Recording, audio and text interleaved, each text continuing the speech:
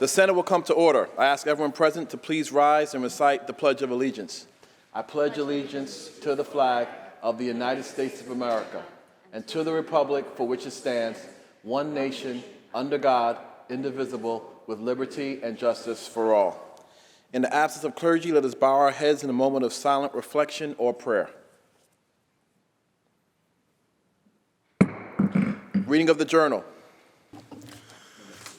In Senate, Thursday, April 7, 2022, the Senate met pursuant to adjournment. The Journal of Wednesday, April 6, 2022 was read and approved. On motion, the Senate adjourned. Without objection, the Journal stands approved as read. Presentation of petitions, messages from the Assembly, reports of standing committees, reports of select committees, communications and reports from state officers, motions and resolutions. Senator Janaris. Mr. President, we're going to begin by calling a meeting of the Finance Committee in room 332. There will be an immediate meeting of the Finance Committee in room 332. The Senate will stand at ease.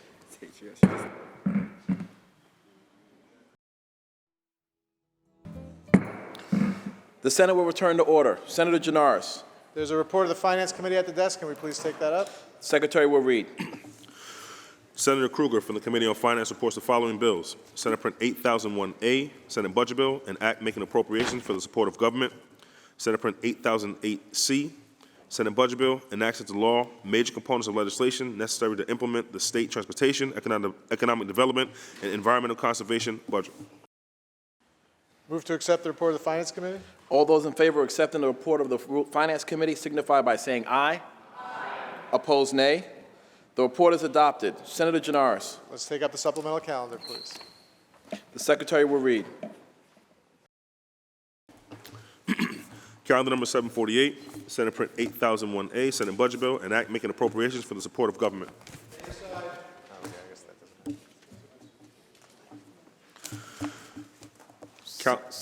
Senator. Okay, lay it aside.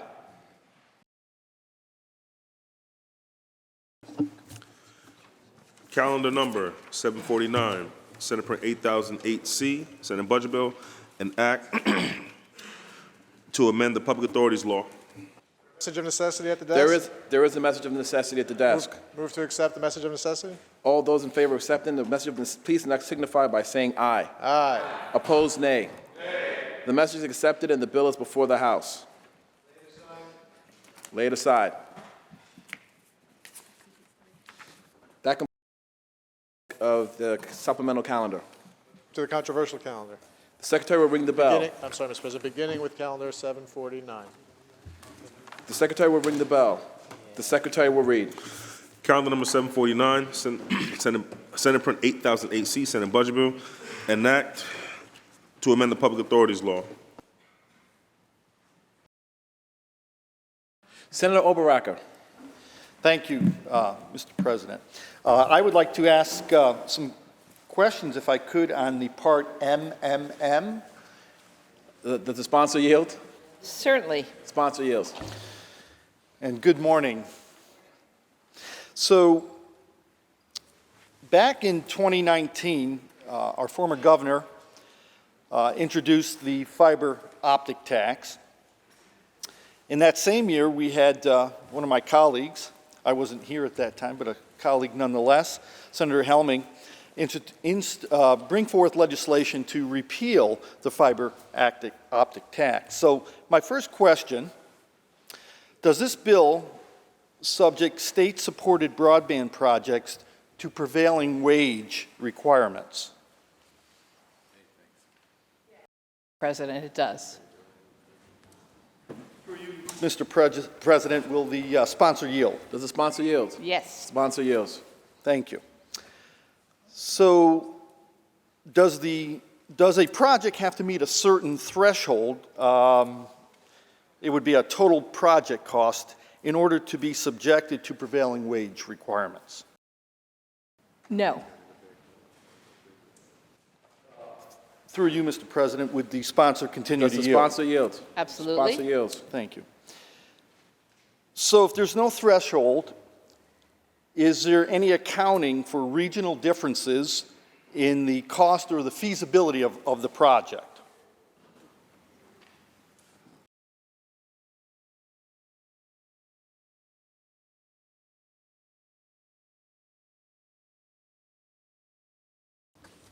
Through you, Mr. President, it's my understanding that the model for prevailing wage in New York State is to be regionally driven.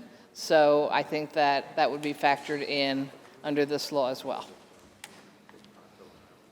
Through you, Mr. President, would the sponsor continue to yield? Does the sponsor yield? Sponsor yields. So with regional differences and cost feasibility projects, is there any consideration for those factors that would have an effect on, say, an overall project being put forth?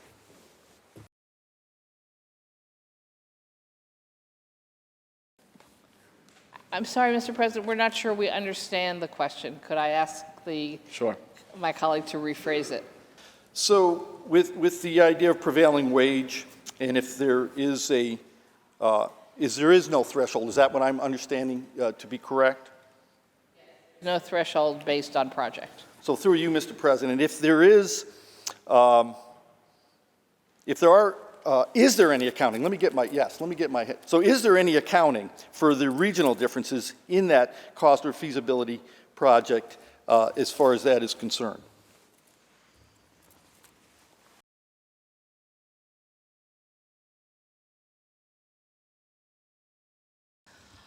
So of course, this is being paid for with grant funds from the state.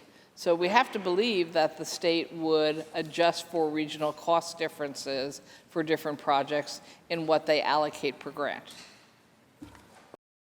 Through you, Mr. President, would the sponsor continue to yield? Sponsor yields. Yes. Sponsor yields. So I'm happy to see that the fiber tax is being eliminated. And of course, our conference has, on the onset, opposed this. Do you feel broadband projects are more feasible in rural and underserved communities after the passage of this budget? Through you, Mr. President, yes, I proudly do. I think we are all very aware that New York State has been suffering from not having universal broadband coverage, and the recognition that perhaps the more rural or least densely populated areas of the state of New York have been the last to be brought on to ensuring quality wireless service for themselves, which is now a necessity of our lives.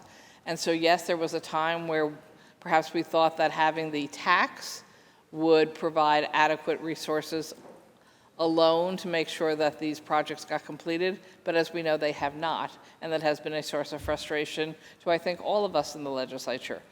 So we are very, very happy with the outcome going into this budget and the agreement made between the governor and the two houses, because we are confident that it's both going to speed up the process by which we complete the assignment of getting everywhere in New York State covered with broadband. It will actually assure decent paying jobs for people working on ensuring this broadband is implemented statewide. And of course, the plus of as well, and I think it's one of the reasons that it's an additional good investment by the state of New York, is you then have people who are trained in high-tech new forms of communication who are available to go into the economy that is basically being driven by newer high-tech models of the kinds of workers they need. So we're not only going to be speeding along the process by which we implement broadband, we'll also be training a new universe of workers in the exact skill sets that they are needed in. And so it should be actually helping for longer-term job continuation while assuring prevailing wages at the time they're doing this work for the state. Through you, Mr. President, would the sponsor continue to yield? Does the sponsor yield? I will, but I just want to highlight, I left out an important sentence. We also provide $1.4 billion in funding to help get this done. And now I'm happy to take the next question. Thank you. So as a former chair of Public Works in Otsego County, do we have some sort of an estimation as to what the added cost of subjecting these projects to prevailing wage would actually mean?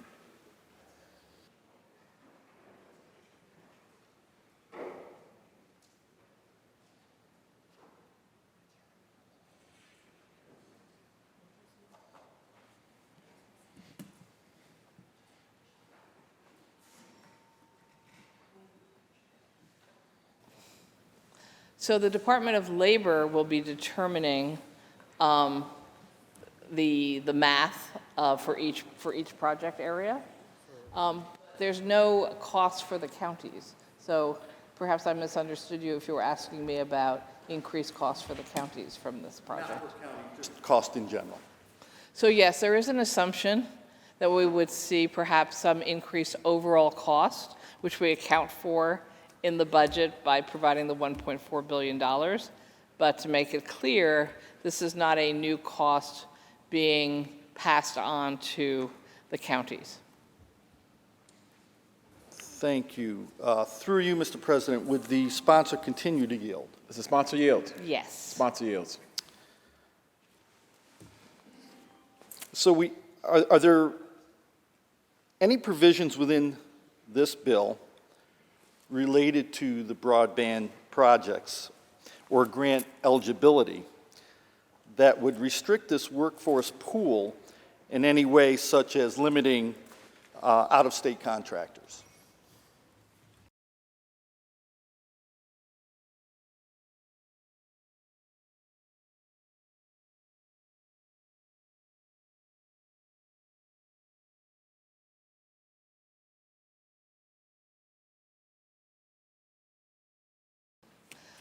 So the bill does explicitly have preferences for local hires, but there's nothing that explicitly says you can't hire someone from out of the region or out of the state.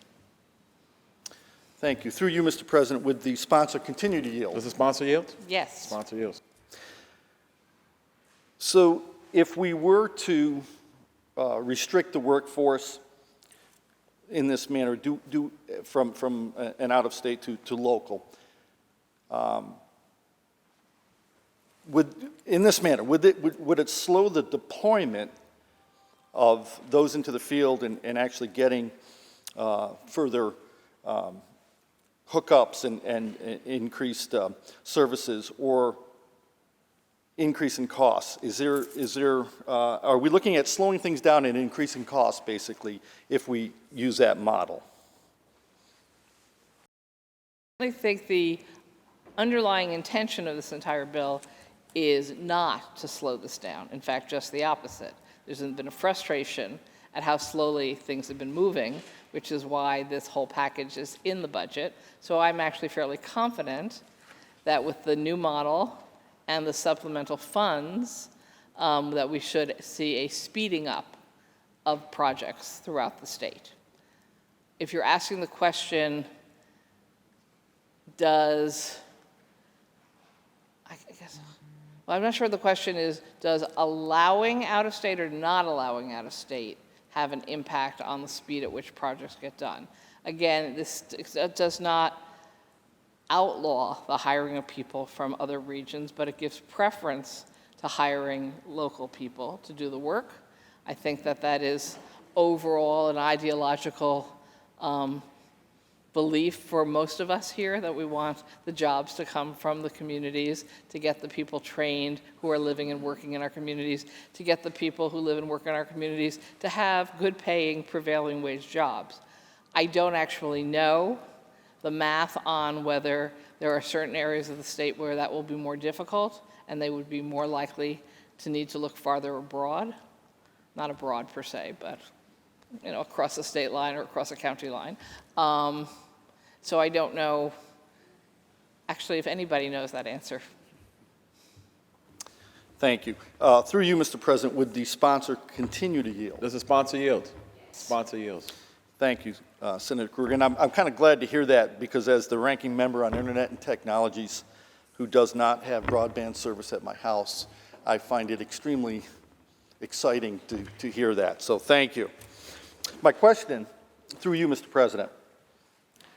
So both the Connect All deployment program and Connect All municipal assistance programs require that applicants submit a workforce plan, which shall include information relating to whether a construction workforce will be directly employed or subcontracted, the anticipated size of that workforce required to carry out the proposed work, a description of plans to maximize use of local or regional workforce, and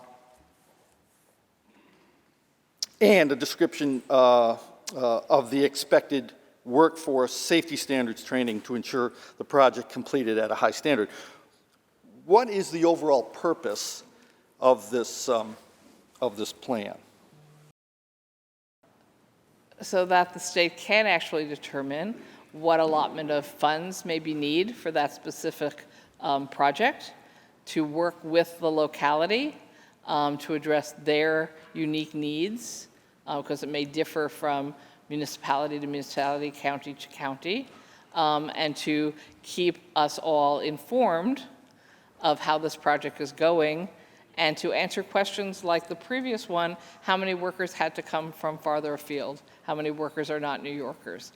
So I think that's just sort of standard kinds of information. It makes common sense to want to collect, both for determining through Department of Labor what funds need to be made available, and for us to actually track how this project is going throughout the state of New York. Thank you. Mr. President, on the bill. Senator Oparako on the bill. Thank you, Senator Krueger, for taking the time to answer my questions. You know, as representing the 51st Senate District, very rural in its makeup, and again, as one who does not have the ability nor the service to have broadband at my house, I feel this is extremely important to rural upstate New York for many reasons. We found coming out of COVID, the ability to attend classes, telehealth. I'm a member of my EMS squad, and to be able to just have the ability to have what we call the I am responding ability on my phone and so on is extremely, extremely important. I'm excited about what has been put forth. I have some reservations as to how quickly and how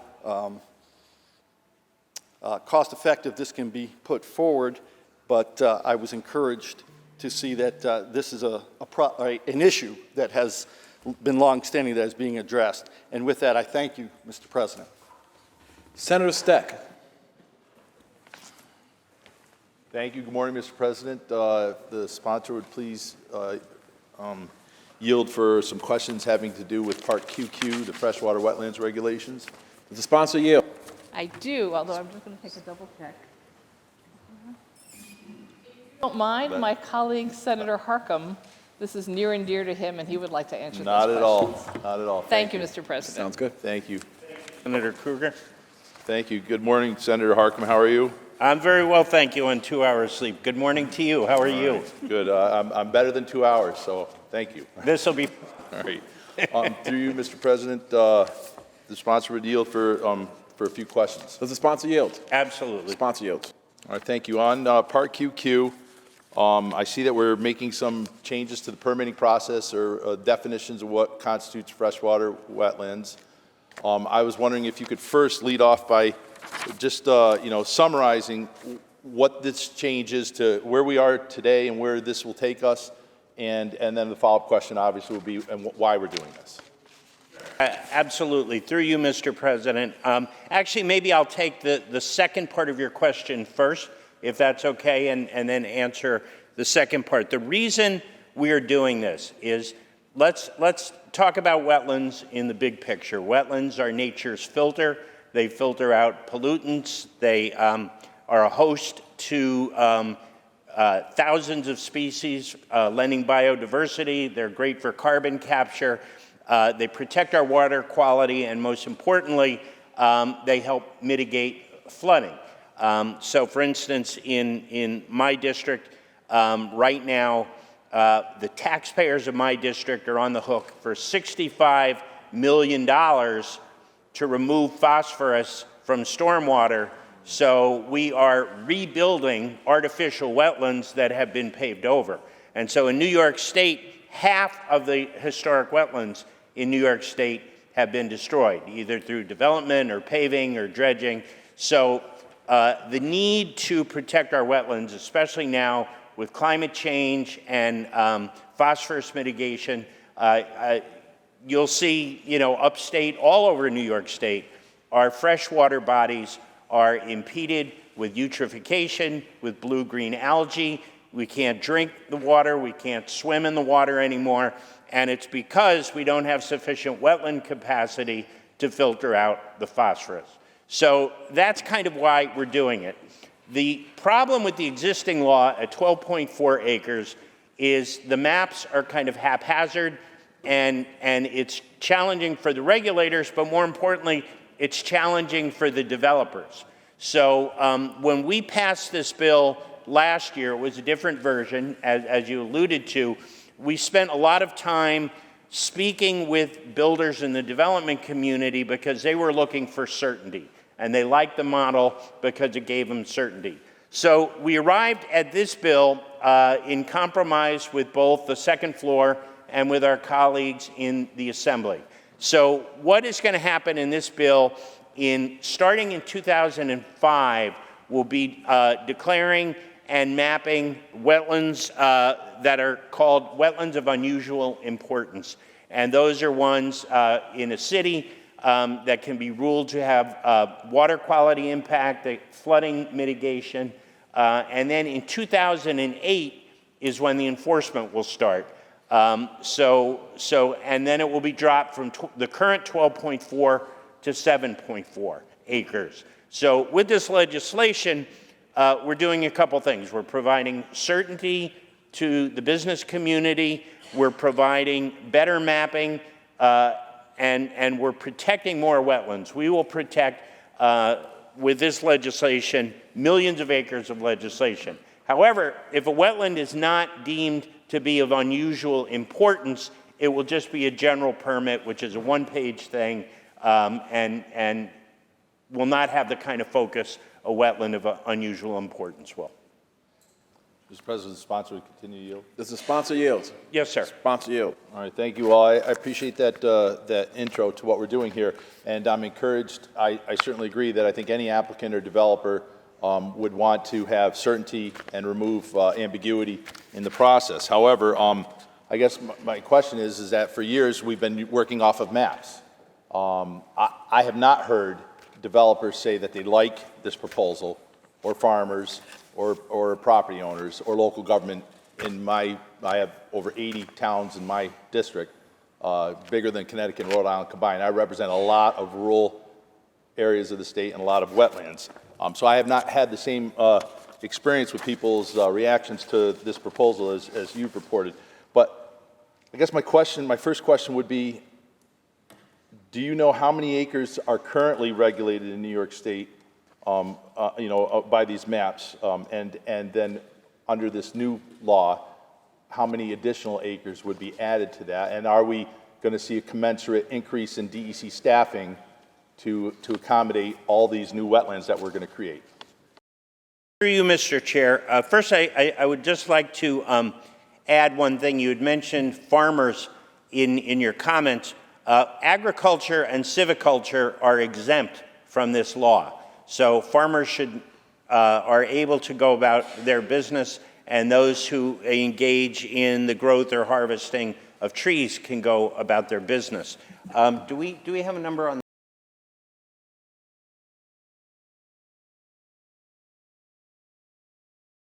We do not know exactly right now what the new acreage will be, because new maps are going to be done in conjunction with satellite mapping services, Fish and Wildlife Service, and some of the universities that have done some of this mapping work. So right now we have a very haphazard system of mapping, and sometimes property owners will have to ask DEC to map a property in order for them to go ahead and do their development. This will take a more proactive approach.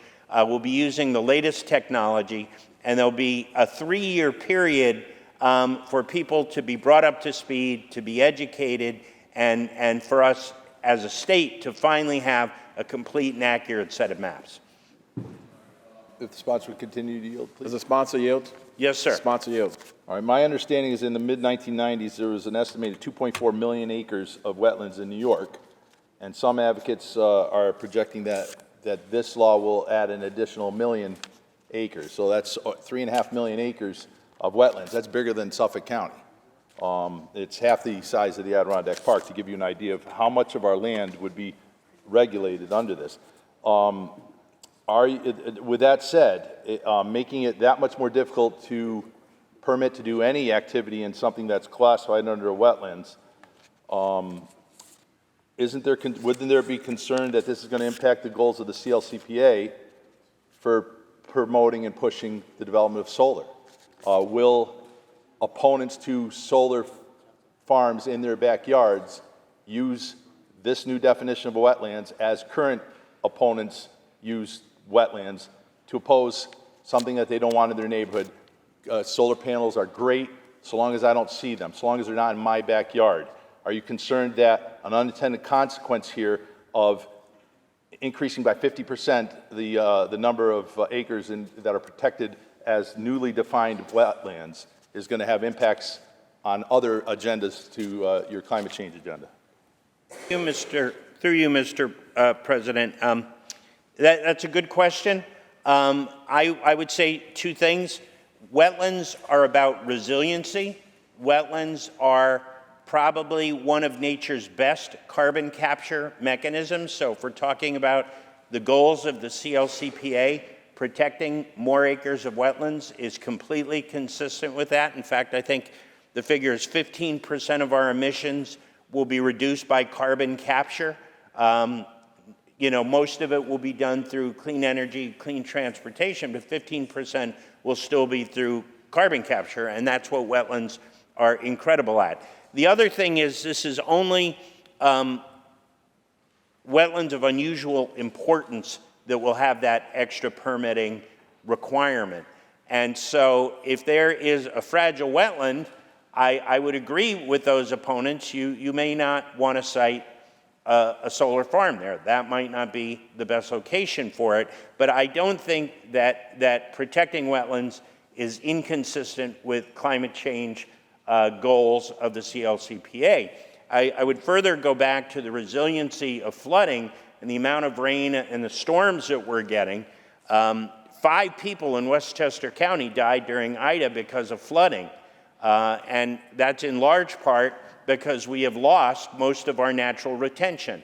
So where does all that water go? It flows onto the local highways, and they flood, and we've had tragic results. Mr. President, sponsor, continue to yield, please. Does the sponsor yield? Absolutely. Sponsor yield. Thank you. So back to the area of the maps. Now, it's my understanding that this map that we're abandoning now has not been updated in 20 years, which, again, that would be certainly a cause for frustration for landowners and would-be developers to want to use a resource that the state has required them to use that hasn't been updated in 20 years. Now, a lot of technology has changed in the last 20 years. It's my understanding that DEC has $400,000 in drone technology that they're looking to use to look for orphan oil and gas wells. I would think that would be a lot easier for a drone to spot a wetland, a 15-acre wetland, than it would be to spot a leaking gas well or a gas pipe from the air. So my first question on that would be, wouldn't it be a good use of that resource to take an investment and make these maps better and more reliable rather than, as the legislation states, it's just a surrender. Instead of fixing the maps, the legislation actually reads, freshwater wetland maps depict the approximate location of wetlands and are not necessarily determinative as to whether a permit is required pursuant to section 24-0701 of this article. So the legislation just basically shrugs its shoulders and says, maps are too difficult to use, we don't want to use the maps, but why not use the current technology and invest in that and produce a set of maps that people can rely on and point to, rather than an individual biologist look, depending on, is he looking in March or is he looking in September, which biologist is it that's coming there to the site, does he see the plant that day and a different biologist sees the plant why aren't we using the technology and making something that's consistent and repeatable and predictable as opposed to arbitrary and to an individual DEC staff members that we may not have enough DEC staff members to accommodate a 50% increase in the amount of wetlands that we're trying to regulate in the state of New York. Mr. President, I would agree with you, Senator, that the maps are out of date, but part of the whole point of this legislation is to update the maps, as we said, Fish and Wildlife Service, satellite data, and in fact, Section 5 reads, by January 1, 2025, in addition to any ongoing aerial photography, soil surveys, or field verification being conducted by the department shall accept information from federal government sources, other state sources, local governments, colleges, universities, environmental organizations, or other private agencies regarding the localities of freshwater wetlands. And a big component of that will be aerial satellite mapping to update what you accurately state are out-of-date maps. Mr. President, the sponsor continue to yield, please. Does the sponsor yield? Yes, sir. Sponsor yields. Through you, Mr. President. So it is, as my belief, I think a belief of a lot of people that I've heard from over the years on these attempts to change the definition of a wetland, that this is going to have a significant fiscal impact to the DEC. If so, will their budget reflect that? Through you, Mr. President, that's another reason why we're starting this first 3 years out and then another 3 years out after that, is so that they can properly staff up. So this is not taking effect tomorrow. The first phase is 2025, and then the second phase is 2028. So to your point, that will give DEC time to staff up. Mr. President, the sponsor can continue for a few more questions. Does the sponsor yield? Absolutely. Sponsor yield. Thank you, Mr. President. Through you. So turning now to the definition of unusual importance. Shall mean a freshwater wetlands, regardless of size, that possesses one or more of the following characteristics, and then it lists several under letter G. It is a vernal pool that is known to be productive for amphibian breeding. Maybe a lot of people don't know what the definition of a vernal pool is. Could you define vernal pool, please? Vernal pool is often adjacent to a wetland that is not wet all of the year. It is wet part of the year, and it is very often a breeding ground for high levels of biodiversity, which is why they are important. But obviously, they would need to be adjacent to part of a 7.4 acre wetland parcel. This is not about going around New York State with satellites and locating a vernal pool the size of one of our desks. This would be associated with one of these wetlands of 7.4 acres or more. Should we yield? Does the sponsor yield? Absolutely. Sponsor yields. Thank you. So a vernal pool is a puddle after a rainfall. It's not there all the time, and now it's there. Of any size shall mean a freshwater wetland regardless of size. So heavy rain, wet time of the year, there's a puddle there now, puddle the size of this room, puddle the size of a kitchen table, of any size. That's a vernal pool, right? President, through you, I would disagree with that, and the science disagrees with that. A vernal pool is not a puddle. It is a seasonal ecosystem in and of itself. You can have what you refer to as a puddle, and it is a puddle, and it's not regulated. But if there are areas that have seasonal wetness with certain levels of biodiversity, the biologist could define that as a vernal pool. There's a difference between a vernal pool and a puddle.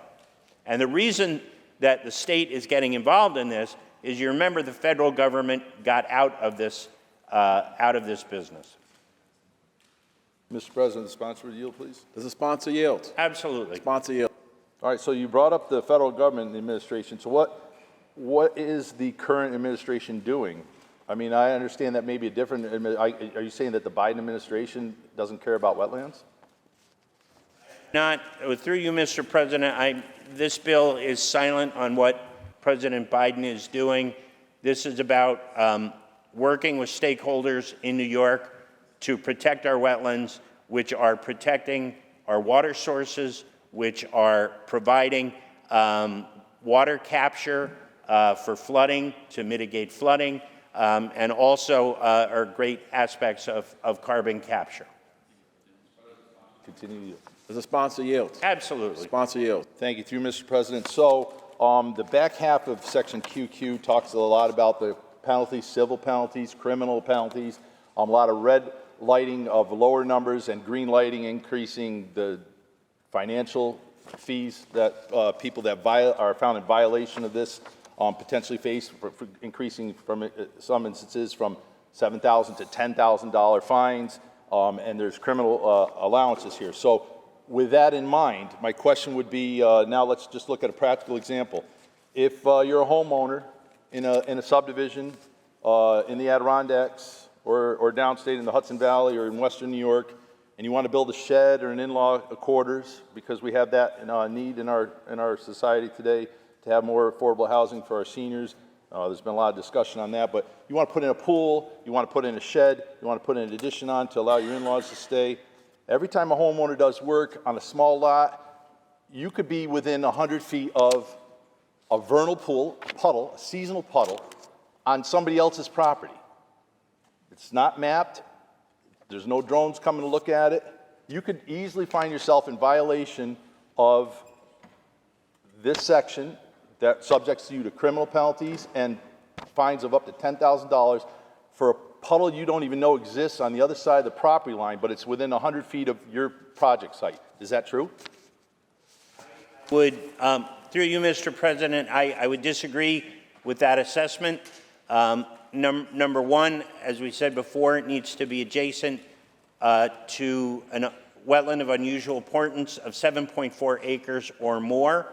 And then the regulators will decide if something was done, benignly, you don't know, I put a shed there.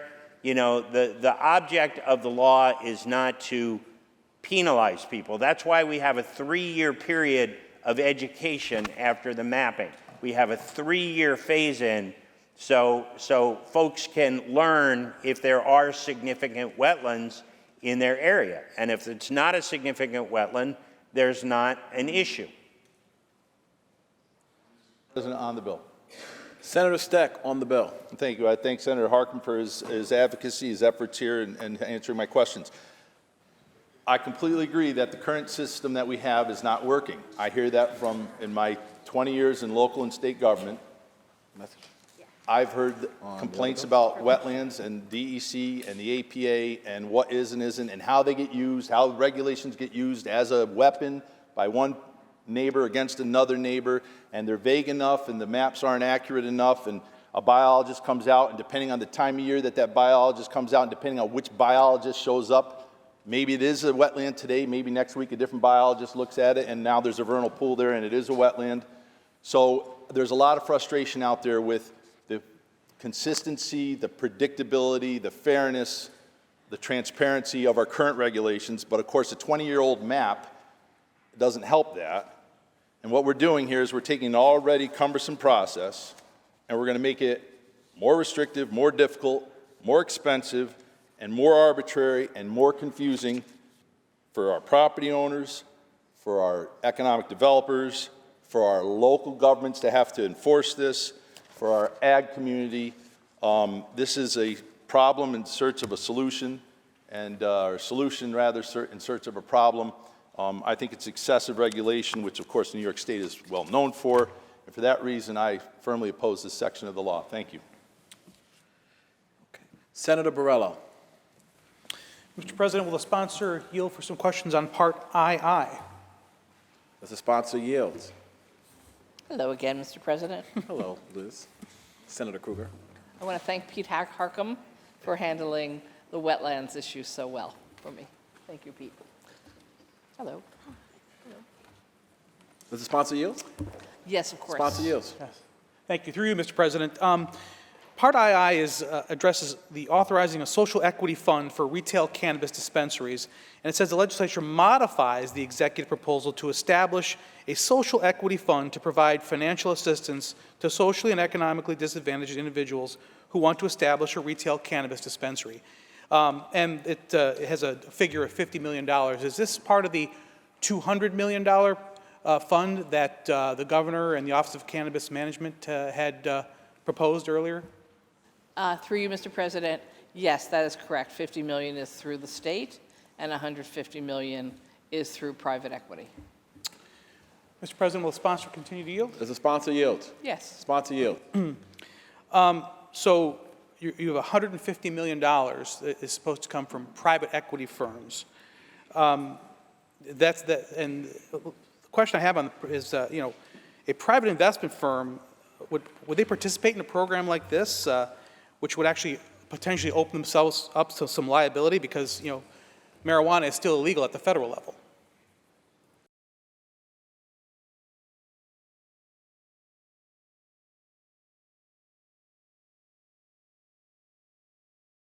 President.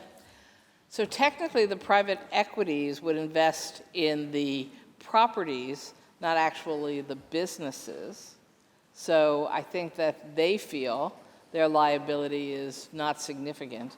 But it goes back to, I think, a discussion we had maybe last night of, are we going to have success with cannabis businesses in the state? And I answered that based on how many business people and investors kept reaching out to talk about how they wanted to get involved in New York, I was fairly confident that this was going to be successful.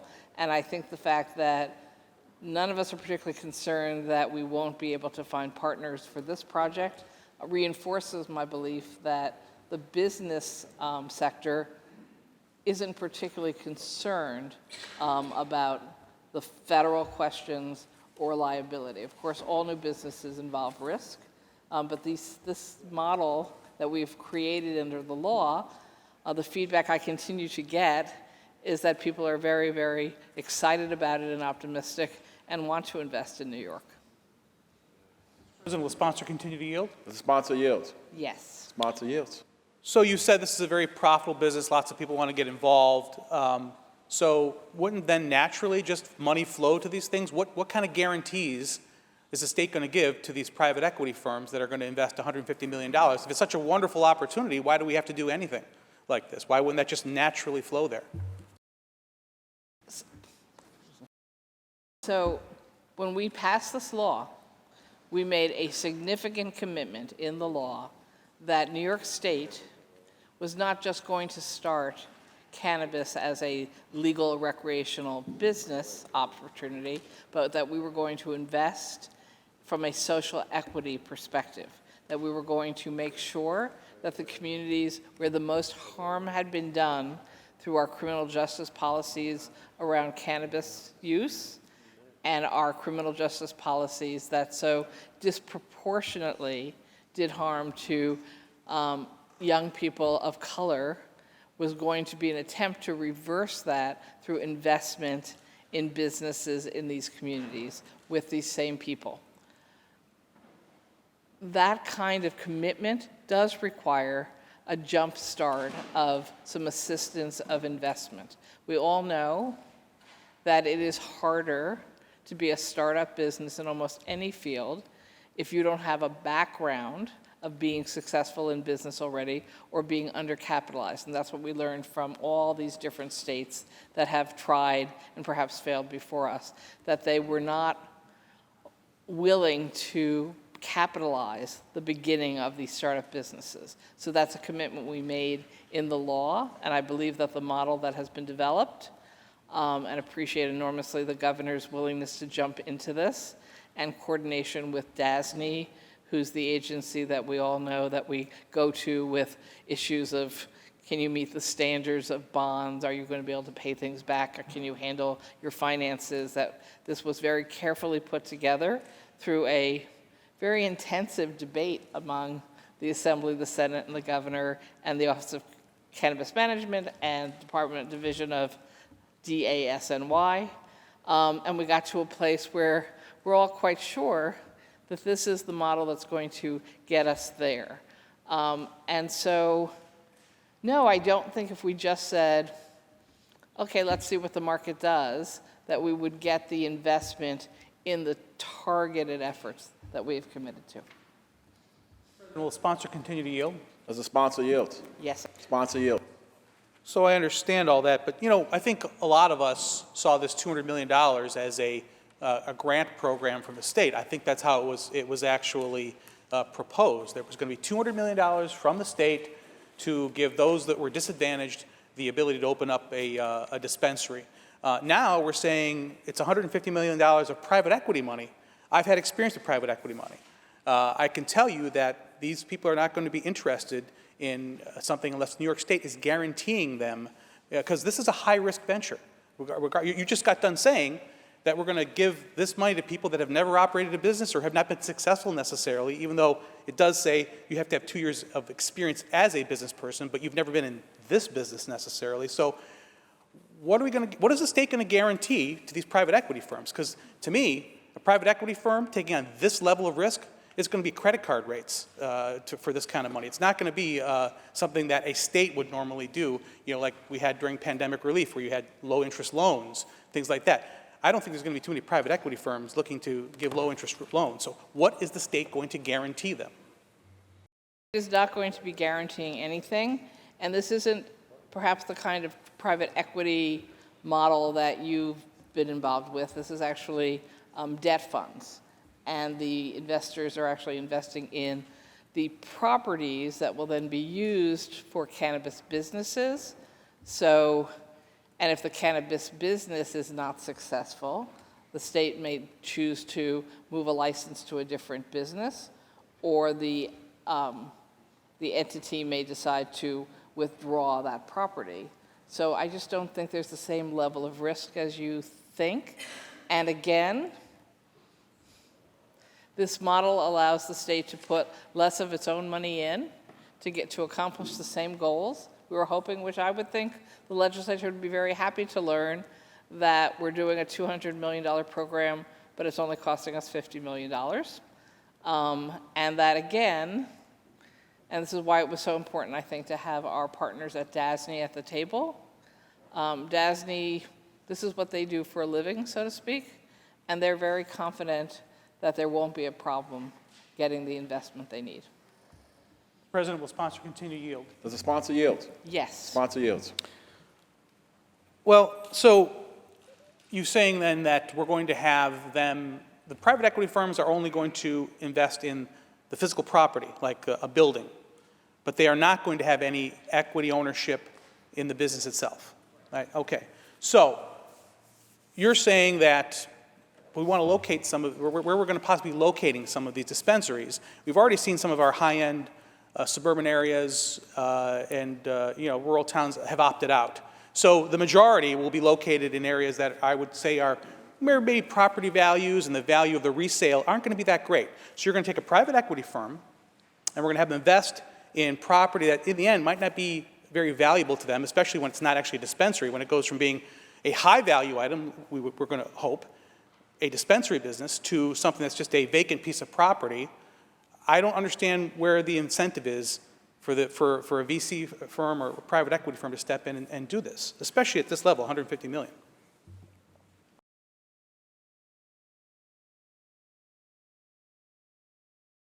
I think the incentive is the interest rate they would earn on the loan, but we have capped it so that it cannot get out of control, and everybody agrees that it's a very reasonable rate. And again,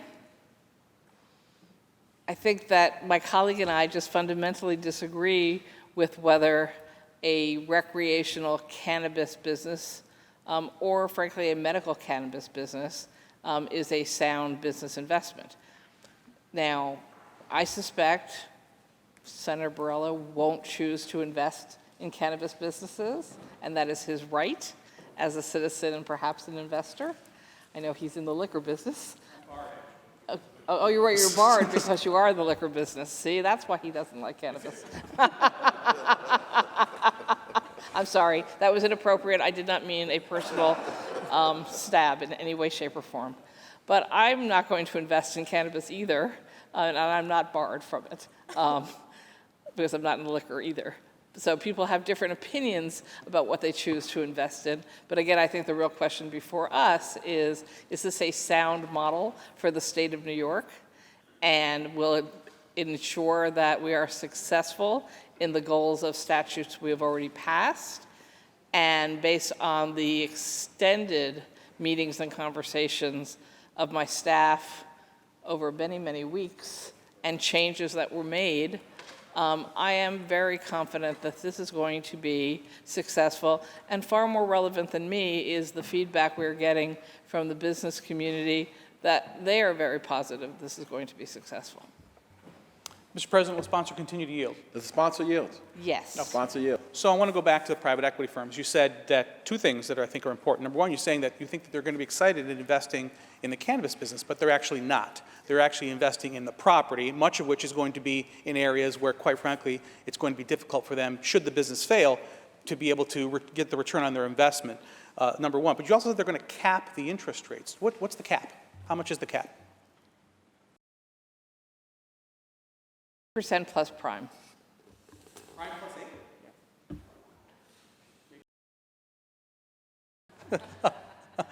Mr. President, will sponsor continue to yield? Does the sponsor yield? Yes. Sponsor.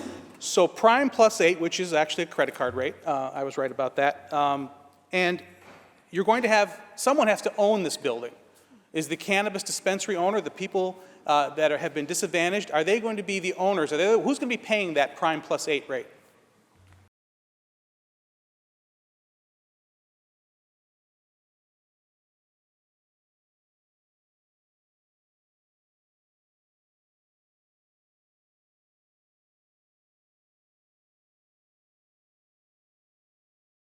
It allows for all options, so the fund could own the building, they could just do loans for the construction work, the business could own the building. And by the way, when we put licenses out for this business model, everyone who applies for a license does not need to go through this path. This is a supplemental path to assist those who need the help. So it's quite possible that many people who go into cannabis businesses, whether it's farming, manufacturing, post-production, there's a whole new world of packaging and creating packaging for cannabis. That's a new business model.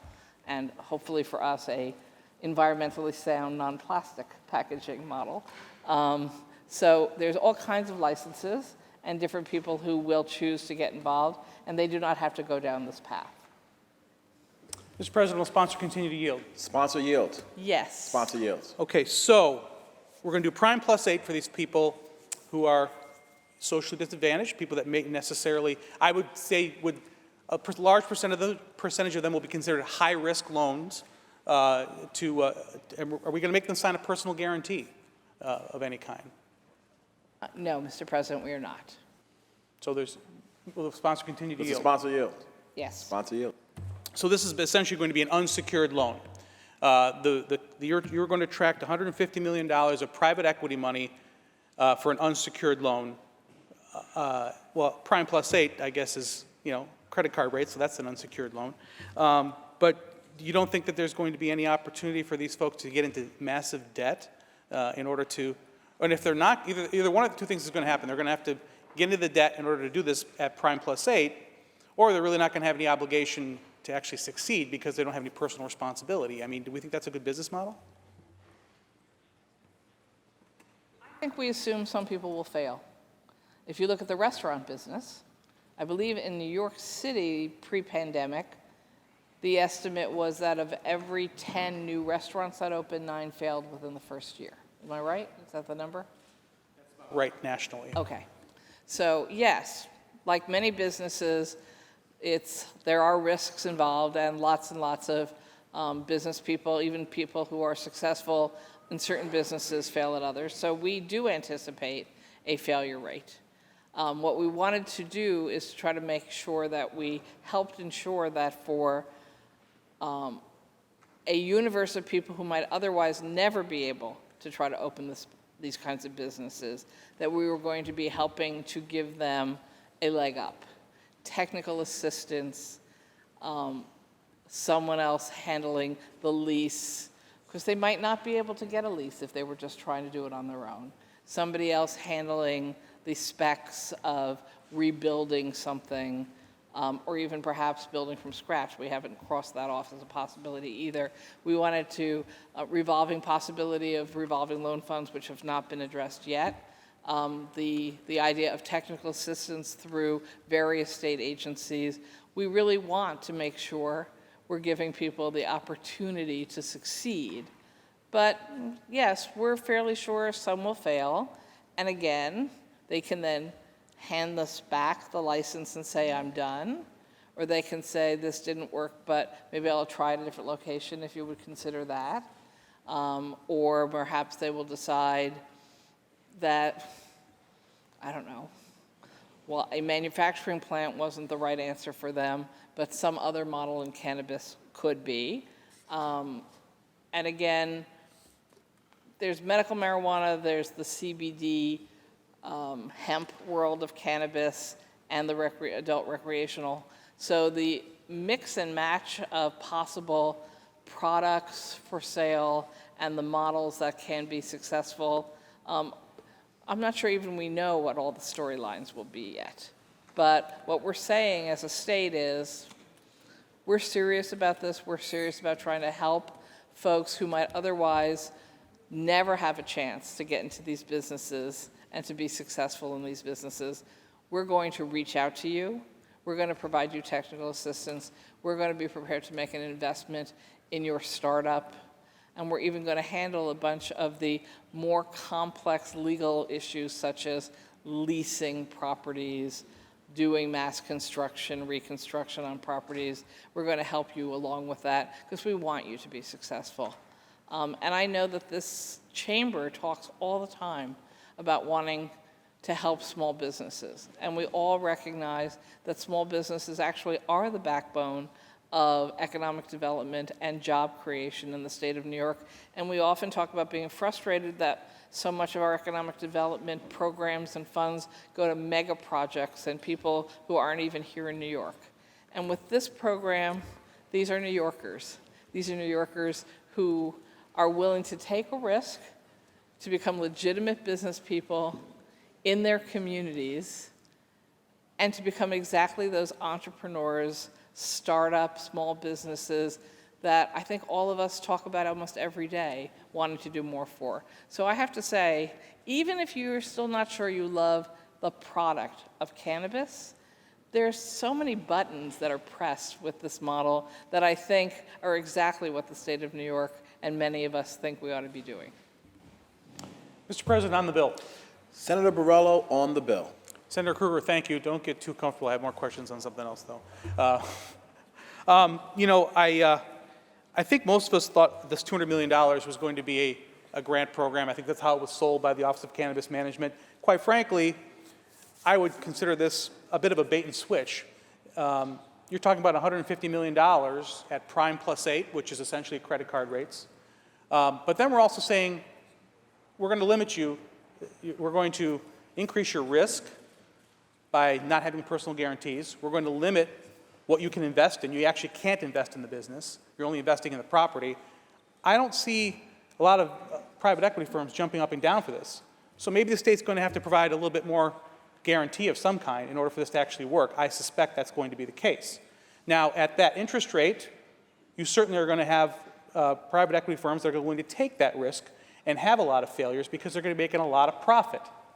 But isn't it the same group of people that we've always been concerned about in the past that have been taken advantage? I mean, I'm on the Banks Committee. We talk about this all the time.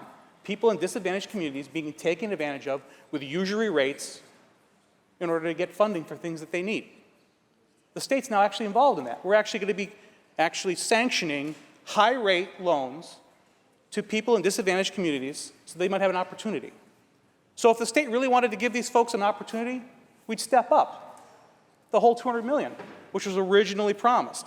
Now, I can tell you that I think I know why that's not the case. It's because the projections of revenue have plummeted since this was proposed last year, from $300 million to $56 million.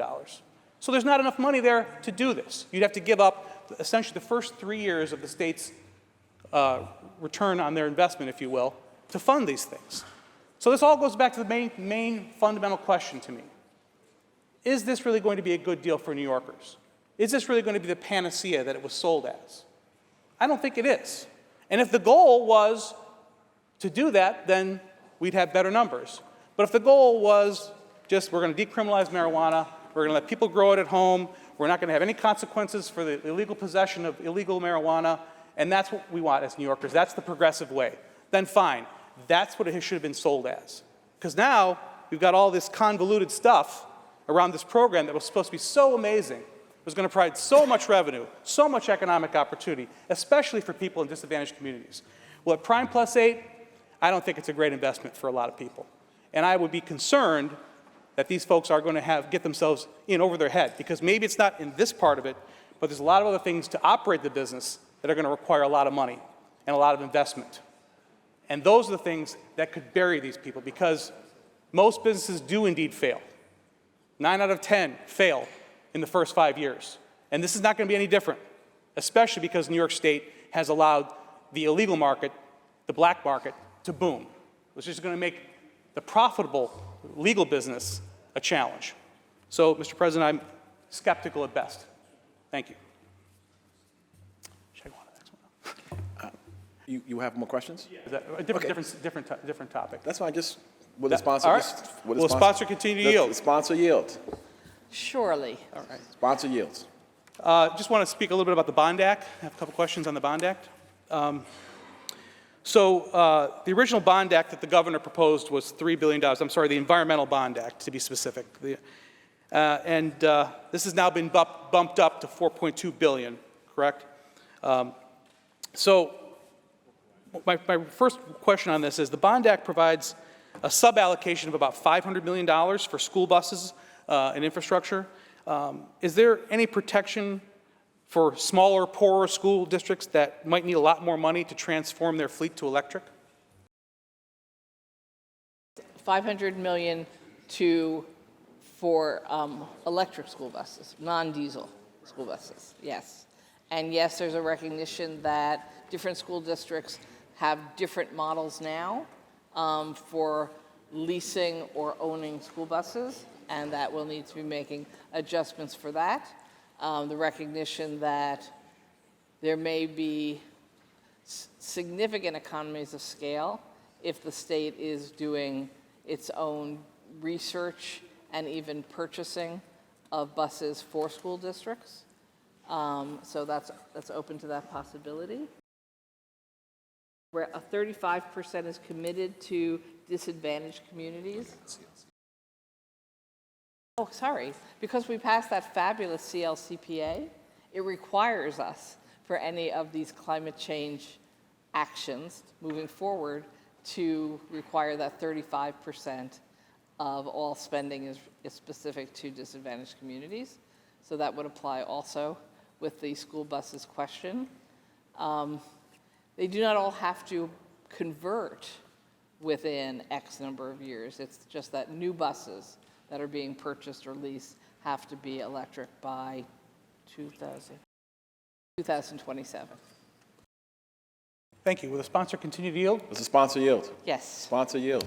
So the One House budget included funding for municipal buses to be electrified, but it looks like this enacted budget is going to only be limited to school buses.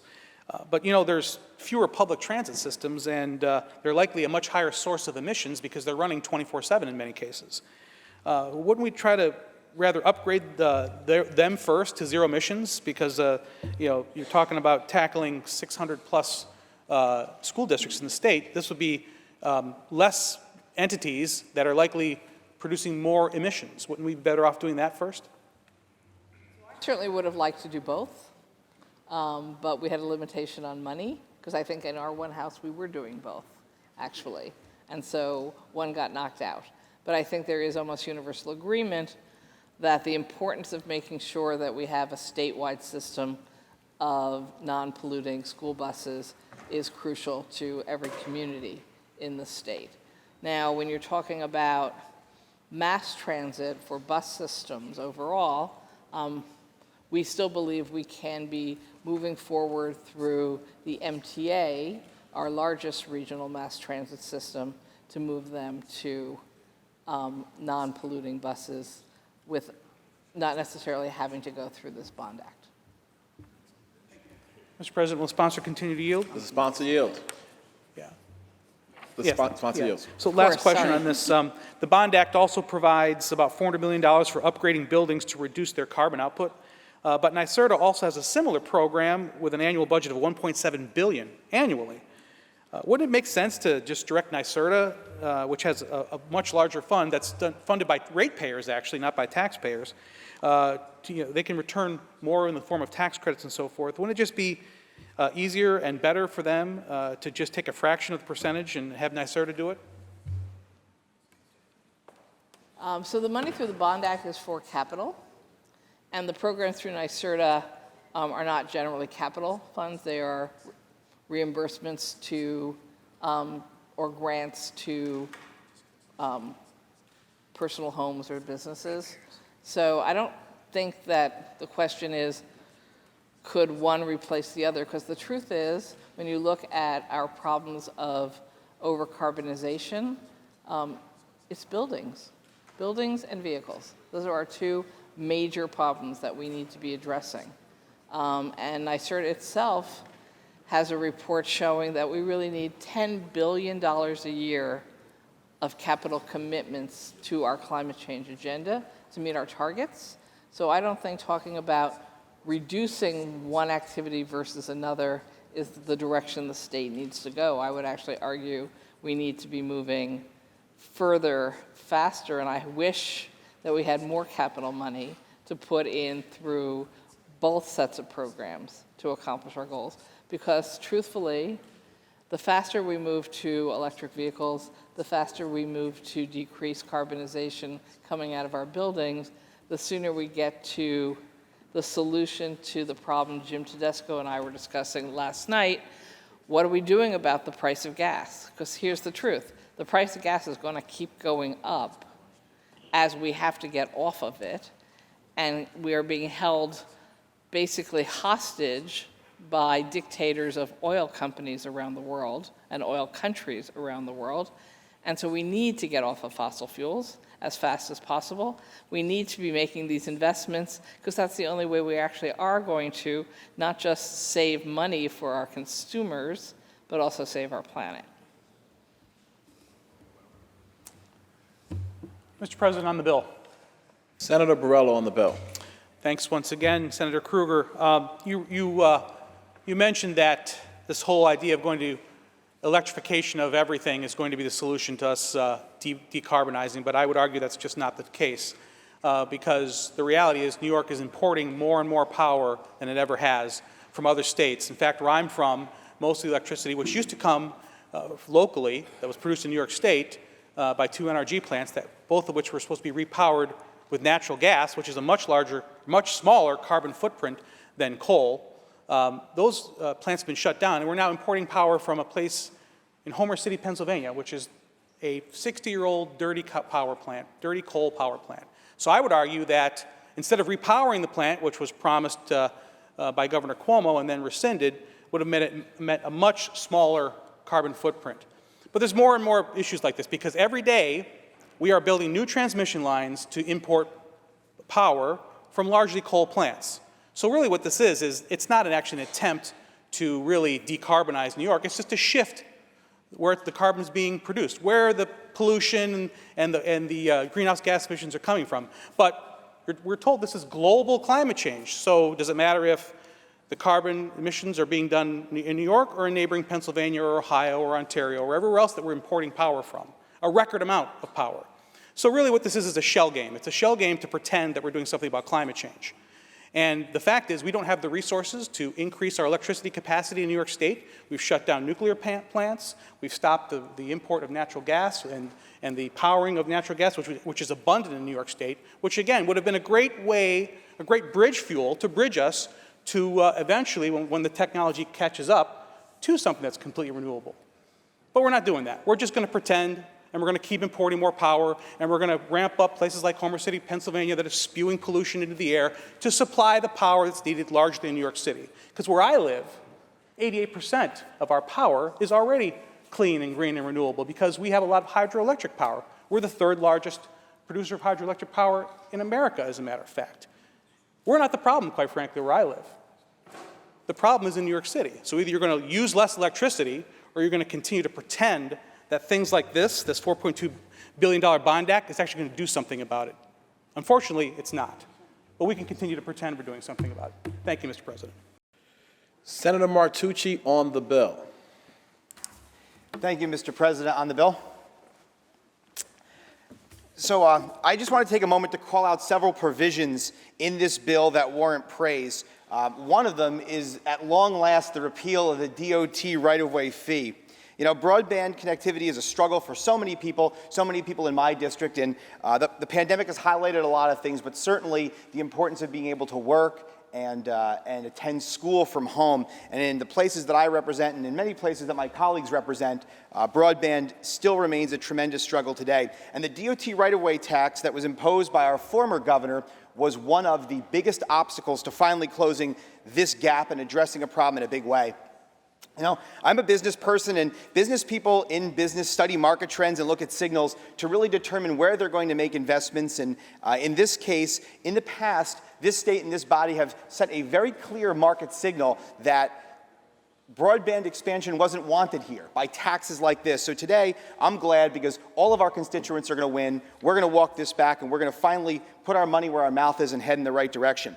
The Republican conference all voted against this provision when it was originally presented in this body several years ago. And since it was enacted, we've been speaking out strongly against this. So I guess today it sort of is a degree of vindication. Nothing says mea culpa like repealing a provision of the law. So that is certainly a big win. I want to thank my colleagues on both sides of the aisle. I want to thank Governor Hochul for finally getting behind this repeal and getting it done today, and certainly the tremendous work of Senator O'Mara and Senator Ortt in particular, who've been leading on this issue. Finally, I want to thank the broadband providers, the advocates, because I don't think we'd be here today if it wasn't for key people educating us on this issue. I know when I came here, I knew very little about it, and specifically, Dave Lamendola, who I know many of us know from Verizon, has been leading on this issue, helping folks in this body understand how important it is that we take these steps to repeal this. So Dave deserves a great deal of credit, and others, folks like Paul Zuber from the Business Council, other pro-growth groups that have been calling out what a problem this is. So I think that's certainly all very good things. I also want to say that the labor language included here, these are great things. The expansion of PLAs and prevailing wage, particularly to the green energy projects, huge step in the right direction. We should have been doing this a long time ago. I'm glad to see we're doing it today. And while I do associate myself with the comments of my colleagues with respect to some problematic issues, certainly a couple of concerns that are sort of very technical concerns about some of the things presented in this bill. I do like the overall direction of the Environmental Bond Act, the fact that we're making strong strides to protect the environment and protect open space, and in particular, taking big steps to protect our environment, though I do hold some concerns with other provisions of this bill in that respect. So, I guess I'll end by saying lobbyists oftentimes get a bad name around here, and rightfully so. However, in this particular case, there have been several leaders, not only in this chamber, but outside of this chamber, that have brought us to this point, and this is a really great point to be at with respect to broadband build-out and labor issues and environmental issues. So I thank you for your indulgence, Mr. President.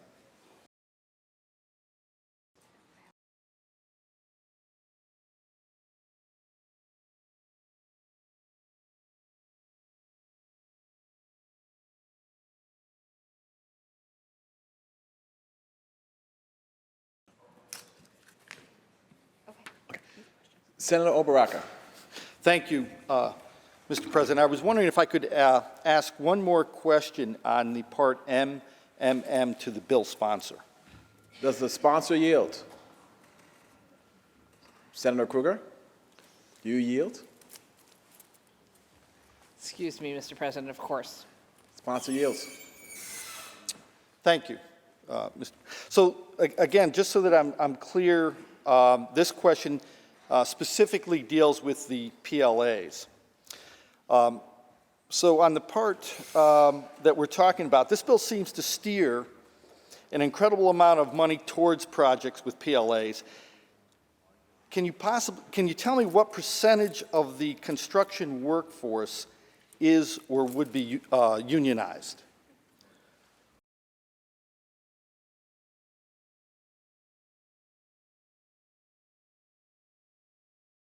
Through you, Mr. President, it's not a requirement of the bill, so we really don't know how much of the workforce will end up being unionized. Thank you. Through you, Mr. President, would the sponsor continue to yield? Does the sponsor yield? Indeed. Sponsor yields. Thank you. So given that 75% of New York's state construction is non-union, how will the PLA requirement impact local jobs?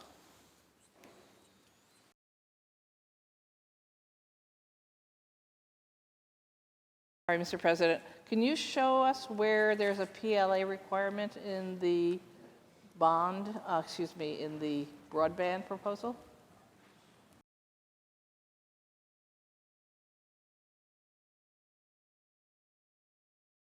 Yeah, through you, Mr. President. Through the Infrastructure Investment Act, requires a projected labor agreement for all projects. And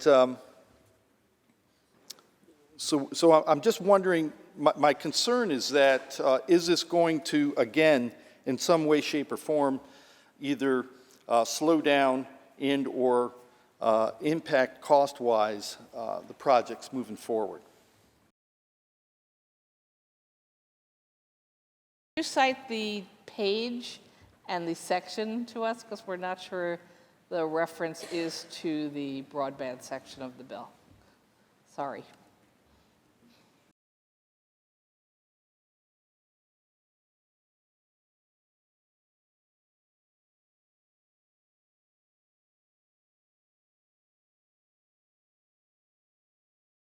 So through you, Mr. President, where I'm looking at this would be in the Part AA, the Infrastructure Investment Act, and in Part OO, in the Clean Water, Air, and Green Jobs Bond Act.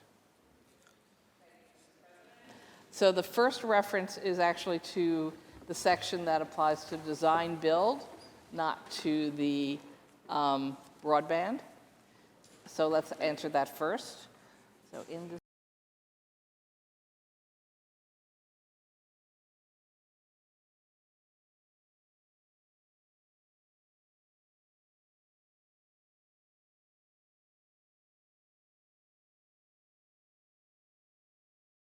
So if in design build, if the project is more than $25 million, they would have to use a PLA. Otherwise, they could not use the design build option for themselves. Thank you, Mr. President. Thank you.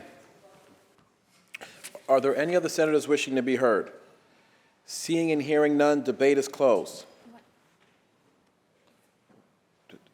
I'm sorry. Okay. Yes. No, actually, I'd like to speak on the bill. No questions. Okay. Just speak. Senator Matera on the bill. Thank you, Mr. President. I'm very, very pleased to be here today about this bill, especially about the Part AA with the project labor agreement language. You know, me as a labor leader for 20 years, being 41 years in Plumbers Local 200, project labor agreements are so important for all workers. You know, one thing when I go to projects, I see out-of-state workforce coming into our area and taking our jobs away. And I always say local jobs for local people and how important that is, because that helps the whole local economy for all of us, for people, for our members and people to go spend money locally.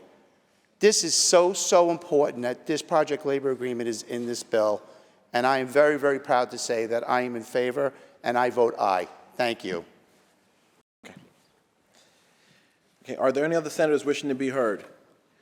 Seeing and hearing none, debate is closed. The secretary will ring the bell. Read the last section. Section 3, this action take effect immediately. Call the roll. Addabbo, Gianaris, Kruger, Ort, Stewart, Cousins, White. Senator Clear to explain her vote. I rise in support of Part Q, which contains the sum and substance of my bill, S8083A, which ensures that incarcerated individuals are provided with the affirmative opportunity to secure non-driver DMV-issued ID cards before they are released. The purpose of incarceration is rehabilitation and growth. Our entire system should be directed towards those moral ends. What my bill and Part Q does is proactively solve a persistent challenge for those reintegrating into society, supplying them with a state-issued ID. When you are released from incarceration, often the world around you has changed significantly. You now have new challenges in front of you, obligations to family and friends, and sometimes post-release supervision to follow. Navigating the hurdles to obtain a non-driver ID can be a difficult task for anyone to accomplish, let alone for someone leaving prison with only the clothes on one's back. If we are interested in moving individuals to successful reentry, it only makes sense that we provide them with a state-issued ID. Who better than the state to identify an individual?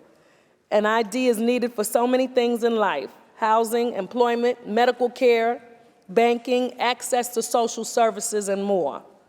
This bill provides a basic step towards a healthy new beginning for released individuals, and I am elated that we are passing it. Thank you to my floor counsel, Adriel Douglas. Thank you so much for your hard work on this, and all the other staff for making it your mission to get this done. Thank you. Senator Clear to be recorded in the affirmative. Senator Ryan to explain his vote. Thank you, Mr. President. So many great things in this section of the budget, including the wetlands protections that we have been looking for in New York State for a generation. So congratulations to the hard work that went into pushing this across the line. Really happy to see that the Wired Broadband Act was included in this section of the budget. Over 100,000 New Yorkers have no consistent or no ability to connect to internet. 200,000 New Yorkers have internet, but it's not high speed. It's the sort of old-fashioned internet that doesn't work on most days. But with the infusion of federal money, we have a chance to get it right. This is our one shot. We've spent a lot of money over the last few years on trying to improve broadband. Guess what? It really hasn't moved the needle too much. So with this, we're able to get a good, consistent connectivity for all New Yorkers. It's a comprehensive plan. It's utilizing the federal money that's come through the stimulus program, matched with the state funding in a manner that's going to be both efficient and transparent. The proposal creates the Advisory Council on Broadband Development, so it's just going to work it through. We're not just saying, here's over $1 billion, go have at it. We've done that over the last 3 gubernatorial terms, and it hasn't worked. So it's going to be more than deliver us broadband. We're going to have hidden benefits in there, right? So there's transparency in there, and we're going to connect a lot of homes to broadband. But we're going to make sure that we can also inject high road economic principles into that. What does that mean? Well, we're going to use the broadband money as part of training the workforce for tomorrow. High-tech jobs are necessary to connect the broadband. This doesn't just happen in an unregulated place. This happens through regulations. So there will be labor standards and wage protections associated with this act. So when this money flows through, it won't be part of the race to the bottom, where we pay people the least amount as possible to get the work done, and they may go back to another state. Then we're left with a bad product and no trained workforce. So this bill is very comprehensive. It has reporting requirements. There's municipal authorizations. There's wage standards. And the best part about it is the full prevailing wages for both private and private municipal. No exceptions. We're going to have, at the end of this, a much better broadband connectivity, whether you live in a rural area that has no broadband or you live in an urban area where it's spotty. This is the step forward. This is one part of the great budget, and Mr. President, I'm proud to cast my vote in the affirmative. Senator Ryan, to be recorded in the affirmative. Senator Harkam, to explain his vote. Thank you very much, Mr. President. I join colleagues in saying there are a lot of good things in this bill. I just want to focus on a couple, and I want to thank my friend and colleague, Senator Jackson, for reminding me I did indeed have 2 hours of sleep and said 2005 and 2008 instead of 2025 and 2028. So best laid plans. I want to thank my colleague for a spirited debate and for asking some really pointed questions. And it's true, we have had deficient maps for the last 20 years, and that is a point of this entire bill. The question is, can we afford to do this? The real point is we cannot afford not to do this.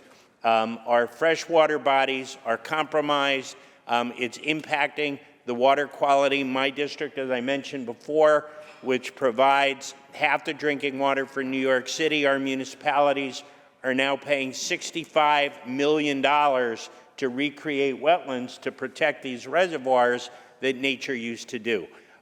So I'm just so thankful for colleagues supporting this measure. Also thankful for Chairman Engelbright and the Assembly and for the Governor and everyone's teams coming together on this. The other thing I want to touch on are the issue of the electric buses in the Bond Act. This is a huge win, especially for the kids. Kids who ride school buses breathe in 15 times more harmful pollutants than people who don't ride school buses.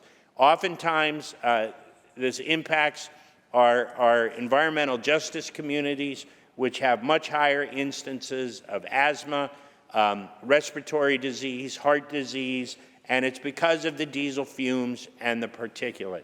But I think we also need to look at jobs. This is not just about improving our environment and our climate, which obviously we're striving to do.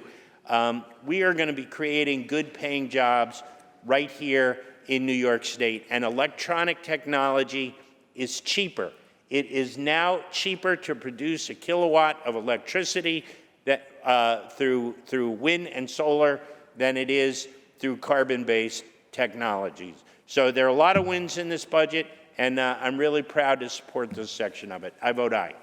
Senator Harkam, to be recorded in the affirmative. Senator Skoufis, to explain his vote. Thank you very much, Mr. President. No budget is perfect. This budget's not perfect. Any of my previous 9 budgets I've been in the state legislature and have worked on have not been perfect. And we can nitpick all day, this item, that item is not what I want it to be, does not go far enough. And we've heard a lot of that over the past 24 hours or so. But let's not lose sight of the fact that this budget will transform the lives of millions of average New Yorkers. And New Yorkers, Americans, citizens do not expect government to solve all their problems. They don't want government to solve all their problems. But they do want government to be responsive, and they want government to try and help them a little bit with their problems. And so what this budget does will allow millions of New Yorkers to get better home care, to get better child care, to get, for the first time, UPK, 4-year-olds attending pre-kindergarten. Billions of dollars will be coming to repave roads and repair bridges in the Hudson Valley. We are going to be providing relief at the pump, providing relief with income tax cuts, providing relief with property tax rebates. These are meaningful items for millions of New Yorkers that helps restore the trust in state government that's so desperately needed. And so I'm proud to support this bill. I'm proud to have the majority leader leading the way, as usual, to make sure that we're getting these important items across the finish line. But I want to really focus on one that has not been talked about all too much. And that is, we have for the first time a provision in this budget that will audit every single economic development tax incentive in New York State. And I and many colleagues this side of the aisle and that side of the aisle every year have gone on and on, rightfully so, about how we spend billions and billions and billions of dollars on projects and other incentives that are not held to account. We have no idea whether we're getting a return on investment. We have no idea whether those are worthwhile investments. And for the first time now, we are going to know what works, what doesn't work, and fix what doesn't work on behalf of our taxpayers. I want to thank my colleagues for their support around that provision, and I want to thank the Majority Leader for an outstanding budget that will impact, in a very meaningful way, millions of New Yorkers. I vote aye. Thank you. Senator Skoufis, to be recorded in the affirmative. Senator May, to explain her vote. Thank you, Mr. President. I also will vote aye on this bill, and I want to single out two components of it that I think are really important. Senator Ryan talked about the broadband. I want to focus on one piece of that Wired Act that supports municipal broadband, because this is something that has helped communities around the country, around the world, to not only assure access, but to promote prosperity in those communities. And I hope that we will get more municipal broadband in this state as a result of this bill. And I want to congratulate Senator Harckham on moving the wetlands bill to this point, because this is absolutely critical. 300 years ago, on the shore of Onondaga Lake, there was an enormous wetland. It was a scene of incredible biodiversity. And it was the center of one of the greatest civilizations on Earth, the Haudenosaunee Confederacy. When Syracuse grew up in that area, the first thing that people did was drain the swamp. And honestly, Syracuse, much as I love the city, I think we have regretted it ever since, because we still have flooding in those areas. We still have a whole region around the lake where it's hard to build, it's hard to develop that area because the ground just isn't appropriate to it. And if the original developers of Syracuse had recognized the value of those wetlands, I think our city would look different, our region would have a different kind of ecosystem and much more resilience than we have now. So this bill is going to help us understand the value of wetlands and make sure that we preserve them. So again, grateful to Senator Harckham, to the leadership for making this happen. I vote aye. Senator May, to be recorded in the affirmative. Senator Mannion, to explain his vote. Senator Mannion not to explain his vote. I will. Thank you. Thank you, Mr. Senator President. Mannion will explain his vote. Yes, I must have winked or something there. So I just want to say this, that in the area that I represent, we have substantial flooding in an area that is in tributaries that feed the Erie Canal and the surrounding region. It's a beautiful area. It's a wonderful area. I was proud to advance a bill last year and signed into law creating the Flood Mitigation Task Force, and I am hopeful that many of the dollars that are secured either in the Clean Water section or within the Environmental Bond Act goes to helping the good people of Cross Lake and the Seneca River to make sure that we protect them in every way that we can. I proudly, for this reason and others, vote aye. Thank you, Mr. President. Senator Mannion, to be recorded in the affirmative. Senator Ramos, to explain her vote. Thank you, Mr. President. You know, it's not just the wetland maps that were wrong, it's also the flood maps. And that was a hard-learned lesson by my neighbors in East Elmhurst back in Queens. Hurricane Ida really took a toll. It was also the epicenter of the pandemic.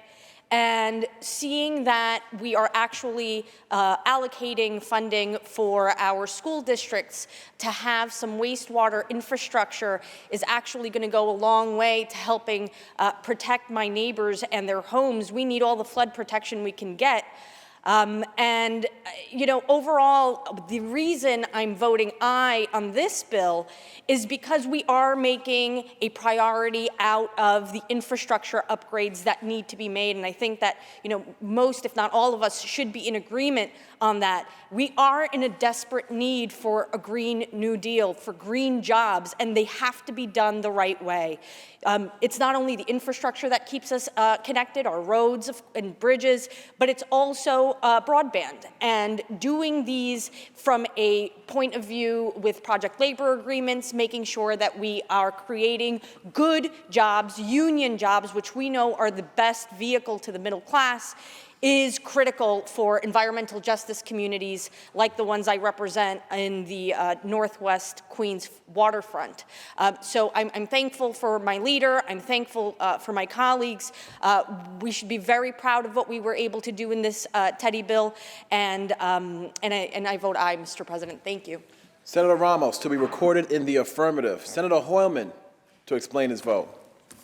Thank you, Mr. President. I rise to explain my vote in the affirmative. This bill contains two items that are of particular importance to my constituents and the arts community in my district. It's a $220 billion budget, but it's sometimes the small things that matter most to our constituents. And as a senator who represents Broadway and many independent music venues like the Blue Note, Smalls, the Village Vanguard, and Birdland, I'm very happy to say that this legislation is going to be creating the Small Business Seed Funding Grant Program. And we've secured language in this bill that will ensure that independent arts workers, like touring musicians, are able to meaningfully access this funding. During the first year of the pandemic, the federal government wisely expanded unemployment insurance to cover independent contractors and gig workers, which was the only way many musicians and artists in my district, the original gig workers, were able to survive. Unfortunately, that program ended last year, and while many independent contractors and other businesses were able to get back to work through virtual means or other adaptations to safely operate in COVID, those in the entertainment industry, and particularly touring musicians, continued to face the devastating effects of the Delta and Omicron waves. Unlike many other industries, if a single member of a band gets COVID, the rest of the band cannot simply pick up the slack. One person getting COVID can derail an entire tour, resulting in lost revenues and unrecoverable sunk costs. That's why we needed special recognition for these workers. This bill is going to allow independent arts contractors, including touring musicians, to recover costs incurred and revenues lost due to COVID-19 through January 1st, 2022. We've also secured commitments from Empire State Development to clarify and streamline requirements for the existing Small Business Recovery Grant Program, which we established last year to ensure that touring musicians and other arts workers can access that funding. So I want to thank Majority Leader Andrea Stewart-Cousins, Chantel Smith, Emma Wallach, Eric Katz for their assistance in securing this lifeline for my constituents. I also want to thank the Hochul administration and Empire State Development for working with us to find a solution for these affected workers, and mostly the Music Workers Alliance in my district, who led a really heroic and noisy advocacy campaign, as musicians are wont to do. This budget will finally expand the Entertainment Subsidy Assistance Demonstration Program also, which helps entertainment workers afford their COBRA health insurance payments during episodic employment. This is something we've all long advocated for, and I'm grateful to be able to enact this expansion today with my affirmative vote. Thank you, Mr. President. Senator Hoylman, to be recorded in the affirmative. Senator Comrie, to explain his vote. Good morning. Thank you, Mr. President. I rise today to vote aye on the Teddy bill, and I want to thank the leader and her team, Chantel Smith and Eric Katz, and all of the analysts and all of the staff that made this happen. There are so many great things in there, from expanding CHIPS, where I first came here in Senator Kennedy came to me and said we need to take care of upstate roads, and we're expanding CHIPS funding, we're expanding other funding in the highways upstate to allow for more tourism, to allow to continue the design build opportunities, which has been a great cost saving for agencies across the state and for New York City to mandate that, to extend the investment for our entertainment industry in New York for 3 years so that they can have an opportunity to do long-term planning to keep up with other states that are now trying to take and create entertainment opportunities and building film studios all across the country. It's important that we make a long-term commitment to that industry that is expanding upstate as well and developing growth and opportunity, to doing things to make sure that we create other opportunities such as the waiving of the ID fees that Senator Claire spoke about, the Gender X option that we're going to allow people to truly express themselves throughout the state. There are so many other things, but I just want to talk in detail about a little more about what Senator Skoufis said, which is known as the database of deals bill that we worked on together. I want to thank Senator Skoufis, Senator May, and the entire Democratic delegation, because there's something that we need to do as a legislative body, which is to make sure that the money that these state agencies are spending, tens of billions of dollars, are clearly spent in a way that we can understand it and interpret it, not 2 years later, not after the fact, but actually during the quarter that they're spending this money. It's important that we understand how all these state agencies are spending the money with MWBE, with local contractors, with in-state contractors, how they're doing the things that they're spending tens of billions of New York State dollars for our New York State residents, and oftentimes we have no contact or no understanding until way after the contract was let, and we find out that these contracts were let to people that have no concern or no compassion or no real purpose in really delivering a quality product to New York State. So I'm glad that this database of deals bill, as they call it, will open up all these state agencies to show procurement, to show the MWB stats, to show the ability to make sure that the state is being responsible in their procurement, that their procurement is going to be New York-based as much as possible, and that we are going to have these deals that we can understand clearly where we're spending our dollars in New York State. So I want to thank the leader for understanding that. There's more that we need to do in these areas, but this is a great start to show real transparency on how we're spending our public dollars. Mr. President, I proudly vote aye. Thank you. Senator Comrie to be recorded in the affirmative. Senator Kaminsky to explain his vote. Thank you, Mr. President. It's been a long time since I've been in this room with so many colleagues, and it's really great to see everybody. The first thing that captured my attention and stunned me, which I hadn't seen it before, was Senator Tedesco and Senator Hoylman sitting next to each other. And I see the makings of a sitcom, like a buddy sitcom. It's kind of like we could solve the world's problems if... Wait, do it again. I don't think they're finishing each other's sentences yet, but we'll get there. I rise today to speak in my vote in the affirmative. To speak in the affirmative for this budget. As the chair of the EdCon committee, I'm really proud of the environmental leaps that this budget helps our state take. We're going to expand our brownfield program, do historic wetlands protection. Thank you, Senator Harkin, for your work on that. We've been wanting to do that for a long time. But I'm really most excited about the Bond Act. If you rewind just about 14 months, there was no talk about the Bond Act. It wasn't in the executive budget, it wasn't anywhere.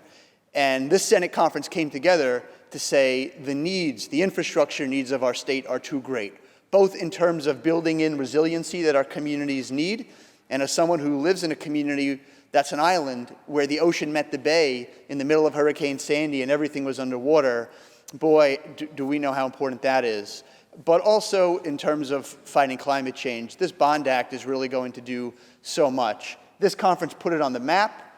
We got it into the budget last year. It's an even increased one next year. When you think of the needs of our state, from the Adirondacks down to Queens, they're staggering. We still have lead pipes in far too many places. We still have low-lying areas that are prone to flooding where important infrastructure is.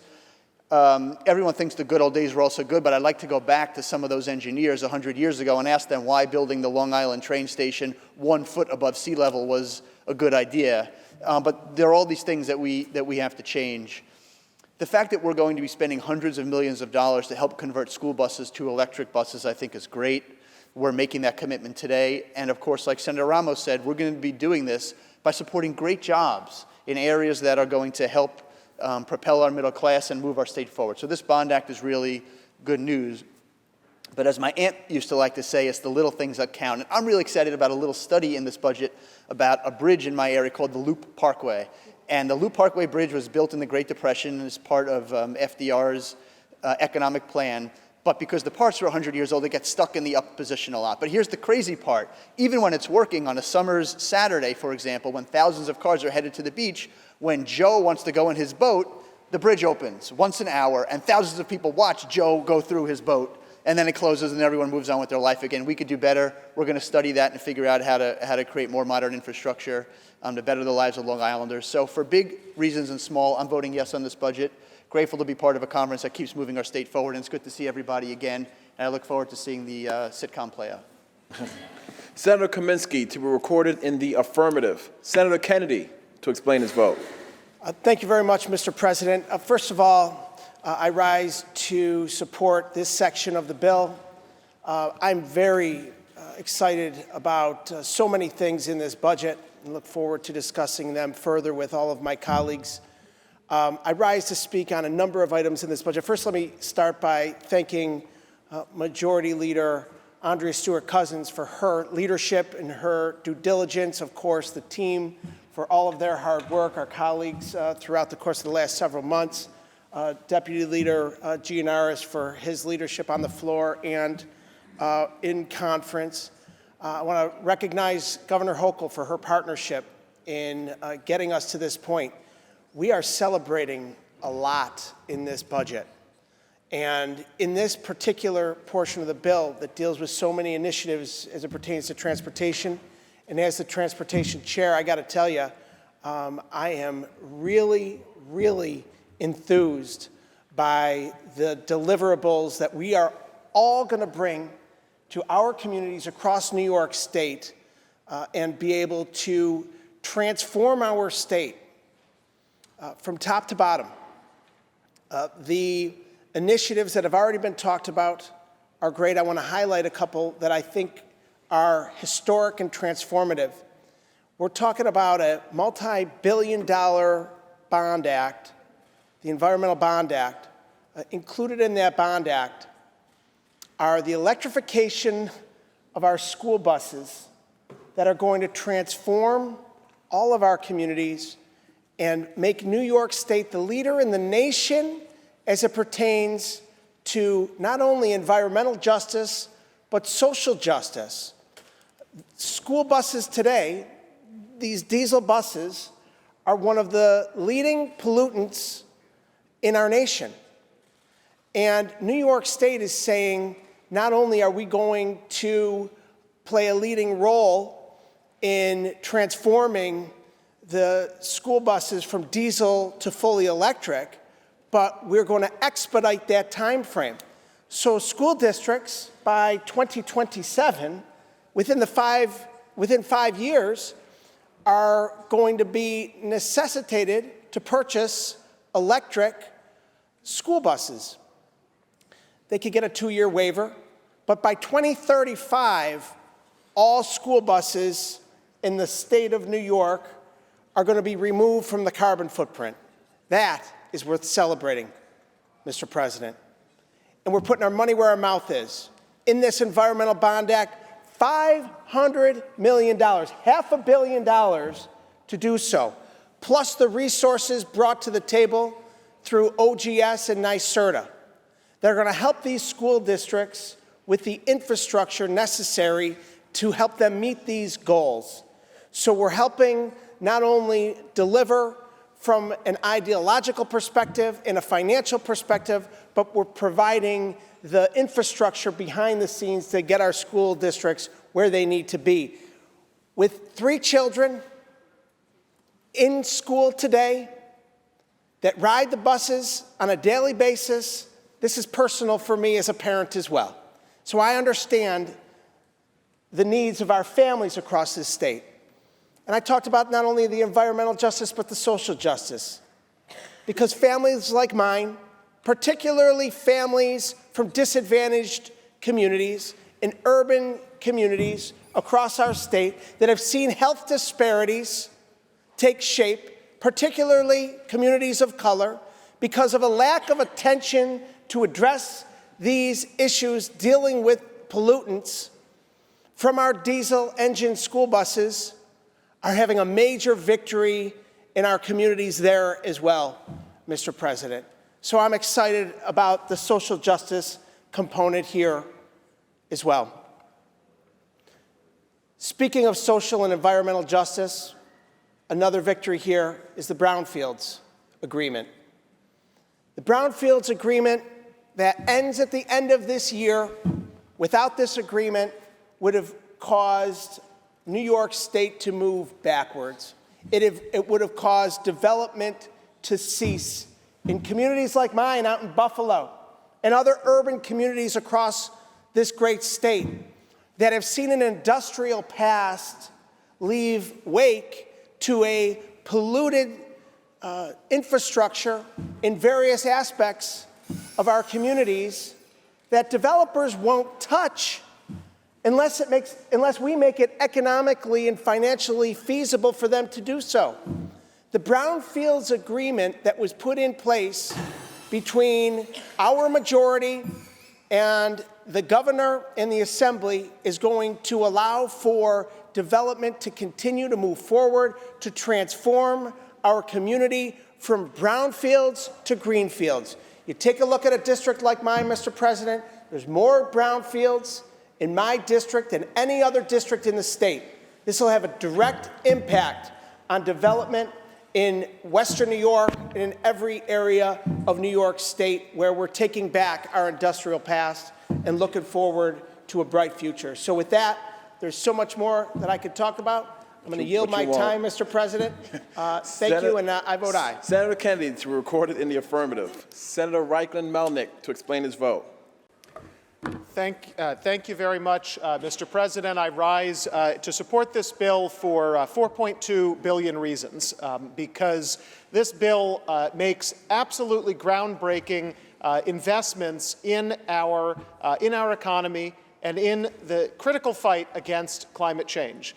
Last night we voted on some important short-term help for people in New York State, tax relief that's going to benefit middle-class and working families. And today, we are making major long-term investments that will benefit those same families and all New Yorkers in the years and the decades to come.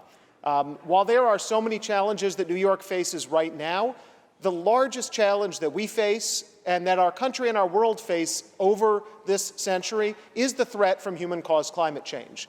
Temperatures are going up, sea levels are rising, plant and animal species are going extinct at an alarming rate. Our weather is more extreme than it's ever been in the past, and this has costs for our state and our communities. This budget bill that we're passing today makes an investment in that future. And I hope that voters will see that as well and vote come November to pass this Environmental Bond Act that we are adopting in this bill. $4.2 billion. And that can go for so many different projects. $1.1 billion for flood reduction. $650 million for open space and land conservation, which complements the other part of this bill, the wetlands protection that we've just passed, which is going to make a huge difference in reducing flooding in our communities that see 100-year floods every couple of years these days. These are the sorts of investments we should be making. Hundreds of millions of dollars to adapt our school buses for a clean energy future. $650 million for water quality improvements. These are the sorts of things that voters sent us up here to do, and I am really excited that we are taking action, and with the support from people at the polls this November, we'll be able over the coming years to start using this money to improve our state, to make a real difference in the fight against climate change, and to get New York towards a more sustainable future. I proudly vote aye. Senator Reichlin Melnick to be recorded in the affirmative. Senator Steck to explain his vote. Thank you, Mr. President. I rise to explain my vote. And while unfortunately there's too much bad policy in this bill for me to be able to support it with a yes vote, there are 3 items in the budget, or in this budget bill, that I advocated for that I want to highlight. I want to thank my colleagues for including it in this bill. Lake Placid World University Games coming up in January of next year. We made a change in this to allow out-of-state medical licensure issues to be cleared up so that these athletes can have, from around the world, can have their medical providers here. It was a nice, easy fix, but I'm glad it's included in the budget. The other 2 I think are a little more significant and certainly important in my district. The Hudson River Black River Regulating District. When I was in local government, the FERC federal government, there was a ruling that required the state, these counties, to be paying hundreds of thousands of dollars a year towards the regulation of this district in taxes. The state should have been paying. We've advocated for that for many, many years, written the letters to several colleagues in here that have worked alongside us.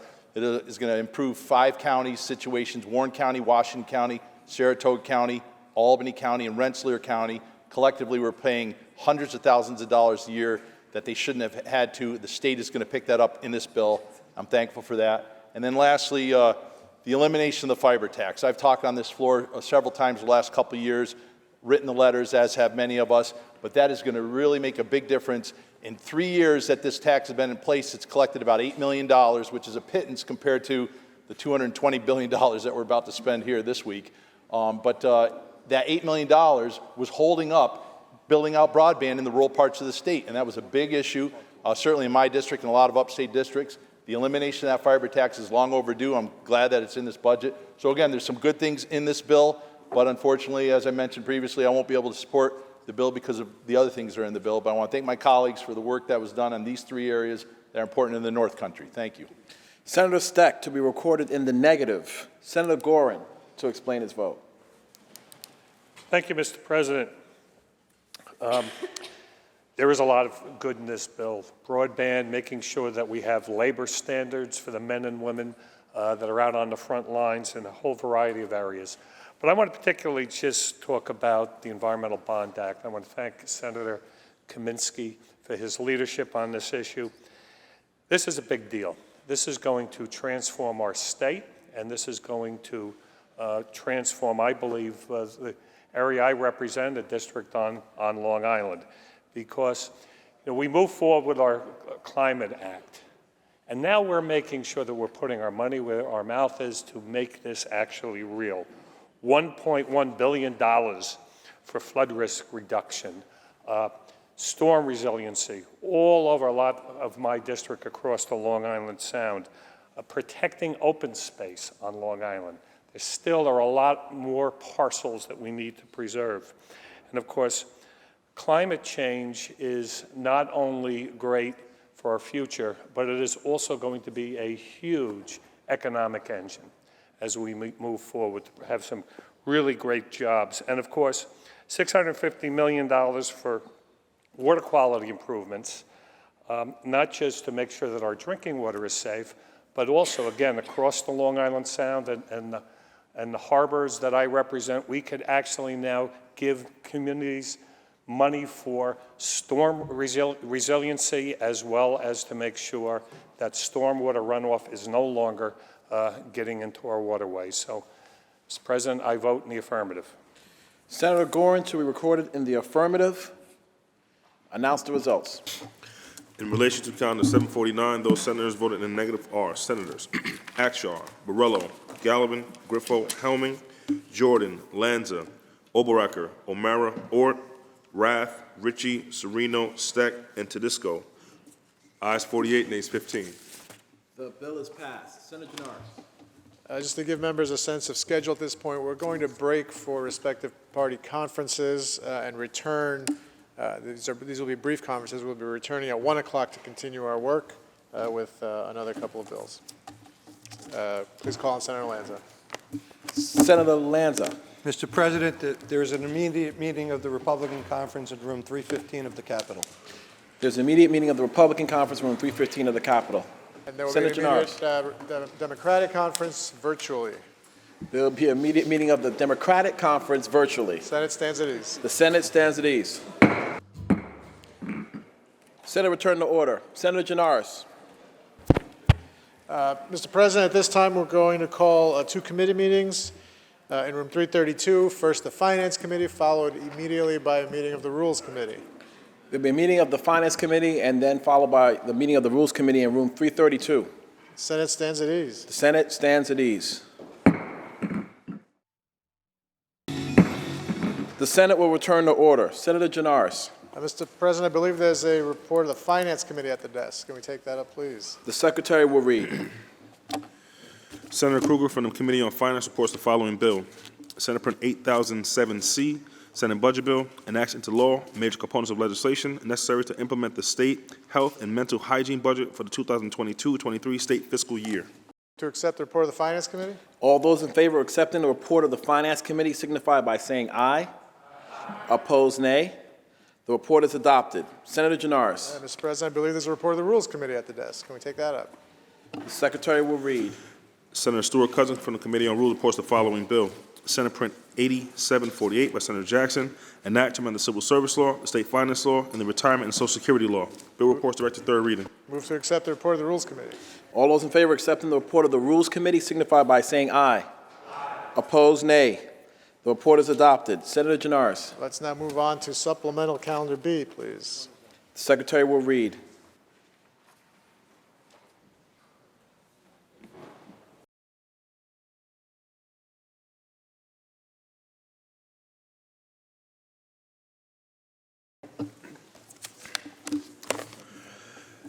Calendar number 750, Senate Budget Bill, Senate Print 8007C, an act to amend the Public Health Law. Message of necessity at the desk? There is a message of necessity at the desk. Move to accept the message of necessity. All those in favor of accepting the message, please signify by saying aye. Aye. Opposed, nay. Nay. The message is accepted and the bill is before the House. President, can we lay that aside temporarily? We're going to take up the second bill first. Lay the bill aside temporarily. Calendar number 751, Senate Print 8748 by Senator Jackson, an act to amend the Civil Service Law, the State Finance Law, and the Retirement and Social Security Law. Message of necessity at the desk. There is a message of necessity at the desk. Move to accept the message of necessity. All those in favor of accepting the message, please signify by saying aye. Aye. Opposed, nay. Nay. The message is accepted and the bill is before the House. The Secretary will read. Calendar number 751, Senate Print 8748 by Senator Jackson, an act to amend the Civil Service Law, the State Finance Law, and the Retirement and Social Security Law. Read the last section. Section 3, this action take effect immediately. Call the roll. Addabbo, Gianaris, Krueger, Ort, Stewart, Cousins, White. Senator Jackson to explain his vote. Thank you, Mr. President. My colleagues, I rise to support this bill. I'm a proud sponsor of this legislation, S. 8748, with my counterpart in the New York State Assembly, Assemblymember Abate. The state workforce has been poorly compensated while dedicating themselves to serving New York communities. This bill is necessary to implement the term of a collective bargaining agreement between the executive branch of the state of New York, the Police Benevolent Association of New York State, which represents SUNY University Police, ENCON Police, Park Police, and Forest Rangers, and also the State of New York and District Council 37, which represents New York State Rent Regulated Services Unit. This legislation highlights the power of unions in negotiating successful pay benefits for their members. As a labor person myself, and as chair of the New York State Senate Civil Service and Pension Committee, it was important to me to sponsor this bill. Today, New York shows its commitment to the public servants across our state, and I'm happy to bring forward this in support of state union workers. To quote the state PBA President Manny Villar, this legislation will greatly assist our efforts to recruit and hire the brightest and best diverse officers to ensure our members are reflective of the wonderful mosaic that New York is. Mr. President, I vote aye. Senator Jackson to be recorded in the affirmative. Senator May to explain her vote. Thank you, Mr. President. I also proudly vote aye and support. I'm grateful to my colleague, Senator Jackson, for bringing this bill. SUNY police work really hard and sometimes in very difficult conditions, and I'm pleased to support them. But in particular, I want to support the park rangers, whose jobs have gotten infinitely harder in the last few years as the numbers of people using our parks have increased exponentially. I was paddling on a lake in the Adirondacks and started talking to a ranger who was trying to put out an underground fire that had been set as a result of somebody making a campfire and not putting it out properly. And she said she was amazed that she had time to even do this work, because normally she was being called to rescue people who had gotten themselves into trouble as they were hiking in the Adirondacks. She said that her job had just become almost a nightmare because the pressures were just enormous. And so we must pay them what they deserve and support them in their contract. So I am very happy that we've done this in this budget, and I vote aye. Senator May to be recorded in the affirmative. Senator Hinchey to explain her vote. Thank you, Mr. President, and I thank the sponsor for bringing this bill forward. Our park police, our forest rangers, our SUNY police do such a service in our community, but I have the immense privilege of representing much of the Catskills, one of the most beautiful places on earth. Also, one of the places that has seen the most increase in visitors over the last 2 years, which is wonderful. We love people in our community. We love sharing our incredible open spaces. However, oftentimes, a lot of people may not know how to access our open spaces and our trails. They often come for a hike with flip-flops or try to go to a watering hole that is actually traversing down a mountain. If you are watching from our district, you know exactly where I'm talking about. And it's our forest rangers who are saving lives, who are rescuing people, who are making sure that people can access the outdoors safely. But they have really been undervalued, and this pay bill is critically important to not just show that we care about them, we respect them, we value the work that they are doing, but that way they can also recruit to fill their ranks, because a lot of people are seeking employment elsewhere as opposed to going to the jobs that are protecting our environment, which dovetails with a lot of the really important work that we are doing in this chamber. So I thank the sponsor for bringing this forward. This is an incredibly important bill, and I'm really proud to vote aye. Senator Hinchey to be recorded in the affirmative. Announce the results. Ayes 63. The bill is passed. Senator Janaris. Okay, Mr. President, then we go back to supplemental calendar A and take up calendar 750, please. Oh, I'm sorry, 748, I apologize. Calendar number 748, Senate Print 8001A, Senate Budget Bill, an act making appropriations for the support of government.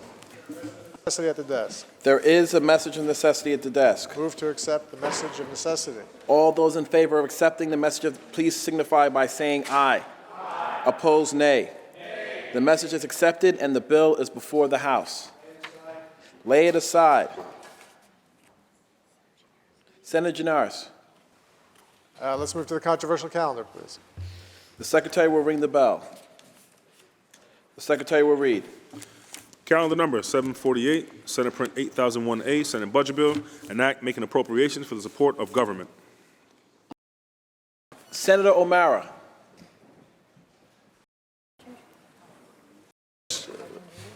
Mr. President, thank you. If Senator Krueger would yield for just a couple questions on this. Yes, I will. Senator Krueger, there's a couple of line items in here dealing with redistricting. One in amount for LAT4, I believe, and another of $2 million line for the Independent Redistricting Commission that frankly failed to do its work that it was supposed to do under the Constitution of New York State. What is the $2 million appropriation for the Independent Redistricting Commission for? My understanding is that money is for any kind of litigation that may have to be dealt with and paid for involving redistricting, and there obviously is litigation going on right now, and that there is also the allowability of continued payment for independent commissioners, but with the determination being made not as a given at this time that they would be paid because they might not be asked to do any work, because they might have completed or failed to do their work already, but they might be assigned to do additional work. So some of it might be available for salary. And administrative expenses for staff related to such functions. Okay, thank you for that, Mr. President. If the Senator will continue to yield. Does the sponsor yield? Yes. Sponsor yields. At this point, yes, there is litigation pending regarding the redistricting plan. However, the Independent Redistricting Commission has not been named in that lawsuit. So are the portion of this that could go to legal fees going to be used to represent the Senate or the Assembly in the pending case right now, where they are parties to it? No. I believe that would have to be other funds. It is quite possible that this money would not be needed, in which case it wouldn't be spent. Thank you. That's all I have. Senator Lanza. Thank you, Mr. President. Would the sponsor yield for some questions? Does the sponsor yield? Sure. Sponsor yields. Thank you, Mr. President. Through you, during COVID, a eviction moratorium came into effect in the state of New York. And many people, through either need or otherwise, relied upon that eviction moratorium. And rents have been unpaid and backing up and backing up.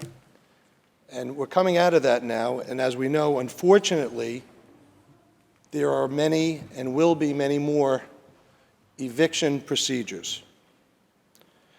Does this budget include any additional funding for housing courts so that they will be in a position to deal with those?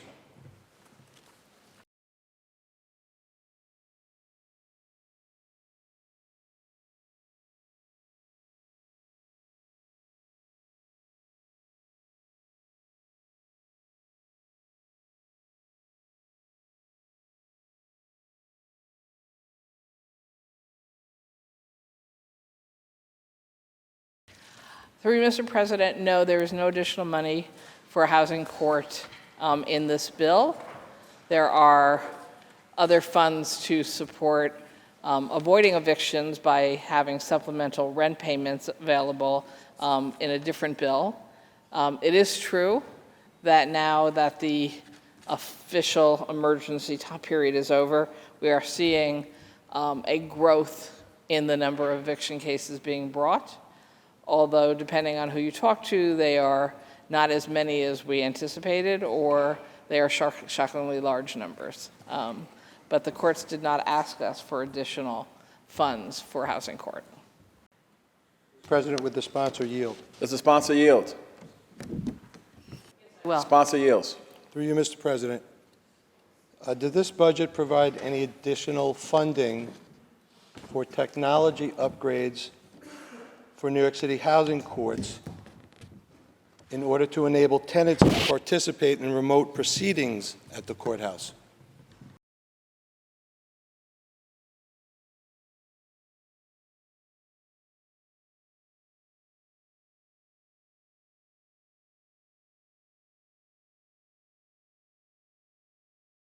There is funding for technical upgrades by the courts.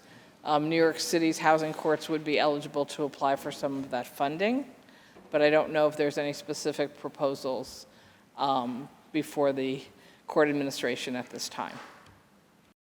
President, would the sponsor yield? Does the sponsor yield? Sponsor yields. Through you, Mr. President, could you tell us the amount of that funding and whether or not that is additional funding over last year?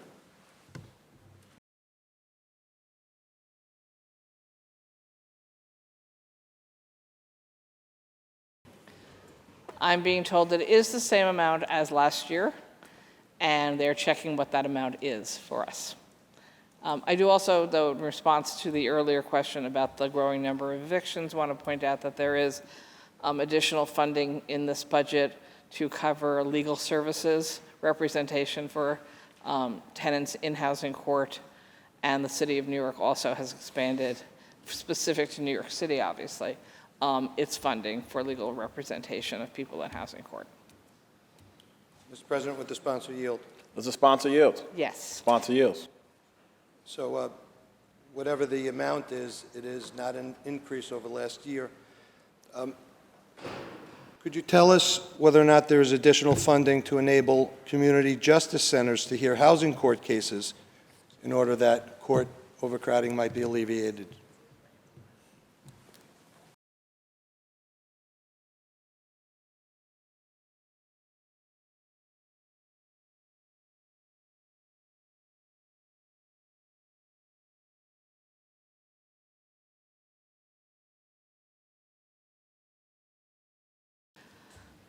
Through you, Mr. President, the Office of Court Administration did not ask us for additional funds for any new technical improvements to the courts beyond what they were already working on.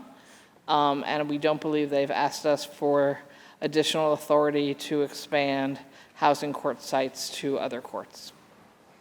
Mr. President, would the sponsor yield? Does the sponsor yield? Sponsor yields. Through you, Mr. President. It has been widely reported, and we all know, that our court system in the state are just, being stretched to the breaking point. And I think everyone can agree that there are insufficient numbers of Supreme Court justices in New York. Does this budget do anything to address that problem, either by adding new Supreme Court justices or by proposing an amendment to the state constitution that would allow more Supreme Court justices than the Constitution presently allows?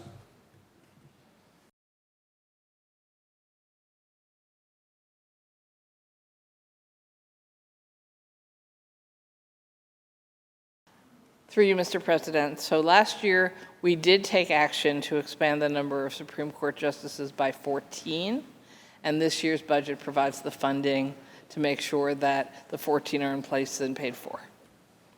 So yes, there's a growth of 14 Supreme Court judges. Mr. President, would the sponsor yield? Does the sponsor yield? Yes. Sponsor yields. Through you, Mr. President. So to be clear, we're not going beyond the additional 14 that were approved last year. Yes, we processed the authorization last year, and this year they will be in place.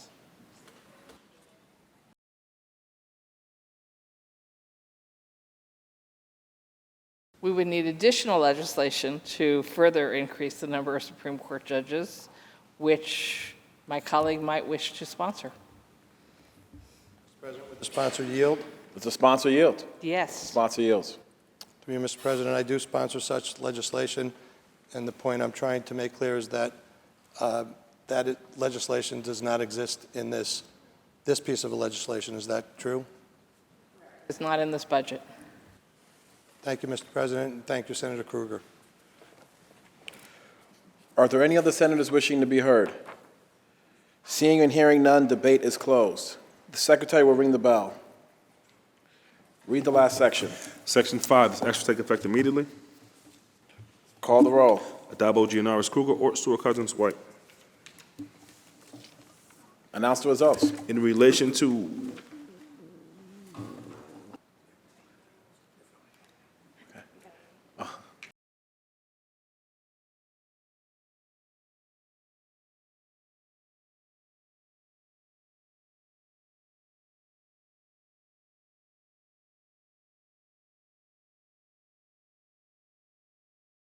Senator Hoyman to explain his vote. Mr. President, thank you to my colleague, Senator Krueger. for leading this. I just wanted to let my colleagues know that there was a recent report by the New York City Bar Association and the Fund for Modern Courts exposing the disproportionate negative impact of the COVID-19 pandemic on the family court in New York City.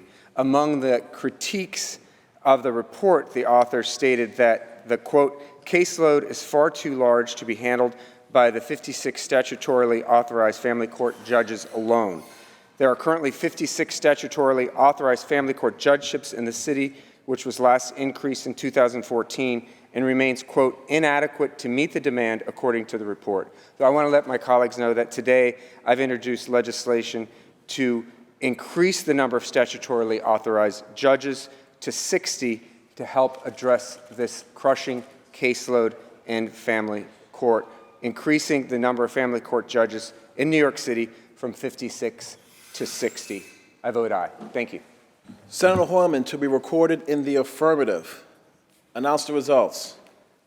In relation to calendar 748, those senators voted in the negative are Senators Akshar, Borrello, Gallivan, Griffo, Jordan, Martucci, Oberacker, O'Mara, Ort, Rath, Ritchie, Serino, Steck, Tedisco, and White.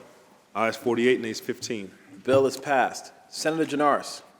Mr. President, before we move on, can we take a moment to pause and recognize a distinguished leader in our midst? We have with us the Bronx Borough President, Vanessa Gibson. If we could please extend the courtesies of the House.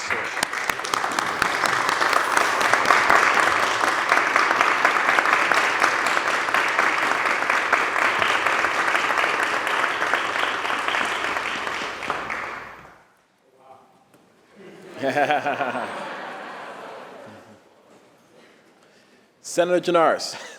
Thank you, Mr. President. Can we now go back and remove the temporary lay-aside on calendar 750, please? The Secretary will read. Calendar number 750, Senate Print 8007C, Senate Budget Bill, enactment of the Public Health Law. Lay it aside. Move to the controversial calendar, please. The Secretary will ring the bell. The Secretary will read. Calendar number 750, Senate Print 8007C, Senate Budget Bill, enactment of the Public Health Law. Senator O'Mara. Thank you, Mr. President. I have a few questions on the bill. I'm not sure if it's going to be Senator Rivera or Senator Krueger. If they would yield for some questions. Does the sponsor yield? I will yield. Sponsor yields. Thank you, Senator Rivera.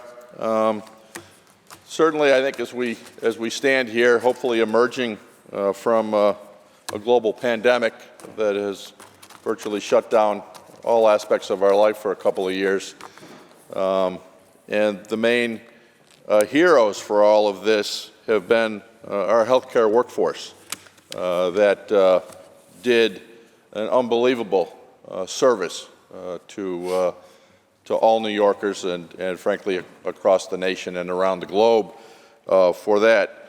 I'm concerned here that the proposal in Part D, which would have established healthcare workforce bonuses, is being denied. The governor's proposal is being denied in this bill. Why is that not being included in this bill? Through you, Mr. President, it is, as you are well aware, Senator O'Mara, having been here for a couple of years, sometimes the mix and match means that things that are supposed to be in certain bills are in other bills. That Part D, which refers to workers' bonuses, is not on this bill.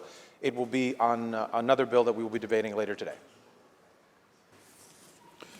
Through you, Mr. President, the sponsor will continue to yield. Does the sponsor yield? Yes, Mr. Sponsor yield. What are the specific reasons for it not being included in the health bill since it deals with healthcare workers?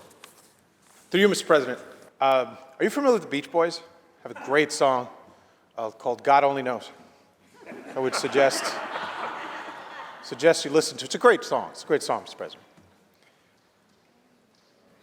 Mr. President, if the sponsor would continue to yield. Does the sponsor continue to yield? Indeed. I appreciate that, and that song title goes for a great many things around here. Another area Part B of the budget that has been rejected from the governor's budget regarding interstate medical licensure compact that would authorize, I think, an easier transition in times such as we had in the pandemic when there's hot spots around the country, enabling healthcare workers to go from point to point. I think most states in the country are engaged in this interstate medical licensure compact. New York is not, and we certainly needed at times healthcare workers from across the country to come to New York to assist us when we were suffering more than others at the time, and I think we sent healthcare workers to other states from here. So why are we not proceeding to make that access easier for professionals licensed in other states to do work here? Many issues that we could not reach a three-way agreement on, and so it was ultimately intentionally omitted from the enacted budget. Through you, Mr. President, the sponsor will continue to yield. Does the sponsor continue to yield? Yes, I will. Sponsor yields. Part A, which establishes nurses across New York, I guess nanny is what we're calling it, with only 2 N's rather than 3. And no references to the nanny state that we live in, but providing for loan repayments for registered nurses, registered professional nurses, and I guess this the final agreement added to include licensed practical nurses for loan repayments for their education to be in the field. Now, these are healthcare workers, individuals that have already made the decision to go into healthcare, to go into that field, whether they're graduated or recently. Is this just for students that have graduated that are currently working? Is this for students that are in school now? And is it perspective for encouraging individuals to go into the nursing field, at least in the future?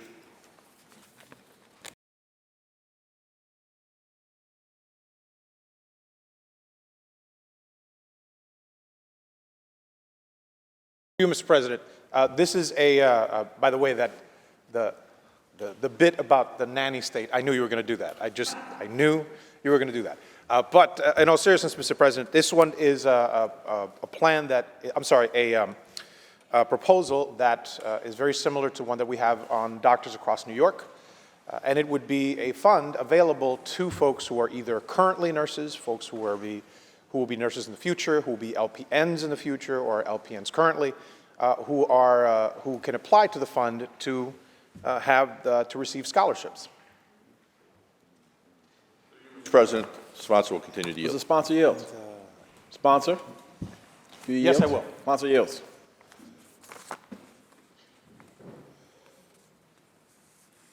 Oh, okay.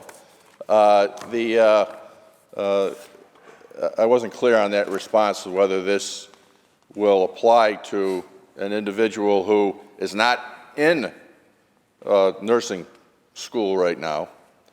If they go into the school, is this going to be prospective in providing relief to them on their loan repayments for the service they provide?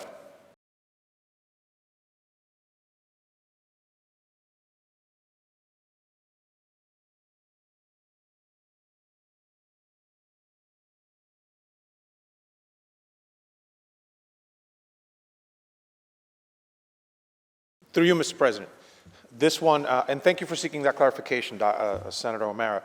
It refers both to individuals who are seeking an education as an LPN or a nurse, et cetera, and are serving and are going to be ultimately doing their service in underserved areas. So it both refers to folks that are going to school as well as folks who are seeking loan repayments, having already gone to school. So both of those things will be from the same fund.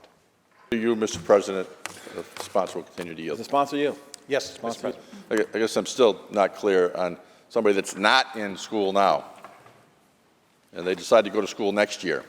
will they be eligible for this type of loan repayment? President, yes. Okay. To you, Mr. President, the sponsor will continue to yield. Does the sponsor yield? Yes, I will. Sponsor yield. Is there a dollar amount? I realize this is not an appropriation bill, but is there a limit on the fund that will be available for the forgiveness of these loans? Through you, Mr. President, there is currently $2.5 million that's allocated for this program for this budget year. To you, Mr. President, if the sponsor will continue to yield. Sponsor yield. Sponsor yields. And what's the ramification if that fund is exhausted? Mr. President, we'll just, first of all, that would be a good thing, because that will mean that both folks will be seeking scholarships and will have some help in paying back their loans. And it just means that if it is successful, hopefully it is, next year we come back and we get at least that much, maybe a little bit more.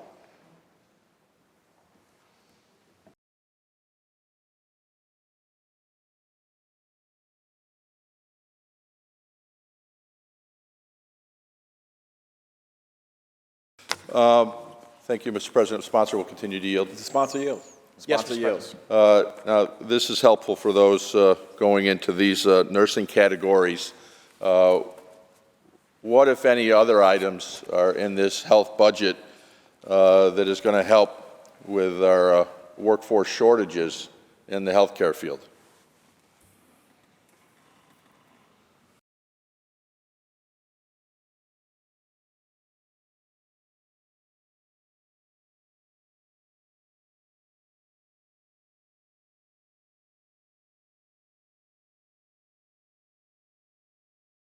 Through you, Mr. President, there is, as was mentioned earlier, there's a couple of items that are not in this bill that we will be discussing later, and certainly the workforce bonus, the workers' bonus is one of the ones that we could certainly say it will be helpful in that regard. And also in Part C, that allows, that refers to scope of practice, particularly for allowing pharmacists to operate limited service laboratory services for COVID and influenza tests. That will expand a little bit.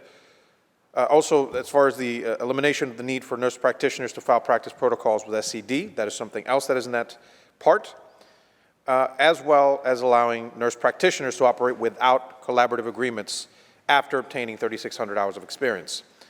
So all those things are in there. And also, through you, Mr. President, there's also some changes that we made to telehealth services in the state of New York. As folks are aware, during the pandemic, there was a rise in the use of telehealth. It would be obviously the having access to your doctor or other medical practitioner virtually, and we felt that it needed to be expanded. So there are some changes that are included in here to make sure that we can secure access for more folks across the state. Through you, Mr. President, if the sponsor will continue to yield. Does the sponsor yield? Yes, I will, Mr. President. Sponsor yields. A couple of those things you mentioned are expansions of current programs for currently active people in the healthcare industry, but I don't see how they help us recruit more people into the healthcare field that are needed. Mr. President, certainly this is not a challenge that is unknown. It is going to be a continuing challenge to make sure that we can hire the folks that we need. I would say that there's also a change that we will discuss later as well that relates to the rise in particular for salaries for a particular class of worker and home care services. I would say that this is kind of it's an ongoing challenge. There might not be enough in this budget really to be able to address it, but we do believe that what I mentioned earlier, whether it's the scope of practice issue, the bonus that we would discuss later, as well, all of these things, and as well as the Nurses Across New York program that we just discussed earlier, all those things are kind of pieces in the larger challenge of being able to recruit and keep enough people in the healthcare industry to make sure that we can serve New Yorkers. Thank you, Senator. On the bill briefly, Mr. President. Senator O'Mara on the bill.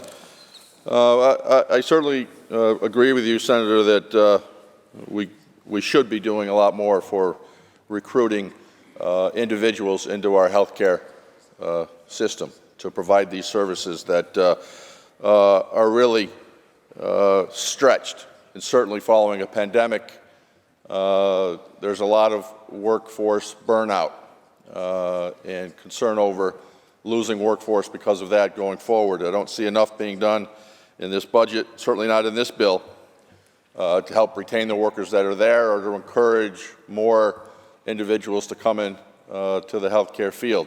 I know we have another member here that's going to talk a little bit about the what I would call an anemic increase to the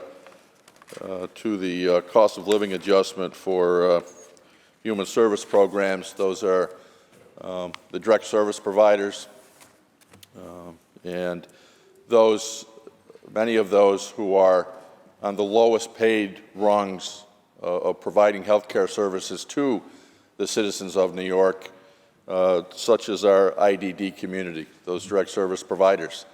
This really anemic 5.4% increase is only slightly more than the 4% that we just gave ourselves in the legislative budget.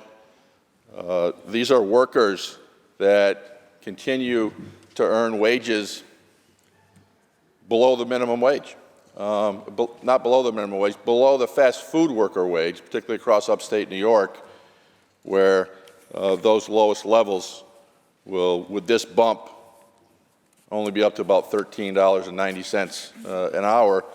It's over $1 less than working at McDonald's, which is, I think, a huge insult to them, for starters, but a big deterrent for individuals going into these more important fields than flipping burgers at McDonald's, that we should be providing a greater increase to those individuals to be able to encourage that work, reward that work, where that field and in the industry are losing workers to fast food establishments because of a higher wage, which is just the wrong message to be trying to get individuals to do this very important work. Thank you, Mr. President.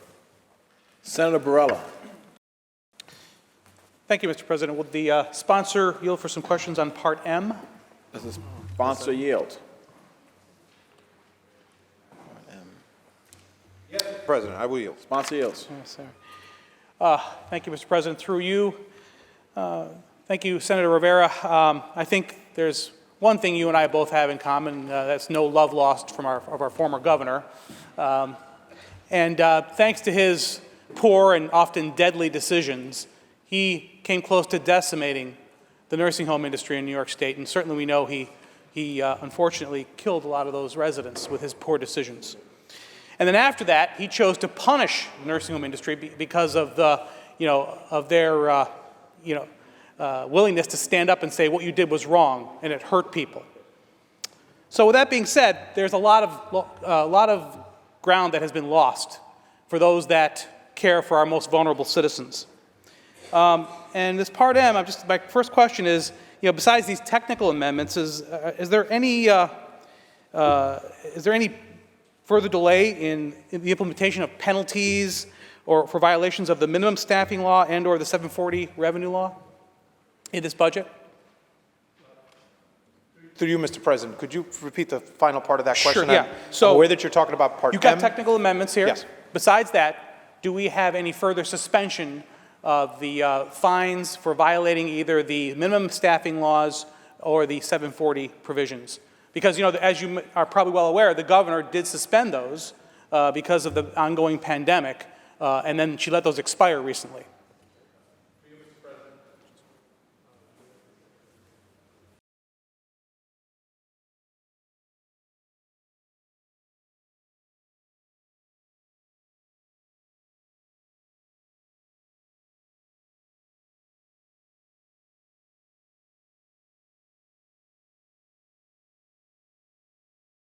President, so there is a small technical change that we did. As we said, there's technical changes all across this part, and this is all in reference to some, as you said, some some proposals that we've approved in the past that relate to nursing homes, since I'm sure that we can all agree that we want to make sure that those that are taking care of the most vulnerable are held to a very high standard.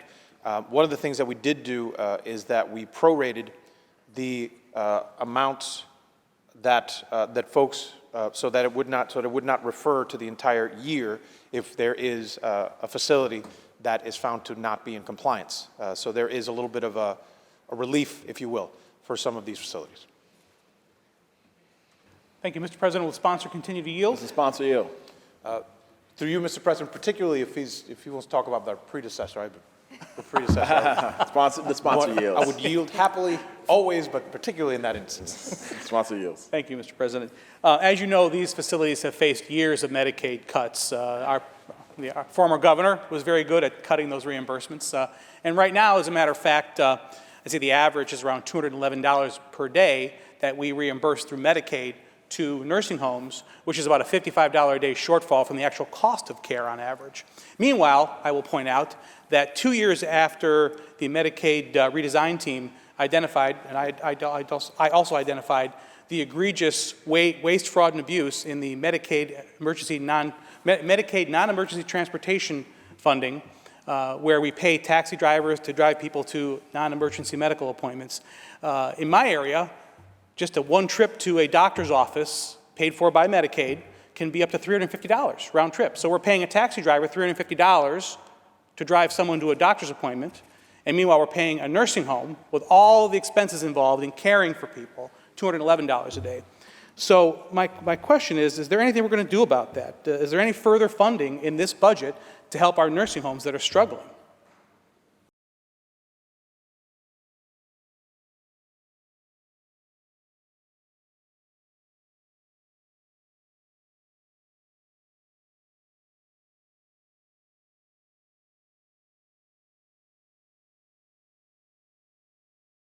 First of all, there were cuts that we restored from years past, as far as across-the-board Medicaid cuts that our esteemed predecessor, the departed, as I refer to him, actually imposed. We got those back, so that is obviously something that is across the board. So it means that it also relates to nursing homes, and there's also there's a pool of capital money. That we wanted to make sure that there were particular chunks that were available for nursing homes. So there's, I believe, $25 million that is in this budget for capital improvements. It would be a fund that they would be able to get money from to be able to make capital improvements in nursing homes. So both of those things are in this budget. Mr. President, will the sponsor continue to yield? Does the sponsor yield? Yes, Mr. President. Sponsor yields. So that $25 million for capital funding, how will that be allocated to facilities? Is it available to not-for-profit, for-profits? How is that going to be distributed? How do you qualify for that, to access that funding?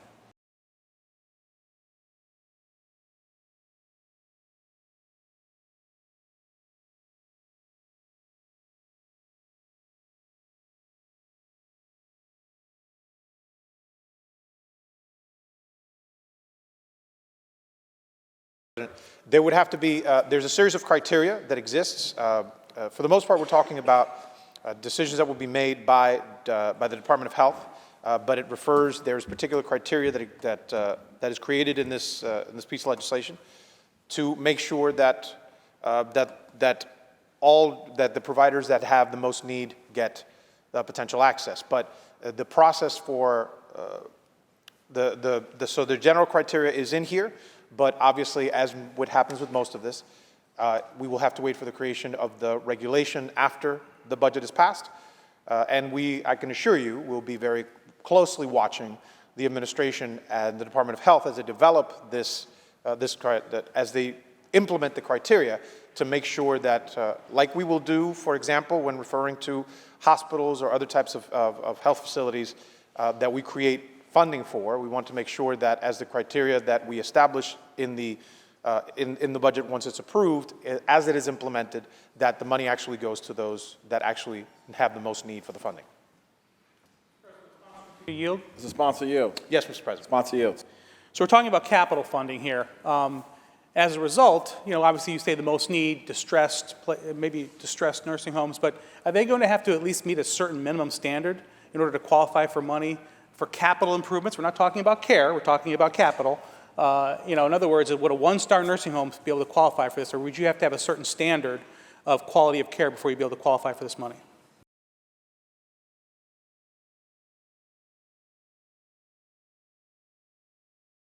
Through you, Mr. President, it would be hard to say. It is likely possible that even a one-star facility, as far as quality, at a particular moment would be eligible. I mean, remember, we're talking about projects that are meant to make that facility better able to provide care. So it is possible. We'd have to look at the particular situation. I couldn't tell you in every single instance, but there's a possibility that there might be a facility that, while not having a very high quality rating before the project is done, might actually make the case that the project is necessary to actually help them provide better care. So it is possible that such a thing might happen, but I couldn't tell you in every single instance. Mr. President, will the sponsor continue to yield? Does the sponsor yield? Yes, Mr. President. Sponsor yields. That's a fair response. I understand that. But we have a lot of operators out there that just aren't good financial people. They're not good planners. As a result, they haven't funded reserves to ensure that their facilities are properly maintained. And then we have others that are far more responsible, provide a higher level of care. Are we going to give preference to those who have proven that they are good stewards of their finances and certainly good stewards of the residents that they care for?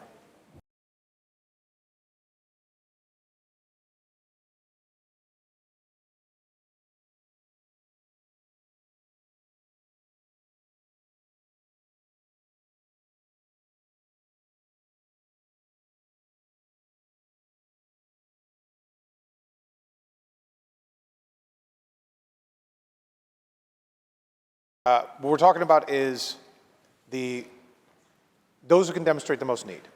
So it is possible that, let's say and again, I can't make a guarantee one way or another in any of these facilities, but let's say that one of these folks who is, as you said, a good steward, does everything that they need to do, it's quite likely that they're able to find funding elsewhere.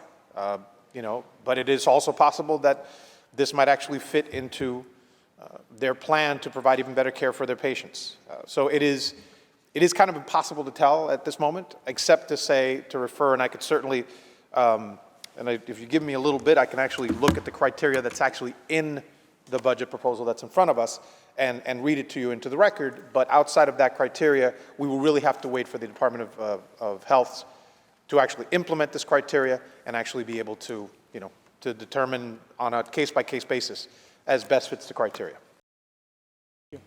Mr. President, on the bill? Senator Borrello on the bill.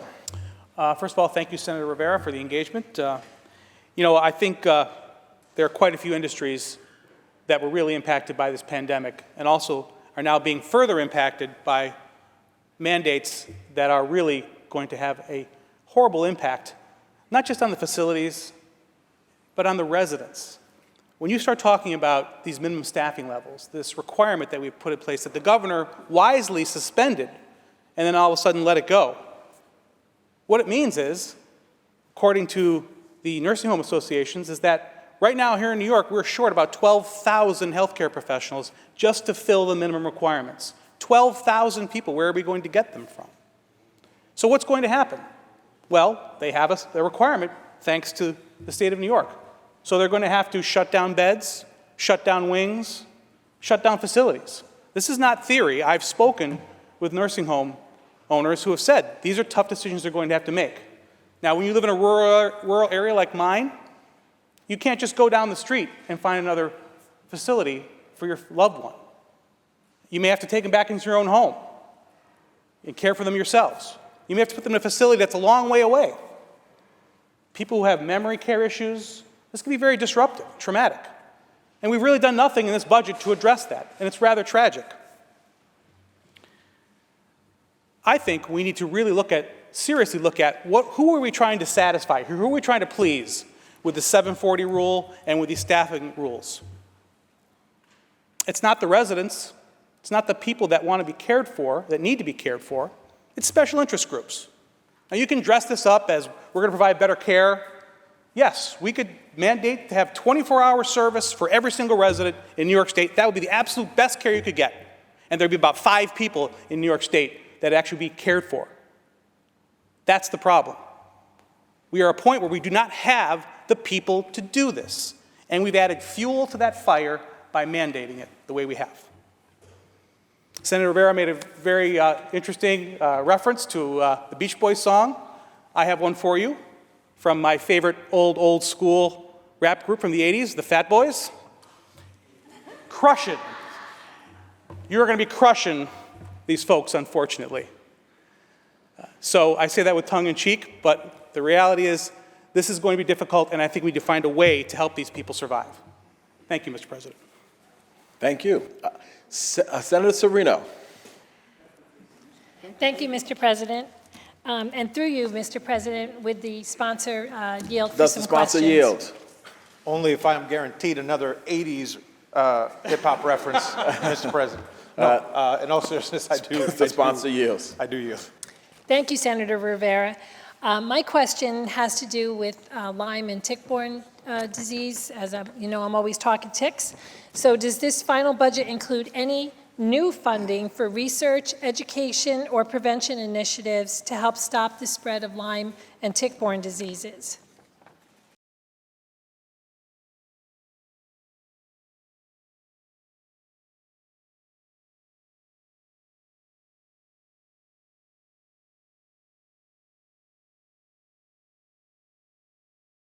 President, yes, this is just for the record. Senator Serino is dogged when it comes to this, and I appreciate it, because obviously she cares deeply about this issue. I can tell because she is every year. This is something that she cares deeply about. I can tell you, through you, Mr. President, I can tell Senator Serino that we accepted extension to various due dates to working groups and task forces reports. So we have dates. We have made sure that they're in there. We accepted those, and we accepted an inclusion of roughly $6,000 from that was in the original budget, the executive proposal. We accepted that. Disrespect, 70,000 is absolutely nothing. That's what the governor puts in every single year. We were up to $1 million. Senator Serino, sorry, are you on the bill? Senator Serino on the bill. No, go ahead. On the bill. On the bill. Sorry. Go ahead. Yeah, we were up to $1 million. We asked for 1.5 million, right, which I'm sure you heard the other day I said is less than 1%. This is a health crisis. I have children coming into my office with arthritic Lyme, adults with neurological symptoms. They can't work anymore. What do we do for them?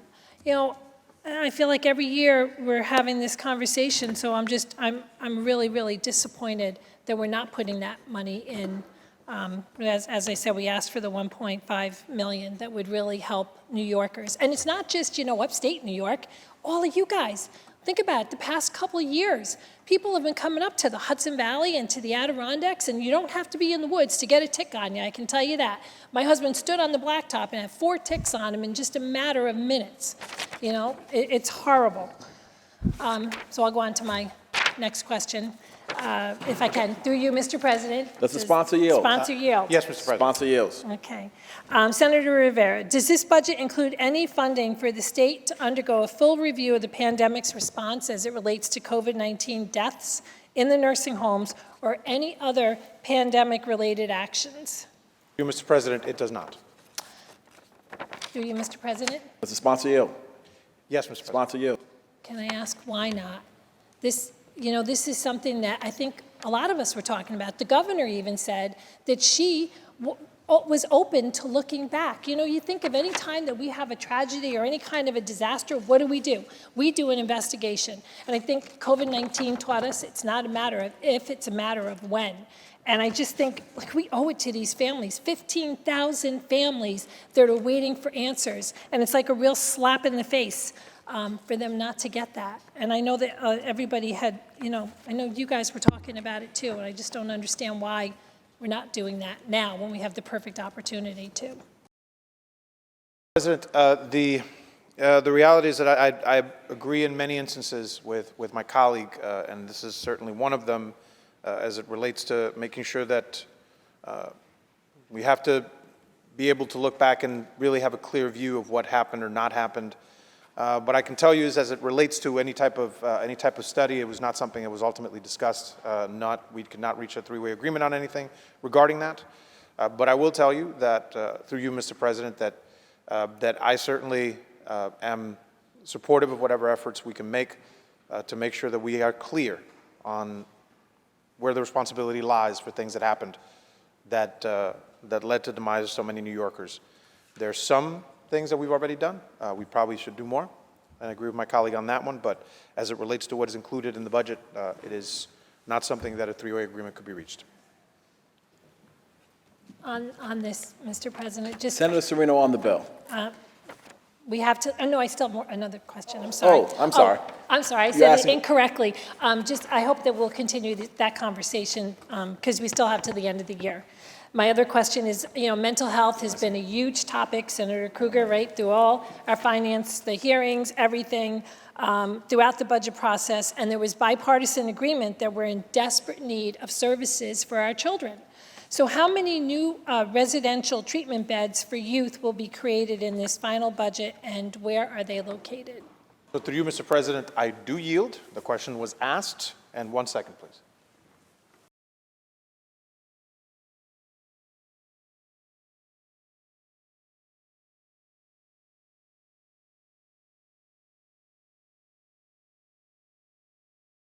That is something that is not currently in this bill.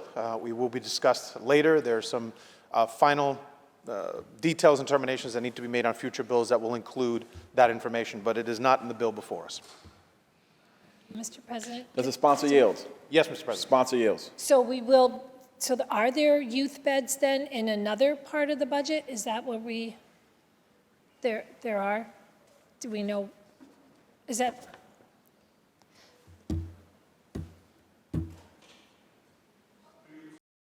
There will be new beds, but at this time it is not finalized. When it is, we will be able to provide that information, but it is not finalized and not in the bill before us. So, through you, Mr. President. Does the sponsor, you want the sponsor, does the sponsor yield?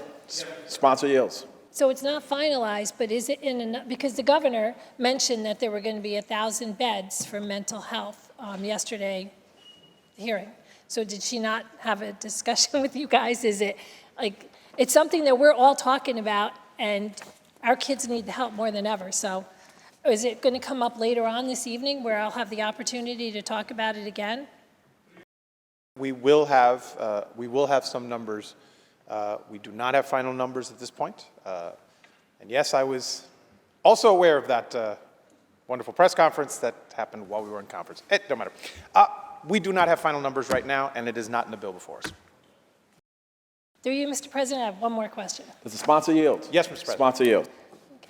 Senator Rivera, is there any one-time COVID relief funding in this budget bill or any others for adult care facilities and assisted living residences? Because as you know, advocates were pushing for $75 million for these facilities, and that was statewide, which provide critical care for some of our most vulnerable residents. So just wondering, do we see that anywhere here?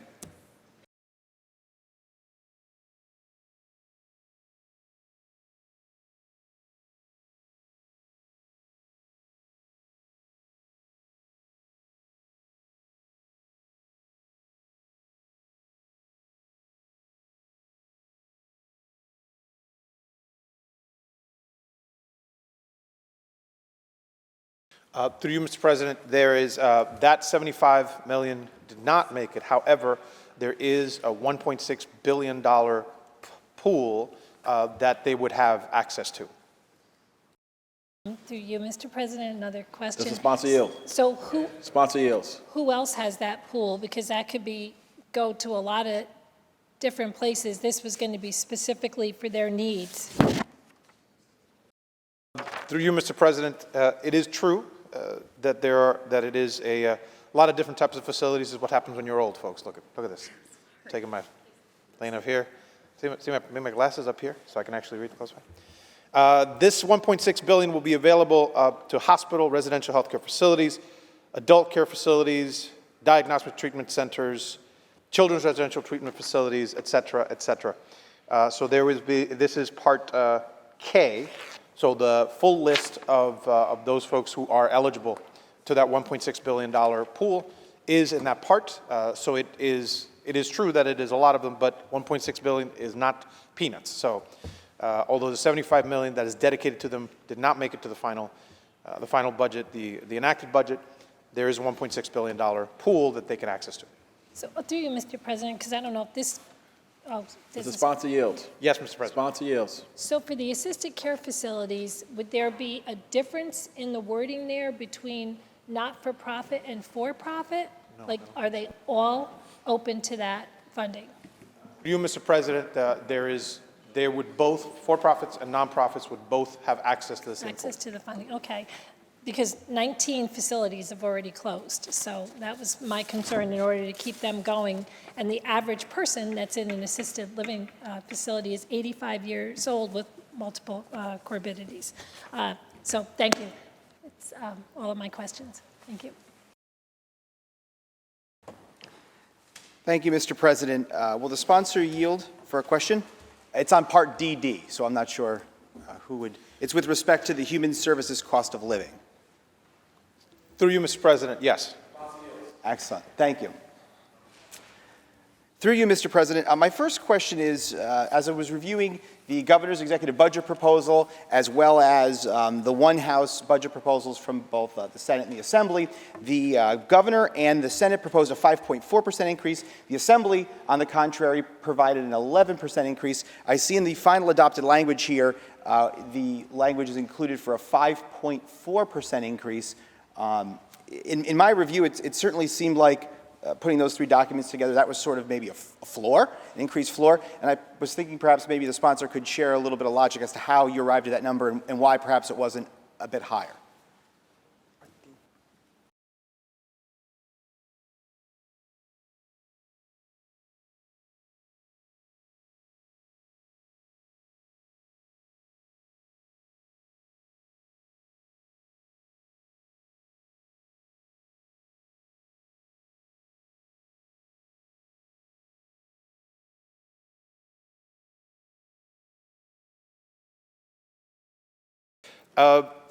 The reason for the 5.4, this was actually the executive's original proposal, and although there were different proposals on the table, as we were making decisions towards the end, that is ultimately what we decided upon, and we decided to accept the executive proposal of just a 5.4 COLA for the first year.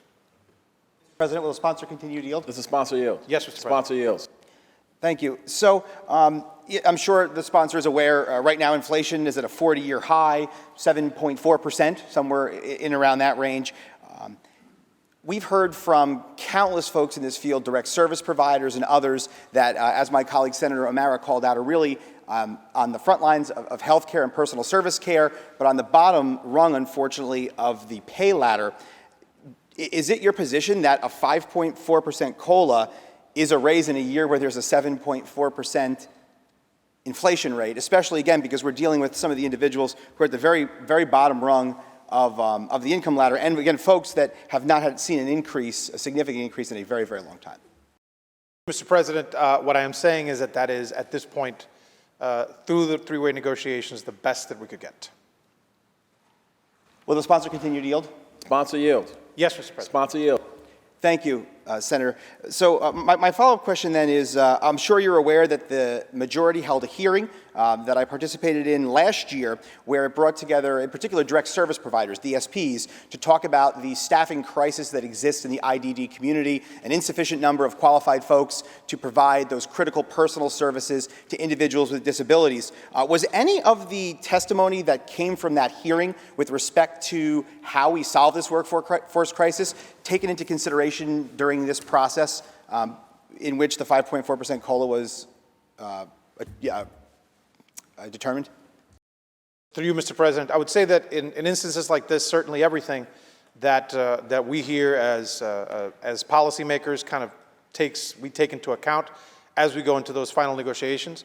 But sometimes three-way agreements are very hard to reach. The fact that we are here on the, 8th day of this month, so just 7 days late, to our budget to tell you a little bit about that. And in this case, all I can say is that that is ultimately, all those things might have been in the brains and the minds of all those folks who were negotiating, but ultimately, this is the best that we could come up with in this particular situation.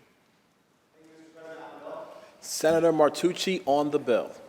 So I'll start by thanking Senator Rivera for answering my questions. I mean, look, our direct service providers, our DSPs who take care of individuals with intellectual and developmental disabilities, and those that work in human services have long been neglected in this state. For many, many years, they've been neglected. And as a result of that neglect, we've found ourselves, and I've said this before and I'll say it again right now on this floor, we've found ourselves on the edge of a cliff. We are not at a crossroads, but rather the edge of a cliff with respect to how we support individuals in our state with developmental disabilities and others that need these critical human services. And Mr. President, I don't think we have a greater responsibility than to care for folks like that in our society and make sure that we're doing everything we can to help support them. And these direct services are only as good as the people who provide them. And we're not going to be able to support these individuals that need these services so terribly when the best we can come up with in a year like this, a year with 40-year record inflation, 7.4%, and a year where gas prices are skyrocketing and other things, that we come to the table with 5.4%. Many of these folks, most of these folks, will be making less than they did last year. Senator O'Mara called it out before when he was talking about minimum wage, upstate minimum wage, $13.20. So we'll start by saying this shouldn't be a minimum wage job. The jobs that I'm talking about shouldn't be minimum wage jobs, but unfortunately many of them are.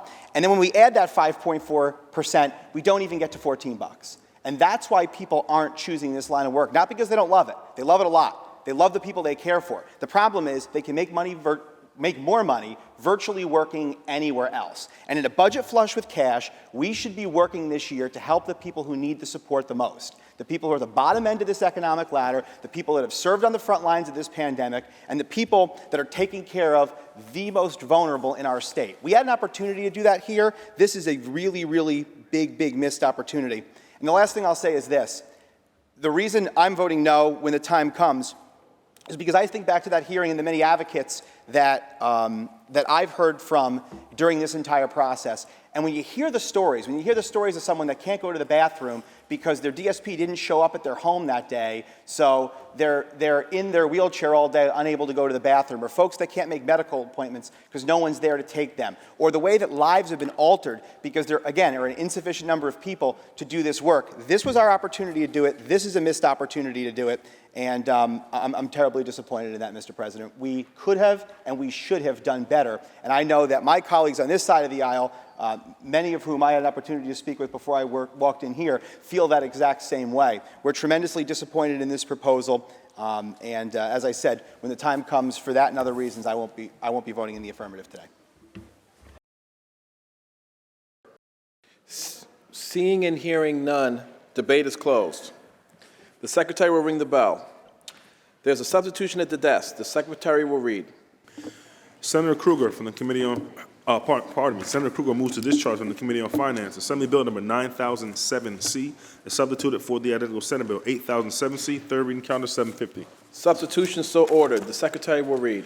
Calendar number 750, Assembly number 9007C, Assembly Budget Bill enactment of the Public Health Law. Read the last section. Section 2, this action take effect immediately. Call the roll. Adopt by Gianaris Kruger or Stewart Cousins White. Senator Matera to explain his vote. No. Do you want to? Yes. Okay. Thank you, Mr. President. On the bill, this is very upsetting to me because all of our healthcare workers that were here for our families for over 2 years, our heroes, were here for over 2 years and lost jobs. I would have loved to have seen something in this bill that was there for our heroes. The essential workers, pandemic hits, they were there for our families and protected us from harm's way. And there is nothing in this bill that protected these people that worked hard for us and with a pandemic that none of us seen in our lifetime. No unemployment insurance. Where is that in this bill? Any kind of money that we were there for our families, that in other words, for these people. Nothing at all. I am here today to say I wish that this was thought out a little bit more for the people. our essential workforce, our heroes. And you know what? They were forgotten about. And I'm going to say it again, not even unemployment insurance for these people. We lost talent. Talent that had to move out of state. Talent that, guess what, had to find a new occupation. Talent that, you know what, that our neighbors, our friends, our families that lost their jobs. So, Mr. President, I will be voting no on this bill for that main reason that, guess what, nobody thought about our heroes. And you know what? They went from heroes to zeros, but they'll always be our heroes in my heart. Thank you very much. Senator Matera to be recorded in the negative. Senator Savino to explain her vote. Thank you, Mr. President. I rise in support of this bill, and while it may not be perfect, I've never met a budget bill that is.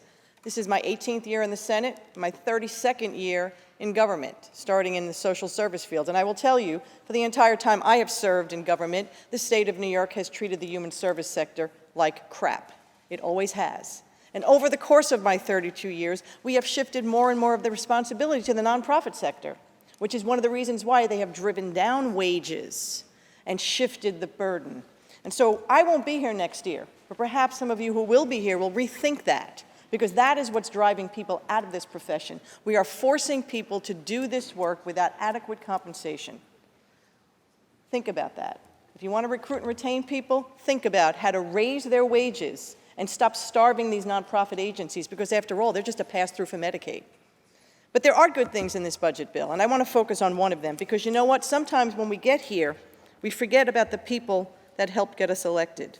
When I ran for office in 2004, I knocked on the door of a family, a young couple, Joe and Rosina Tremarchi. They had a young daughter. Her name was Alexia. She was born profoundly disabled. She had spastic quad, cerebral palsy, seizure disorder, GERD, shunted hydrocephalus, and had a G-tube. She lived at home because she had 24-hour care, 4 independent private duty nurses, and has had that at home with her every day since. She's 21 now, and for the past few years, her mother and father have lived in dread fear that the day would come when she would age out of what is being called a medically fragile child. And why is that important? Because private duty nurses get a much higher rate for medically fragile children than they do for medically fragile adults. And they knew that the day would come when she hit age 23, when they would lose the nurses that they depended on, that made it possible for Alexia to stay at home with her. In this budget bill, in Part O, we fix that. And I want to say a special thank you to Jonathan Lang, because you worked on this for the past couple of years. And so tonight, Alexia, Joe, and Rosina Tremarchi, and other families around the state who have medically fragile children who are going to age out can sleep peacefully. So if nothing else, we have accomplished something for really profoundly affected children today. I vote in the affirmative. Thank you, Mr. President. Senator Savino to be recorded in the affirmative. Senator Ramos to explain her vote. Thank you, Mr. President. I'm voting in the affirmative, but I really couldn't pass up the opportunity to call out the audacity of, the folks on the other side of the aisle to rise and speak on behalf of workers and better pay. I have never seen them or run into them at rallies for our nurses. I didn't see you guys participate in any of our fight for fair pay for home care workers. I mean, I agree that this bill doesn't go far enough, not as far enough as I would like. I mean, we just went through an entire pandemic, one of the biggest catastrophes of our lives. My constituents are expecting me to deliver on the New York Health Act. That would help us with Lyme disease and sickle cell and anything you name. That is how we're able to save our health industry, is actually by taking insurance companies out of the equation, and at the very least be able to support coverage for all, because it does matter that the person sitting next to us on the bus isn't sneezing. We've learned that now.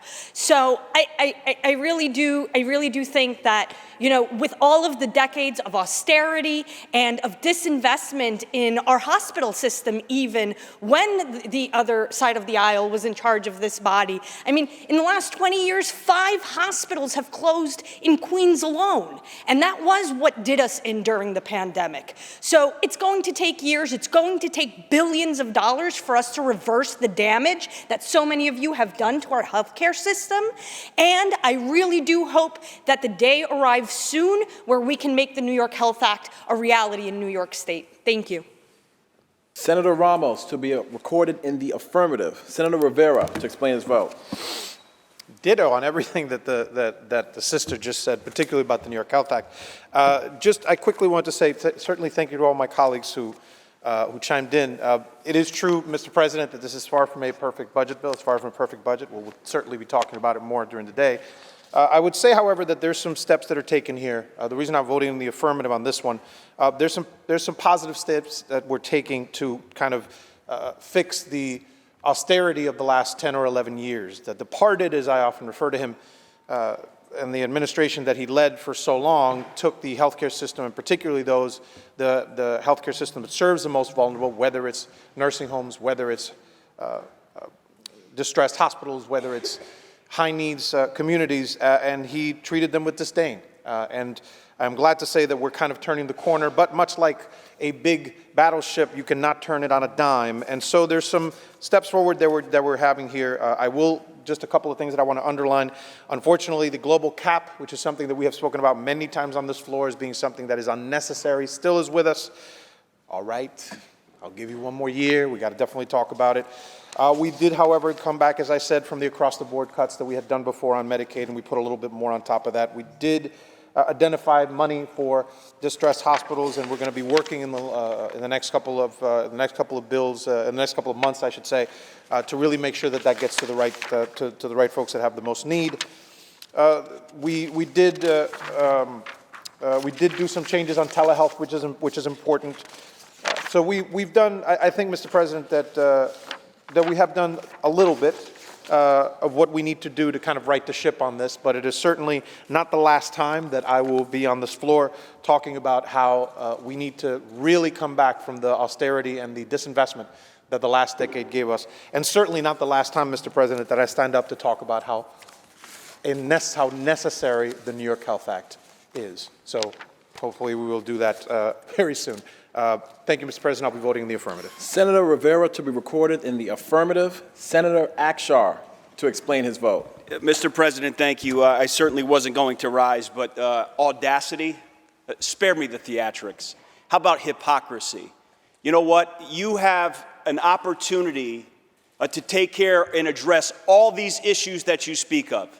It's not here yet, but it will be on our desk. You're going to give $1 billion to a football team to build a stadium. So you know what? It is hypocrisy at its best to point your finger and blame the people on this side of the aisle for your shortcomings and your failures. You've had plenty of opportunities this year. $10 billion extra dollars from the federal government. And you know what? Back at home, where I come from, the people that I represent, a very small town, Owego, 15-year-old girl just killed herself. They have 30 kids in their school who are on a 3-month wait list to get services, mental health services. So spare me the theatrics. Don't point your finger and blame people on this side of the aisle. You ought to look in the mirror. Mr. President, I vote no.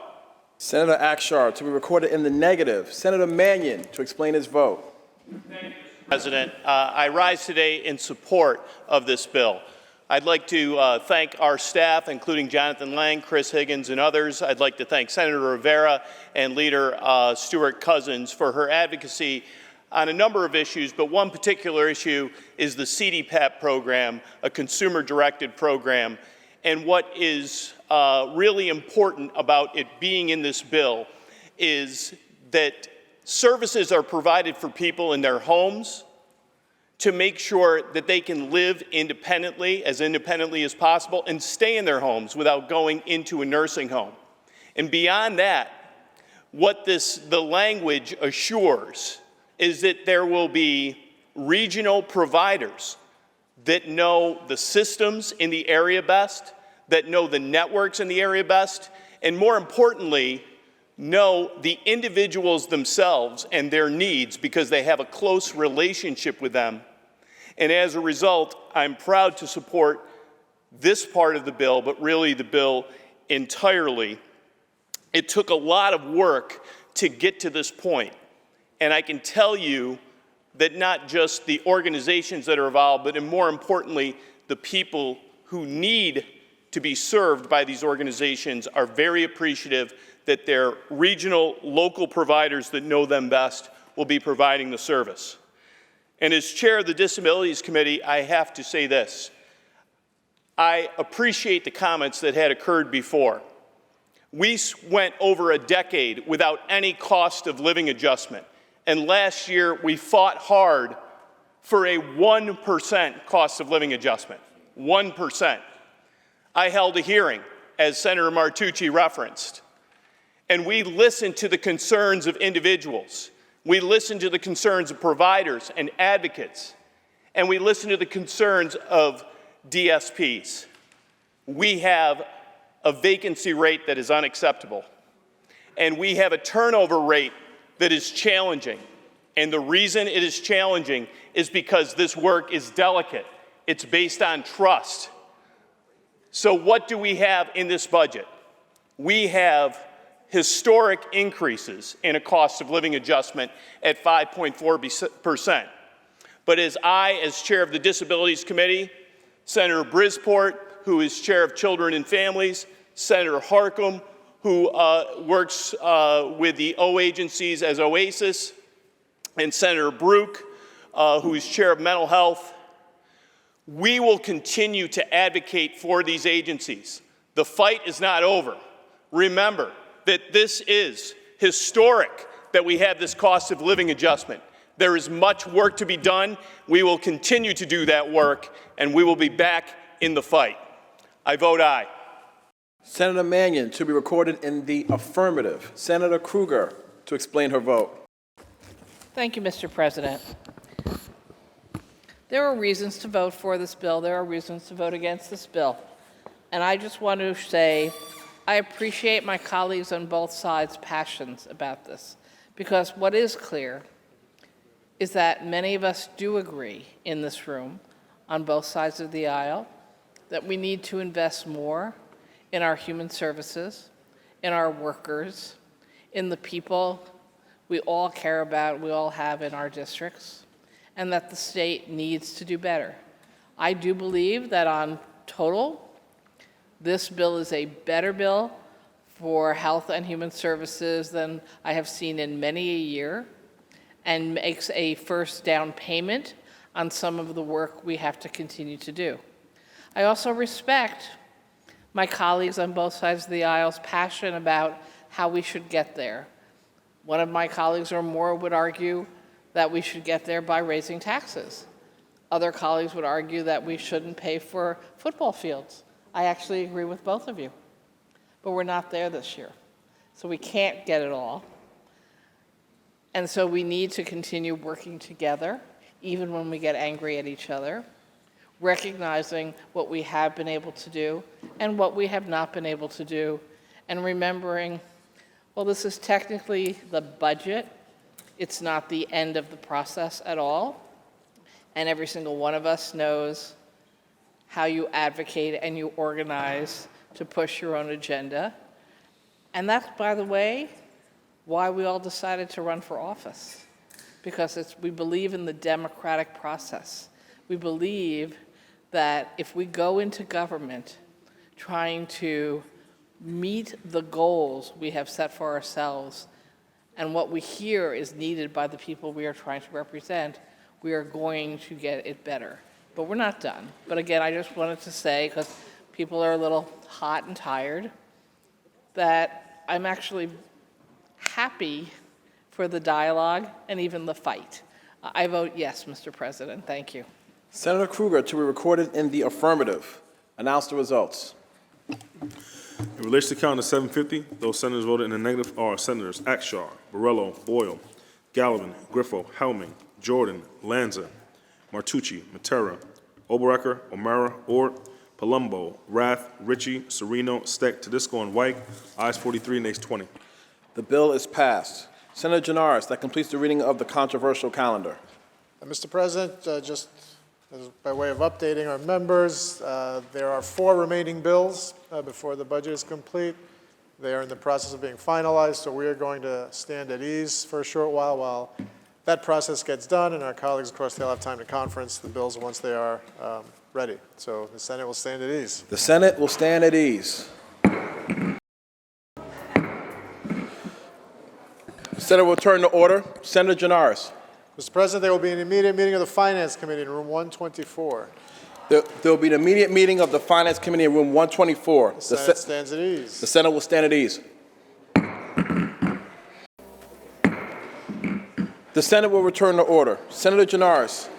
Mr. President, there's a report of the Finance Committee at the desk. Please take that up. The Secretary will read. Senator Krueger from the Committee on Finance reports the following bill. Senate Print 8006C, Senate Budget Bill, enacts into law major components of legislation necessary to implement the state education, labor, housing, and family assistance budget for the 2022-23 state fiscal year. Bill reports direct to third reading. Move to accept the report of the Finance Committee. All those in favor of accepting the report of the Finance Committee signify by saying aye. Aye. Opposed, nay. The report is adopted. Senator Janaris. Supplemental calendar, please. Calendar number 752, Senate Print 8006C, Senate Budget Bill, and Act to amend the Education Law. Before we lay it aside, is there a message of necessity at the desk? There is a message of necessity at the desk. Move to accept the message of necessity. All those in favor of accepting the message, please signify by saying aye. Opposed, nay. The message is accepted and the bill is before the House. I believe it's laid aside, Mr. President. Lay it aside. Let's move to the controversial calendar. The Secretary will ring the bell. The Secretary will read. Calendar number 752, Senate Print 8006C, Senate Budget Bill, and Act to amend the Education Law. Senator Akshar, why do you rise? Mr. President, I believe there's an amendment at the desk. I waive the reading of that amendment and ask that you recognize Senator Palumbo to be heard. Thank you, Senator Akshar. Upon review of the amendment, in accordance with Rule 6, Section 4B, I rule it non-germane and out of order at this time. Accordingly, Mr. President, I appeal the ruling of the chair and ask that Senator Palumbo be recognized. The appeal has been made and recognized, and Senator Palumbo may be heard. Thank you, Mr. President, for allowing me the opportunity to appeal the ruling of the chair. As we sit here today with the Education, Labor, and Family Assistance Budget Bill, we do have incorporated within this bill an amendment to and further changes to the bail reform statute. Now, this is the third iteration of the bail reform statute, and with respect to germaneness, the proposed amendment will repeal the so-called bail reform statute in its entirety. So when we sit here, and obviously we're addressing just simply the germaneness, and I'll get to the bill itself in a little bit, I don't think we can actually say with a straight face that it's not germane to changes to the bail reform statute. And now, by way of history, in 2019, in the budget, bail reform was adopted. It took effect on January 1st, 2020. And quite clearly, it was dangerous and became more dangerous by the day. And after significant backlash, significant people were released from custody. People could not have been held on, for example, manslaughter in the second degree. I was in the other house at the time during the 2019 budget. And I specifically argued that charges such as drunk driving and killing someone were ineligible for bail. So clearly, there was no choice, and the two houses, the two majorities, felt the need to immediately make changes. And they made some not very significant changes, but they did add a few things, like when someone loses their life, the judge could consider bail. But again, having a laundry list of crimes that are ineligible for bail, the judge has no discretion to decide dangerousness, to decide anything of any real significance that would otherwise ensure that person's return to court because they were specifically ineligible crimes. So that was version 2.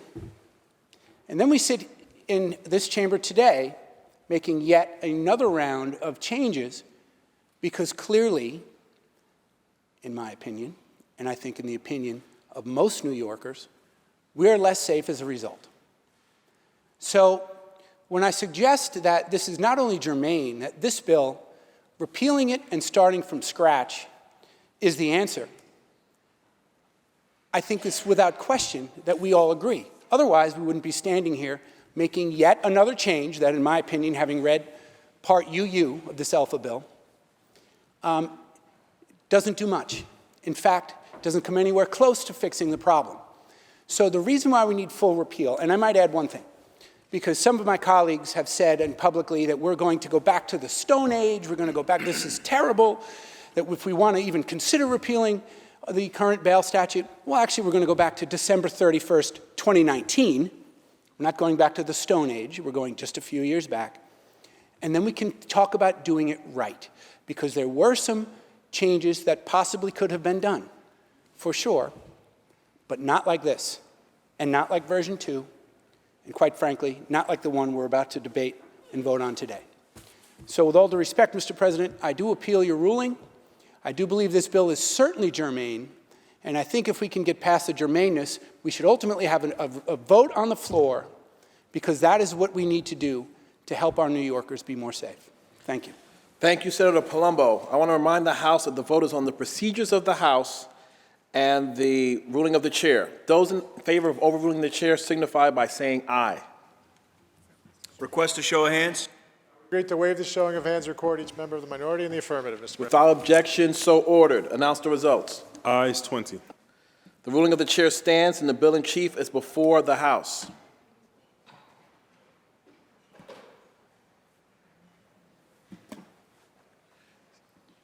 Senator Palumbo, why do you rise? Mr. President, I believe there's an amendment at the desk. I waive a reading of that amendment, and I ask that you recognize Senator Borrello to be heard, please. Thank you, Senator Palumbo. Upon review of the amendment in accordance with Rule 6, Section 4B, I rule it non-germane and out of order at this time. Accordingly, Mr. President, I appeal the ruling of the chair and ask that Senator Borrello once again be recognized. The appeal has been made and recognized, and Senator Borrello may be heard. Mr. President, I rise to appeal the ruling of the chair. This is indeed germane because the bill in chief, the bill at hand, amends the mental hygiene law and both relate to mental health treatment. We should, as legislators, be interested in protecting everyone in New York. We should be concerned about the rise in mental illness that has plagued our state, especially during the pandemic. This amendment would make Kendra's law permanent. Kendra's law has been effective, but underutilized in addressing those with severe mental illness while still addressing them during assisted outpatient treatment. It has helped them get the help they need while also ensuring there's not the stigma of getting mental health treatment. We've talked a lot about what we can do to curb violence, and that's what we're going to talk about tonight a little bit more. But those who need help should be able to get that help. And those professionals that can evaluate someone and determine what kind of help they can get should have that opportunity, and that is what Kendra's law does. This should not be something that we should have to wring our hands over to ensure that it's going to be renewed or have it held hostage as part of a negotiation. It should indeed be permanent, and that's what this amendment would do. So, Mr. President, I appeal your ruling, and I hope you'll rule in my favor. Thank you. Thank you, Senator Borrello. I want to remind the House that the vote is on the procedures of the House and the ruling of the chair. Those in favor of overruling the chair signify by saying aye. Request a show of hands. We've once again agreed to waive the showing of hands and record each member of the minority in the affirmative, Mr. President. Without objection, so ordered. Announce the results. Ayes 20. The ruling of the chair stands and the bill in chief is before the House. Senator Ort. Thank you, Mr. President. Would the sponsor yield? Does the sponsor yield for questions? Sir, I do. Sponsor yields. Through you, Mr. President. Excuse me, if I might ask the sponsor which section he's going to start with questions on. Section UU. Then, if you do not mind, I do not. Someone else who's going to be the sponsor for this section. Fair enough. Senator Bailey will be representing us. Thank you. Does the sponsor yield? Absolutely. Sponsor yields. Thank you. Through you, Mr. President. Does the sponsor consider the changes in this section of the bill that we're voting on tonight a rollback or repeal of the cashless bail that was passed by this body in 2019? Mr. President, the modifications that were made in Part UU of this bill were changes that were made to clarify statutes that were existing, to make it easier for judges to understand and determine the nature of the proceedings, and to also make sure that in the prior instance of what we did, we wanted to make sure that we clarified what bail was about. And bail is about a return to court. And clarifying some of the language, we wanted to make sure that we're looking to do everything that we can to make it easier for judges to understand what the intent of the legislature was. Through you, Mr. President, the sponsor continue to yield. Does the sponsor yield? Sponsor yield. So I want to, just so I understand, through you, Mr. President, so that would be a no. The sponsor would not view these clarifications as a repeal or rollback of any of the provisions of the cashless bail law of 2019. Through you, Mr. President, different people have different verbiage and different ways of saying things, Mr. President. Through you, Mr. President, the sponsor will continue to yield. Does the sponsor yield? Certainly. Sponsor yield. Through you, Mr. President, what is the sponsor's way of saying it here? Mr. President, I answered the senator in my initial response to his initial question. Through you, Mr. President, the sponsor continue to yield. Does the sponsor yield? Yes, sponsor yield.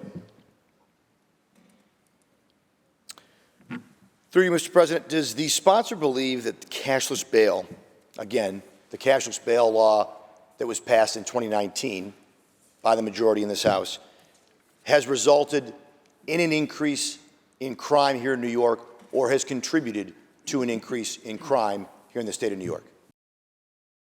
Mr. President, no. If the sponsor will continue to yield? Does the sponsor yield? Yes, the sponsor yield. Through you, Mr. President, if not, then why, for the second time, are we attempting to fix this law? This is the second time that this body has taken up the cashless bail that was passed in 2019. The second time we've taken up trying to fix it. So we passed it in 2019, we came up with some fix in 2020, and now here we are again. So if it hasn't increased crime, then what has brought us back here to clarify or to try and fix it for yet a second time, really a total of 3 times that we've passed laws related to bail in this body since 2019? Through you, Mr. President, as a legislator, I think our job is to ensure, especially through the process of chapter amendments, we modify bills based upon chapter amendments a number of times. So as legislators, if we see something, we must make sure we take a look at that and do what we need to do that. What we did here is make sure, again, in my initial response to the first question, was to ensure that it was clarifying language so that judges were able to interpret the statutory construction that we created around the laws of 2019 when we passed that at that time. Sponsor continue to yield? The sponsor yields, certainly. Sponsor yields. Through you, Mr. President, so the sponsor said when we see something, we have to make changes or attempt to make amendments. So what have we seen as a result of cashless bail from 2019 that has resulted in us coming back and trying to amend it? Mr. President, we have seen that certain judges were not exactly clear on what the intent of the legislature was, and we've decided to clarify that accordingly.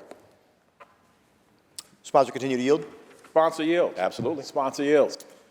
Through you, Mr. President, were there any changes to cashless bail as part of the executive budget?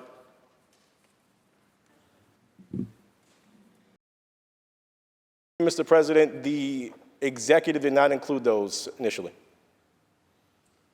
Sponsor continue to yield? Does the sponsor yield? Yes, sponsor yields. Were there changes at all in the 30-day amendments? Mr. President, no. Will the sponsor continue to yield? Does the sponsor yield? Absolutely. Sponsor yield. Were there changes or amendments in the Senate or Assembly one-house budgets? Mr. President, no. Sponsor continue to yield? Does the sponsor yield? Yes, sponsor yield. So There was nothing about this in the executive. There was nothing about this in the 38 amendments. There was nothing about this in the Senate or Assembly One House budgets. And as of March 15th, Senator Stuart Cousins, the majority leader, said that I think the governor has been very clear that the bail reforms that we did were right. So I'm curious if the sponsor could tell me, when did the majority conference decide that something had to be done, that these changes had to be made or attempted to be made to the cashless bail laws of 2019? Because as of March 15th, they were saying that their leadership was saying they're good. There was nothing in any part of this budget process until right now here tonight. So I'm just curious as to when this decision was made by the majority to make changes to cashless bail. You, Mr. President, as the good senator knows, that legislating is an evolving conversation, and conversations were continued to have through and including the time that the senator mentioned. Sponsor, continue to yield. Does the sponsor yield? Absolutely. Sponsor Through you, yield. Mr. President, I did not, surely there must be an answer in there, time frame, last week, 2 weeks ago, a month ago, last night. There had to be a moment when the conference, when the senator decided something had to be done. I'm curious if he can tell me or share that with me. Mr. President, as I previously stated, these conversations are rapid, they are fast and furious, and they continue through and including this period of time. There were a number of conversations had with a number of parties up to this date where the bill in chief is before the House. Sponsor, continue to yield. Sponsor yield, yes, sponsor yields. Rapid and evolving, certainly.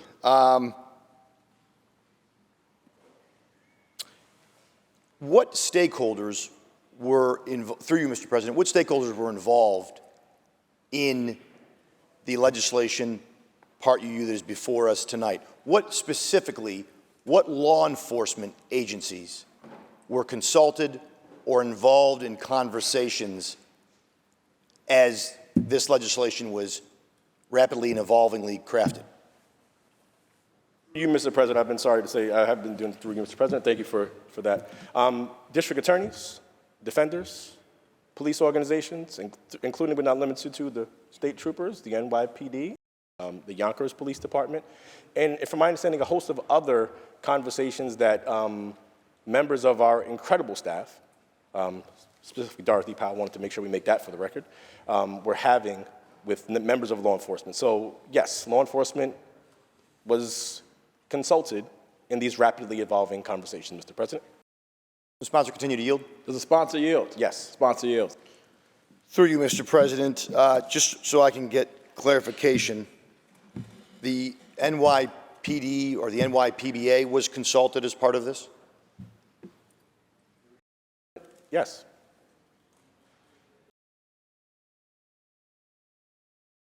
Bill, Mr. President. Senator Ort on the bill. Well, first, I'll start with the last question there. I think that might be news to the NYPBA based on the statement I saw today from PBA President Pat Lynch. The senator asked the NYPD. That was my understanding. I personally had a meeting with members of the NYPD, including the police commissioner. I just wanted to make sure we clarified that for the record. Thank you. Thank you. Senator Ort, Mr. President. Senator Ort on the bill. So here we are, third time since 2019, talking about bail. And I want to be pretty clear, and I think our conference has been clear on this issue from 2019 till today. I think we were pretty clarifying in our comments back in 2019 when we said this law would result in more victims. This law would result in dangerous criminals being on the street, in more crimes, all of which has been borne out, all of which has happened. And despite attempts to cosmetically fix this, here we still are, crime rates, violent crime rates skyrocketing across New York City and across New York State. And despite all those statistics, only today we're here jamming this into a bill known as Education and Labor, because obviously bail has something to do with education or labor. But I'm going to read a poll from Siena. 56% of folks from New York, 56% of New Yorkers said that bail, cashless bail, was bad for New York, compared to 30% who said that it was a good thing. That's why we're here tonight. Public polling and public poll numbers are why we're here, not public safety. I want to read another quote from a colleague of mine who said, if you're coming for bail reform, be specific or be quiet. It'll save you the embarrassment when the truth comes out. Well, the truth is that New Yorkers know and that we all know is that bail reform has been a disaster. That's the truth. And it is embarrassing when we have to keep trying to fix something because we broke it. That is pretty embarrassing. And it's embarrassing when you're trying to look like you're fixing something, but you can't look like you're fixing something too much or you'll lose your base. So it's a tough position that the majority finds himself in, and it certainly is embarrassing for New Yorkers that we are here. But New Yorkers aren't fooled, we're not fooled, police officers aren't fooled, and victims aren't fooled. This, as the governor said herself, I think tonight, we're not going backwards when it comes to bail. Well, if we're not going backwards, we're going in the wrong direction. So thank you very much, Mr. President. Senator Palumbo. Mr. President, would Chairman Barely yield for a few more questions on Part U? Does the sponsor yield? Most certainly, Senator Palumbo. Sponsor yields. Thank you, Chairman. And I wanted to ask some questions about the specific language of the bill, but I just wanted to follow up a little bit on Leader Ort's previous question. So would you yield for a question? Did you already yield? I'm sorry. Yes. Just to follow up, I wasn't really clear on the reasons why we're making these changes. Did you say it was for clarification for judges? Can you please just repeat that for me? Mr. President, to clarify the earlier clarification, yes, it is to make sure that the statute was clearer and easier for judges to be able to interpret in determining their decisions when there is a matter before them. Would you continue to yield, please? Absolutely. Does the sponsor yields? So, Senator, with regard then, because you were here for the 19 initial adoption, right, and the changes in the budget of 2020, why were there changes made in the budget of 2020 to the original iteration of the bail reform statute? Mr. President, as I mentioned earlier, as legislators, when we review something and we see that there could be changes made to it, we act accordingly and make those changes. Continue to yield, please. Does the sponsor yield? Yes. Sponsor yield. And so in that regard, then, was that just to clarify those changes in 2020, or was that because there was an increase in crime as a result of the original bill?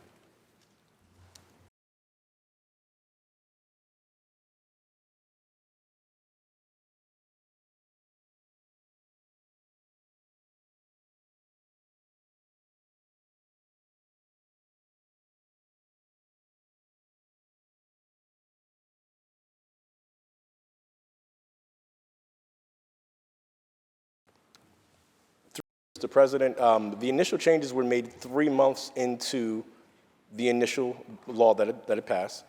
So there wasn't necessarily time to be able to make clarifying changes as much as it was about listening to members of law enforcement, members of the defense bar, and other associated organizations and police departments as well, who had indicated concerns with the way the statutory construction was on the initial bill.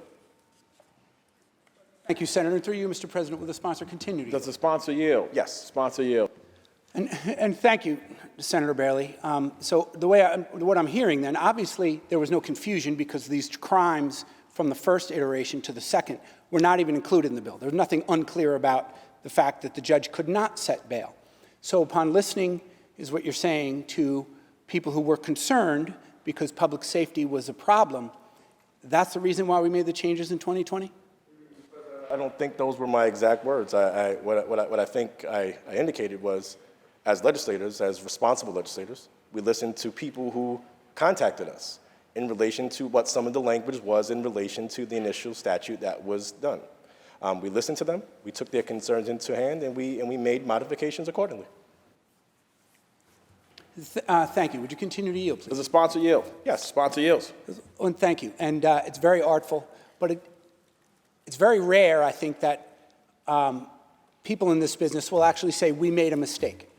So I guess I should ask it plainly. Can we actually agree at this point that the original bail reform statute was a mistake? There were changes that needed to be made based upon its practical application. Is that fair to say? And there was not a mistake. The notion that wealth-based detention is acceptable was not a mistake. The fact that one can be incarcerated simply because, or remain incarcerated simply because of the lack of financial wherewithal they have is abhorrent. So I would not say that there were mistakes made. I would say again, as legislators, when presented with concerns and issues before us by credible individuals and credible parties, we have a duty to make sure that we return and, if necessary, modify accordingly. Continue to yield, please. Does the sponsor yield? Yes, sponsor yields. So I have an article from about 3 days ago from the Daily News, and it had to do with statements and an article that was a result of the commissioner's comments of the NYPD. She indicated that over 500 people have been arrested 3 times or more in January, February, March of 22 alone for robbery, burglary, and shoplifting. So can you reconcile for me how that rearrest 3 times or more for crimes that originally, before 2020's implementation of bail reform, they were originally bail-eligible offenses, but they were mandatorily omitted as a result of this particular statute. So can you tell me how the second and third time victims were not a result of the effects of bail reform, how they are not suffering as a result, and that's just in the past 3 months? President, it's my understanding that robbery and burglary are bail eligible. Are they not, Senator Palumbo? Well, through you, Mr. President, let me, I believe they have the stiff. So of 500 arrests, I had it on the sheet here.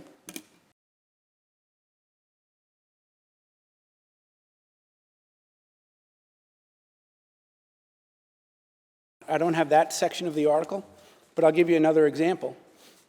135 arrests by the Neighborhood Safety Unit, which was implemented on March 14th. 135 arrests. 20% of them involve people with pending felony cases, and 28 are suspects with previous felony convictions.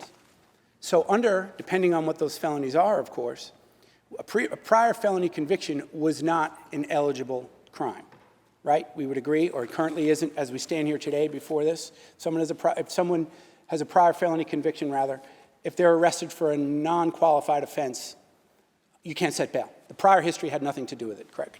Mr. President, I just want to go back to your initial question that was asked, and it goes back to the facts and versus fear conversation. It is amazing how miraculously the robbery and burglary charges disappeared just now.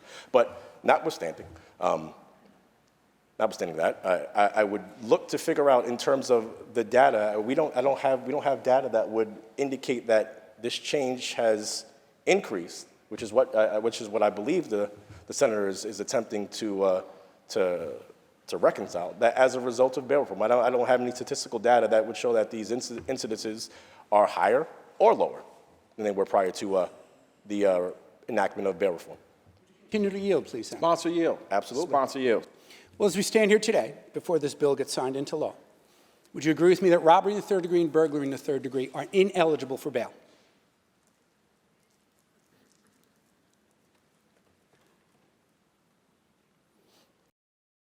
Mr. President, I believe so. I believe so. You are correct. The sponsor yield. Sponsor yields. And Chairman, would you also agree with me that burglary in the second degree, as long as they don't enter the living area, and robbery in the second degree, aided by another, without a weapon or injury, are also ineligible for bail as we stand here today? The facts and the circumstances, depending on each purported offense, would depend on whether that offense would be bail eligible. But based upon the limited facts that the Senator has mentioned, I would agree. Would you continue to yield? The sponsor yield. I yield. Sponsor yield. And thank you, Senator. And would you also agree that as we stand here today, an A2 drug sale, for example, I sell enough fentanyl to kill everyone in this room, and it's less than 2 ounces, is ineligible for bail? Through you, Mr. President, that would be correct. Would you continue to yield? The sponsor yield. I yield. Sponsor yields. And you know the list is long, Senator. I won't go through all of them, so we're not here all night. But every other drug possession or sale, A2 and lower, is ineligible. And many other crimes in the penal law that are felonies, including larcenies, other than grand larceny in the first degree, which is over $1 million, are, as we stand here today, ineligible for bail, meaning no matter what the circumstances are, the judge may not set bail. Mr. President, as the Senator knows, that there are a number of reasons why we don't look to criminalize everything. We've spoken on both sides of the aisle about an opiate crisis, about individuals who have concerns with substance use disorder. And the question before us is whether incarceration is going to make our society better. But to the initial point that Senator Palumbo made concerning those specific categories, he is correct. Thank you, Senator. Would you continue to yield, please? Sponsor yields. Sponsor yield. And Chairman, I guess one more question on that, and then we'll get to the bill itself. But as far as theft crimes, I know that they're somewhat addressed in the new bill. But as we stand here today, if someone's arrested for petty larceny, grand larceny, stolen vehicles, whatever it may be, as long as it's less than $1 million, you can do it every single day, and the court must release you. Is that accurate? Must release you. Mr. President, that would not be accurate because if you're a repeat offender, the subsequent charges would become bail eligible. Will the sponsor continue to yield? Does the sponsor yield? Yes.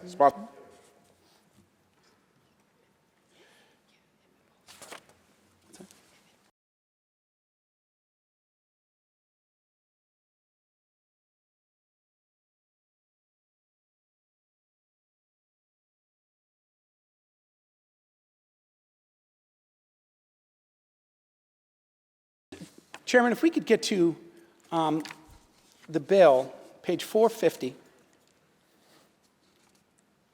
if you don't mind, and the new specific language. I just wanted to get into the weeds a little bit because I actually, when I was in the other house, when this first iteration passed, the sponsor there, and I had many discussions about it then, we debated it, and I actually spoke with her last week, and she said, these judges don't understand. So if this is for clarification, as you say, I think we need to create some legislative intent to really be clear on what some of these terms mean, if that's okay. So if you look around the, I guess, section T that's going to be added at line 13 on page 450. So we're going to add to qualified offenses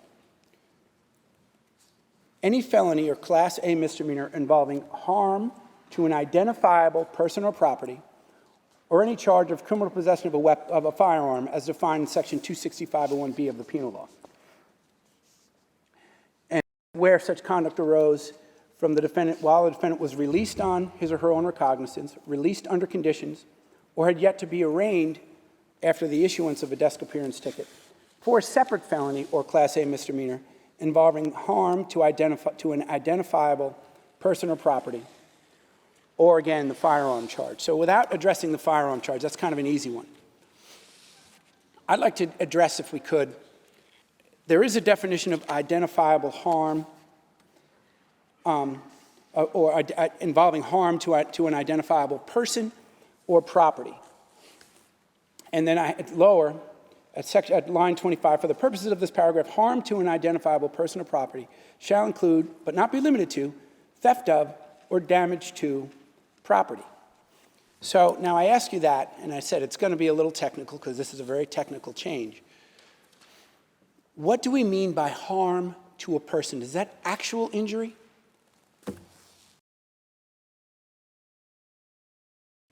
Through you, Mr. President, we're leaving it up to the judge's discretion.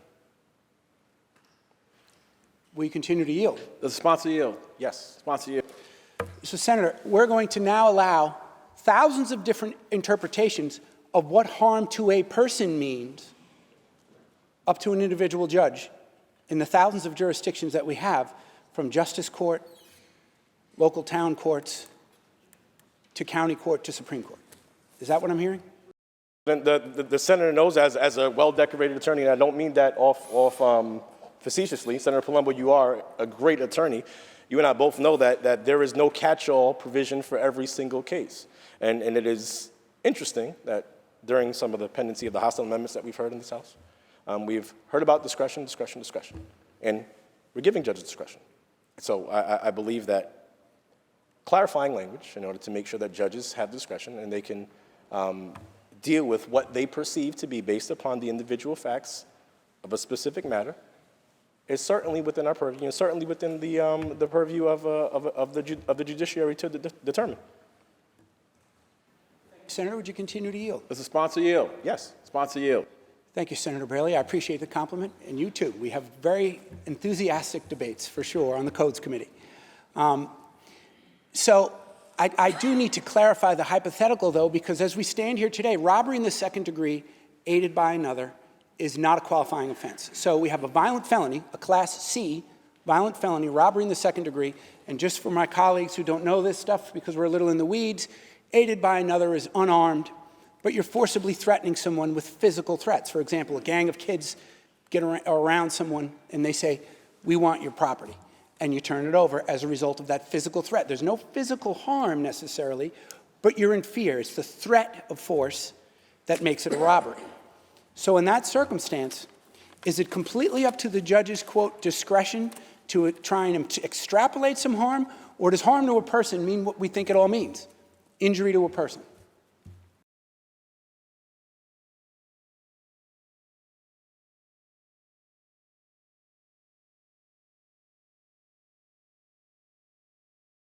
Through you, Mr. President, in the hypothetical that Senator Palumbo mentioned, robbery still involves theft of property. And theft of property falls within the purview of the new clarifying language that we have put in here. Excuse me.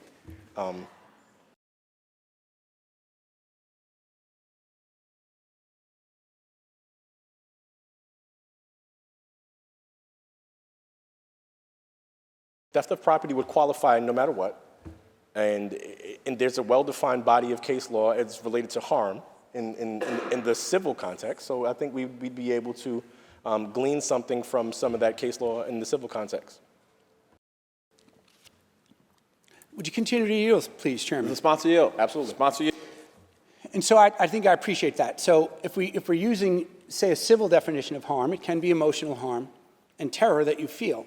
Is that accurate? Mr. President, in that hypothetical, correct. Okay, thank you. And that's on the harm element. Would you continue to yield, please? The sponsor yield. If you could repeat the question. Sure. I was just saying, but my question on the harm that we were saying, of the physical harm, not so much the theft of property element. I'm talking about the harm element, that if a judge perceives that there was a threat that was experienced or perceived by the complainant victim, then in fact, that will meet the element of harm for the purposes of being bail eligible.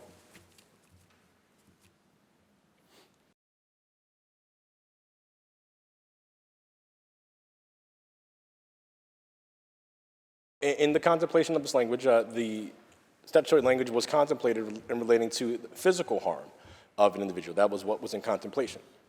However, as we mentioned before, judges are able to make determinations, and when we give them discretion, they are able to make determinations based upon the individualized case facts of the matter before them.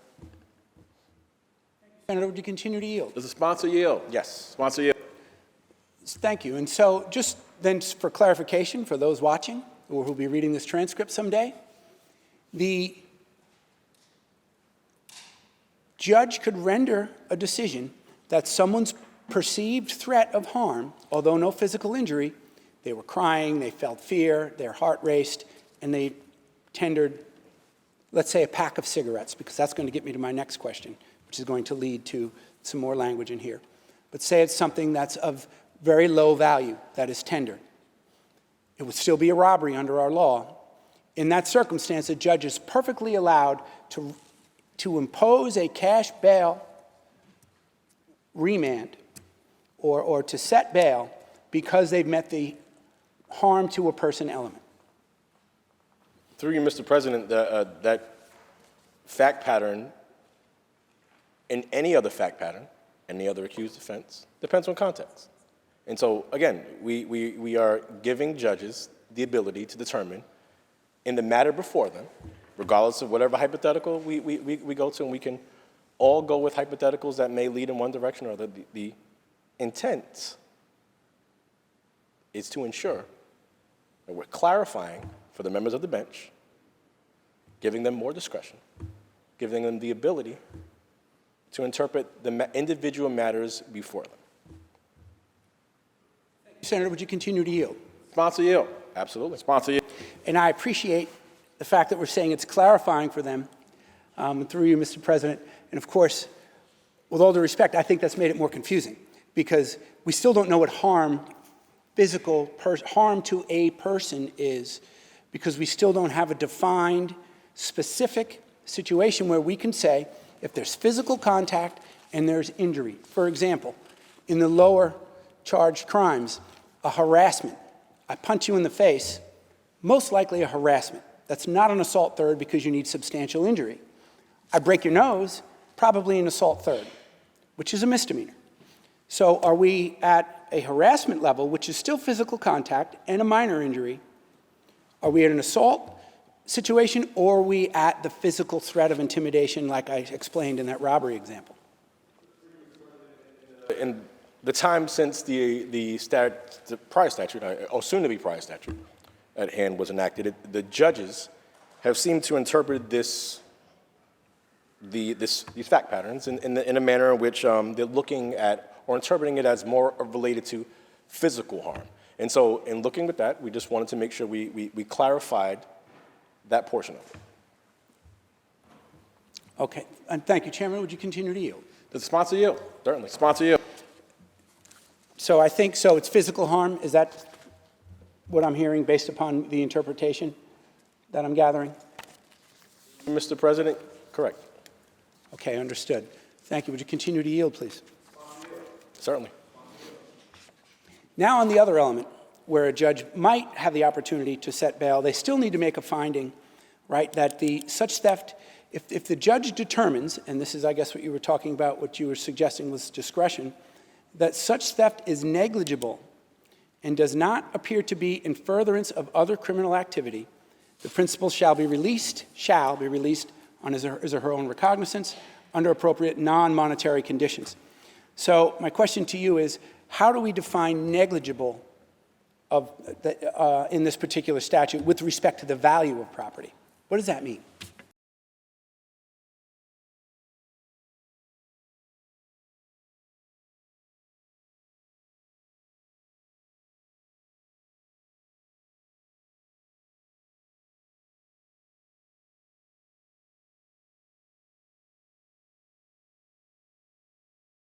Mr. President, it's a fact-based analysis based upon, again, the alleged offense at hand, and it's designed to address alleged crimes of poverty. I don't think anybody, regardless of what side of the aisle or whatever your affiliation may be, would believe that someone should be incarcerated simply for stealing something because that they wanted to eat. Again, I want to be very clear in the same breath that we are not excusing, we are not condoning, and we're not encouraging such activities. However, as thoughtful individuals, as reasonable people, it is our belief, it should be everyone's belief, that incarcerating someone based upon a fact-based analysis, not conjecture-based, not thought-based, fact-based analysis that is related to a crime of poverty that the judge, again, would still have the discretion to be able to. They still have discretion. And I'll wrap Does it the up. sponsor yield? Absolutely. Sponsor. Thank you. So, for example, if someone stole baby formula or bread, are you suggesting that would be negligible? Mr. President, based upon what a fact-based analysis is, based upon what the specific nature of the offense was in front of the judge. And they have the determination, they have the discretion, the ability to determine what is negligible and what would not be negligible. Continue to yield, Senator. Does the sponsor yield? I do. Sponsor yield. With respect to that same negligible determination, how about a Louis Vuitton bag? That's a $1,000 bag. Would that be considered negligible, or could that be considered negligible by some judges and pass muster? And again, it's a fact-based analysis, but I think that we stray far from, I don't think that, no disrespect intended, that an individual could eat a Louis Vuitton bag. Senator, I know I'm coming up on a half an hour, and I do appreciate your questions on the bill, please, Mr. President. Senator Palumbo on the bill. Thank you, and I do appreciate Chairman Bailey answering my questions. He, as we indicated earlier, he artfully gave me a lot of non-answers, and I guess we can appreciate that as lawyers and people in government. But I think we all kind of know what the answers are, that this actually provides discretion in one direction, because they could ultimately, this is all we're doing, we're adding a firearm crime, and it's trafficking of guns, very, very rare circumstance in some possession. But we have all these other crimes that are, quite frankly, wreaking havoc amongst our communities. And we now have something that is, well, if it involves theft of property or harm to a person, discretionary terms, we're going to be right back in the same position. Again, this is something that you can't hide behind. Bad policy on the environment, bad policy on taxes, you can get away with that, because a couple years later you can go back and say, you know what, maybe we were a little quick to act. Maybe we need to make some changes. And nobody really notices. If taxes get a little bit, maybe they're happy because they get their tax return. Hey, I got a bigger refund this year. That's wonderful. Great, good stuff. You know, oh, paid 16 cents less for a gallon of gas. Not too bad. Life goes on, $10 a week. But you can't hide when it comes to public safety. And we have crime running rampant in our communities. And I know we say it's the pandemic, it's guns, I've heard Donald Trump, I've heard all these things. And I even had some colleagues the other day saying, well, Florida's murder rate is up, Florida is a red state, and it became a little political. But the bottom line is, actually, in response to that, I pulled it up. Florida, a few weeks ago, 50th straight year, crime went down as a whole. Murders are up. You're absolutely right. Violent crime is up 2.3%. Property crimes in a non-bail reform state are down 17%. Rape is down. Domestic violence, murder was down in 2020 while stalking increased. So they experienced the same pandemic that we did. So it's not just anecdotal that we're struggling with criminal justice and public safety in New York as a result of outside influences. It's what we did in this building right here. And quite frankly, this is a tweak that does virtually nothing. And as I said earlier, that's why repealing this, catching our breath, and doing it right. New Jersey implemented a dangerousness standard. We don't have that still. We have some discretion, which isn't really discretion in my opinion, so it's not. We have in New Jersey, they implemented their bail reform, and they have discretion. And they have a score sheet where you can check off criminal history, connection, risk of flight, all those checkoffs, and you get a certain score. You're not even eligible for bail if you score high enough. We actually did that in Suffolk County when I was a prosecutor, and it would be considered, it would have significant weight as far as a judge releasing someone, but it wasn't binding. You could even have speedy trial sped up, that if you're not ready for trial and someone's incarcerated on a low-level felony within 30 days, they must be released. I suggested that 2 years ago. Something like that would be smart. Then the DA can prioritize, because certain misdemeanors For example, when I was a prosecutor, I would get some fatalities charged as a misdemeanor DWI only because you needed to do reconstruction, prove the case, put it in the grand jury, and then charge the higher cases and the higher crimes. Even under this statute, if you don't damage anything and cause any harm to property, you can get 17 DWIs in 2 weeks, and you still must be released. How is that safe? How is that good for the public? So, my friends, this does nothing to make us safer. This is a press release, and I'm sorry, I cannot agree with it. And under no circumstances will our situation improve significantly enough in a manner in which we owe to our constituents and New Yorkers. Thank you, Mr. President. Senator Akshar. Mr. President, thank you. The sponsor yield. Absolutely. Thank you, Senator.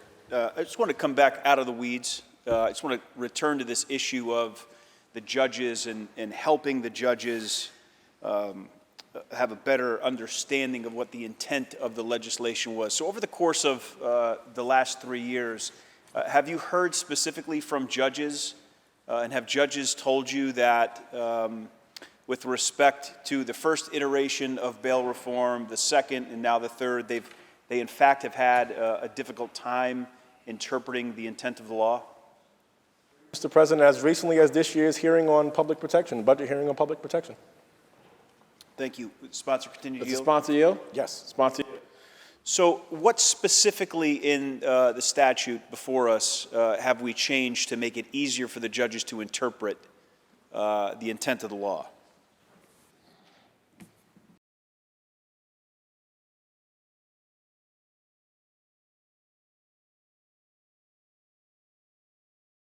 President, clarifying language based upon repeat offenses, discovery, theft of property. Those are some of the examples. Mr. President, through you, would the sponsor continue to yield? Does the sponsor yield? Absolutely. Sponsor yield. Just ask a question about repeat offenses, because I want to make sure I understand it, and I may be slightly confused about it, like the judges. If I'm charged with criminal sale of a controlled substance today, I sell 2 bundles of heroin to someone. I'm arraigned, I'm released because it's a non-bailable offense.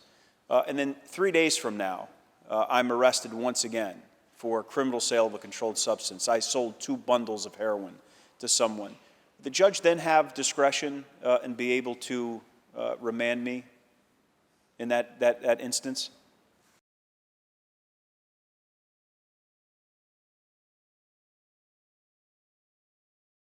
Mr. President, they would not qualify because there was no identifiable person or harm. All right, Mr. President, through you, if the sponsor would continue. Does the sponsor yield? Yes. Sponsor yields.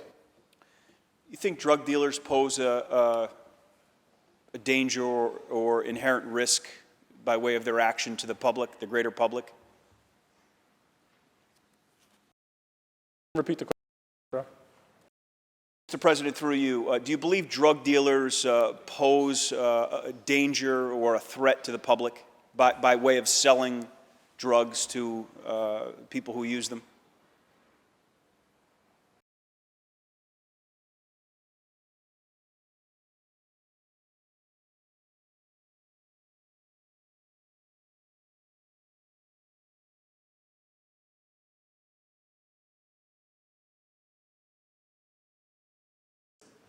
Certainly a concern there, but it would not qualify under the being bail eligible because there is no identifiable harm to a person.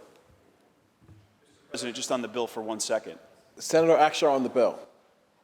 With all due respect, I think we may have missed the mark here in this particular space. Not being critical of you, because I know that you and I have had significant conversations around this space. But not being able to identify harm when one is selling, in this instance, as I stand here, heroin to people who are using it. And we all know so many people are dying, right, of overdose. I think we may have missed the mark here. Mr. President, if the sponsor continue to yield. Does the sponsor yield? The sponsor yield. Sponsor. This next question I ask with the utmost respect. The system of cash bail, as we once knew it, prior to 2019, a sponsor believed that it was inherently racist?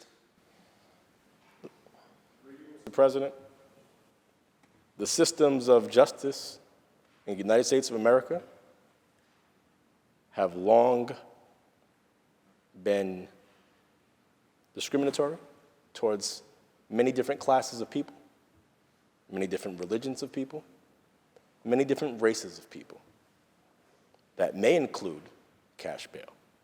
Cash bail, the issue with it, as I mentioned in some of the questions by some of our colleagues, is abhorrent because when you're looking to criminalize poverty and incarcerate someone based upon the amount of money that they do not have, that is what I believe is inherently problematic. President, if sponsor continue to yield. Mr. Sponsor yield. Sponsor yield. Sponsor yield. Within this reform, have we included more crimes to the list of crimes that in fact are bail eligible?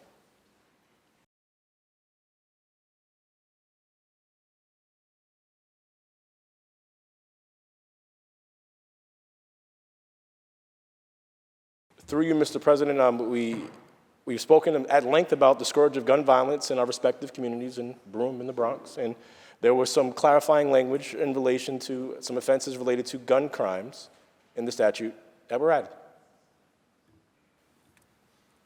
Mr. President, through you, sponsor continue to yield. Does the sponsor yield? Yes, sponsor. No other crimes, though, outside of gun crimes specifically?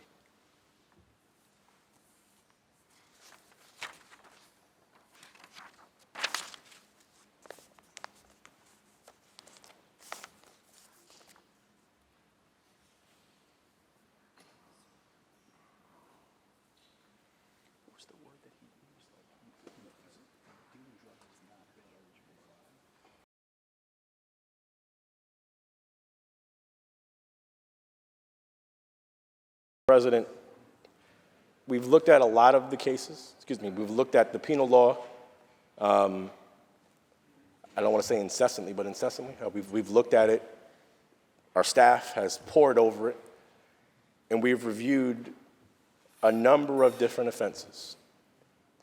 And we could go down the rabbit hole of every single offense in the penal law and determine whether they should be bail eligible, or if incarcerating that individual actually makes that person actually rehabilitate. That's another statement to make. But by and large, in the bill before us, the offenses that were changed, related to gun crimes. Does the sponsor yield? Sponsor yield. Sponsor yield. I just want to go back to this issue of dealing drugs and so many people dying of overdose and at the hand of other people. We've reformed this a few times. You think it's possible that we may come back and revisit this issue with respect to harm to an identifiable person? And just as we're here tonight, I know that we're not going to address that, but do you think it may happen in the future in which we recognize that those that peddle poison in our communities, in fact, are taking the lives of our sons and our daughters? In fact, that maybe law enforcement would have a tool in which they could take those perpetrators off the street? My grandfather, James T. Bailey, once said, "Time is a fortune teller," and I'm not. So I don't know what's going to happen in the future. What I can tell you, though, specifically related to crimes relating to substance use disorder, statistics have shown, and that is very clear, they're very clearly shown, incarceration is not the way to solving substance use disorder. I know that the senator and I, we've had many conversations as related to the opioid crisis and when it became a crisis and how it became a crisis. And it's still a crisis. We may disagree on whether incarceration is the way to manage that. I certainly don't believe so, Mr. President. Through you, sponsor, continue to yield. Sponsor yield. I yield. Sponsor yield. Just want to move to subpart G, specific around data collection. You just give me an overview of what we anticipate accomplishing through this Part G of the bill. You, Mr. President, we wanted to, again, clarify, making sure that we're collecting the proper, when we're collecting data, and sometimes this news report says this percentage and this report says that percentage, we wanted to make it clear about the nature of the offense, whether bail was granted, who the judge was,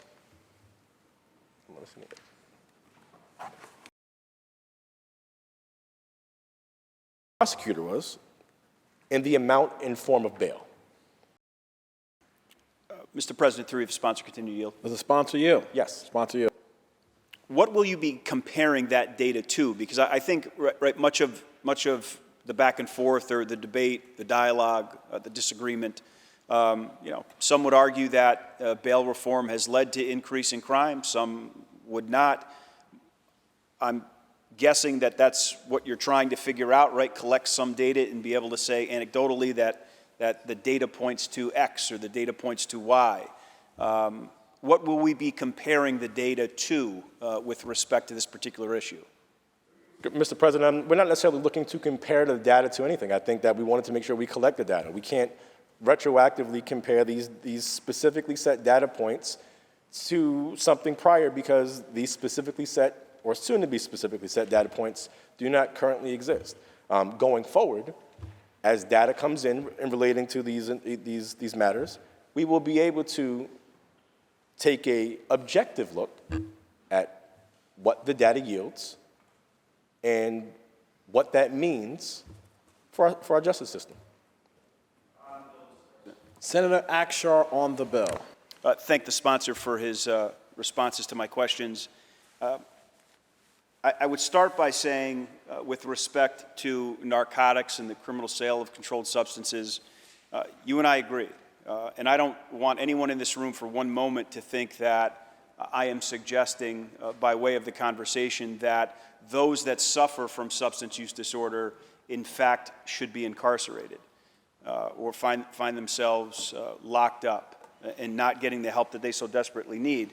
But I think that we have to make, as a legislature, those of us in the State House, we have to make a very clear delineation between those that are suffering and then those that, in fact, are peddling poison on our streets for profit. And if we're not identifying the difference between the two of those or handling those in a different way, I think we're failing the people of New York. Because after all, our number one job as members of this legislature is to protect people. And frankly, public safety is paramount. My biggest disappointment on all of this is that I think that there has just been this global refusal to admit the public policy failures that we all know as bail reform. And in my heart, I believe that many of us here in government, we have good intentions. But at the end of the day, good intentions without common sense, without thoughtfulness, without input from those with significant knowledge and experience, when we don't lean on those people, we arrive here. The third iteration of trying to get it right. Third time we're coming back to this issue and trying to address it in a way that works for the people of this state. But oftentimes, I think sometimes we bow and we acquiesce to political activists. I heard that we listened, or the majority listened to the stakeholders. They listened to the NYPD. You may have listened, but it's my position that you certainly didn't take their advice. I think what we're seeing tonight, really, is a feeble attempt to pull the wool over the eyes of New Yorkers. But I am standing here this evening to say that New Yorkers are far too smart. New Yorkers know exactly how negatively bail reform has impacted their day-to-day life. And all of this is political posturing. It is political calculus, because one of my colleagues said it earlier that clearly the polls show that the people of New York want something done and they want this changed. But at the end of the day, Mr. President, it is clear to me, after listening to the debate, listening to the discussion, that nothing has changed. Maybe a few small things, but it's certainly, the changes that we're debating tonight are certainly not going to keep New Yorkers safer. Mr. President, I thank you. Senator Borrello. Thank you, Mr. President. The sponsor yield for some questions on Part UU, Subpart F, dealing with mental health in courts. Absolutely. Sponsor yields. All right. Thank you, Senator Bailey. I'd like to draw your attention to, they're underlined, so I'm assuming these are new changes, regarding involuntary assessment and pending release. If you go down a little bit toward the bottom, it actually says essentially that during in order for someone to be held for a psychiatric evaluation, that the principal has to be conducting him or herself before the court in such a manner in which a person who is not mentally ill would be deemed disorderly conduct. So the question is, if someone committed some kind of a violent act and they were arrested, and it was deemed that it was due to a mental illness that this might have been the reason that they acted in this manner, would they have to then essentially act mentally ill in front of the court in order to be held?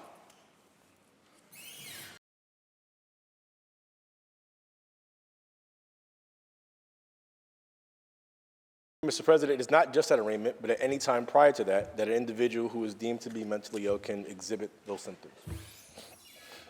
Will the sponsor continue to yield? Does the sponsor yield? Certainly. Sponsor yields.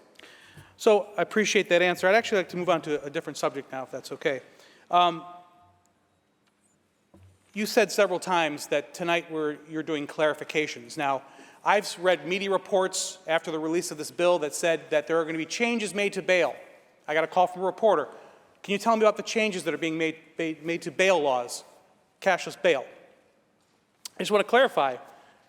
You're saying that there are no changes being made, that these are just clarifications. Is that correct? Mr. President, clarification is a change. Mr. President, will the sponsor continue to yield? Sponsor yield. Sponsor yield. Sponsor yield. Well, no, actually, a clarification is the opposite of a change. You're just saying we're clarifying what we've already told you. That's actually the opposite of changing something, is it not? So let me ask you again. Are we making changes to the bail law tonight? Mr. President, the initial answer to my response stands. All right. Mr. President, will the sponsor continue to yield? Does the sponsor yield? Sponsor yields. Sponsor yield. All right. So to clarify, another point, another thing that I've heard is that we've talked about judges having discretion and that somehow we're giving judges discretion. After tonight, when this budget passes, will judges in New York State have discretion to hold someone based on dangerousness? President, dangerousness has never been a standard in the state of New York and will not be a standard in the state of New York after passage of this legislation. Mr. President, will the sponsor continue to yield? Does the sponsor yield? Sponsor yields. Sponsor yields. I just want to make sure, because this is a very important point. So after tonight, anyone in the media that's writing a story, judges will not have discretion to hold someone based on dangerousness. We're clear on that. Mr. President, judges have never in the history of the judiciary in the state of New York had discretion to hold somebody in bail based upon dangerousness. Never. Mr. President, on the bill. Senator Borrello on the bill. Thank you, Senator Bailey. Senator Bailey is absolutely right. Judges have never been able to hold anyone based on dangerousness in New York State. New York actually is the only state that has tried to address changes to cashless bail and actually have not considered dangerousness. So that's what makes New York unique, because unfortunately, the goal here wasn't to craft a responsible law. The goal here was to prove New York was the most progressive. And that's why we are where we are today. And we can sit here and tell people that there's no correlation between the spike in crime and the changes to the bail laws. Don't believe your lying eyes, New Yorkers. Nothing to see here. That's what we're telling them. But New Yorkers know better. And in fact, 82% of New Yorkers in that Siena poll that Leader Ort referenced believe that judges should indeed have discretion to hold someone based on dangerousness. So we can continue to tell people everything's fine, nothing to see here, or we can actually make fundamental changes, not just clarifications, to this failed bail reform law. Thank you, Mr. President. Senator Serino. Thank you, Mr. President. Would the sponsor yield for some questions? Absolutely. Sponsor yields. Thank you, Senator Bailey. In 2019, when this legislation was first passed, I held a press conference with law enforcement and DAs, but also with domestic violence victims advocates who expressed tremendous concerns about the safety of those they serve. And first of all, it should never have taken all these years for their concerns to be heard. But I'm glad to see that a piece of this change includes a provision that would allow any violation of an order of protection issued by any court to be considered when making a custody determination. But I'm totally disturbed that a number of charges that directly impact victims of domestic violence are still not bail eligible. And that would be assault in the third degree, most stalking offenses, unlawful imprisonment in the second degree, which for those that don't know, that's holding a person against their will, as so often happens in domestic violence cases, and most egregiously, aggravated family offense. So just wondering, like, what is the disconnect here? Why are their charges continually left off the bail eligible list? President, when we initially, in 3 months into the conversation, 3 months into the enacted legislation, we added some offenses to the bail eligibility list based upon direct conversations with domestic violence organizations, domestic violence survivors organizations, and those organizations who support victims of domestic violence. So I think that we've been very steadfast in being able and being willing to listen to groups and their concerns. The modifications, clarifications set before us today are related to offenses, as I've stated before, related to issues related to the scourge of gun violence in our community, all of our communities, repeat offenders, and issues related to the clarifying language on discovery. Does the sponsor yield? Certainly. So, and I love that you had the conversations with the domestic victim advocates and domestic victims, did you say too, Senator Bailey? Through you, Mr. President, yes. So, but I'm wondering, I know those conversations happened a while back, but they didn't happen now when you guys were just crafting this?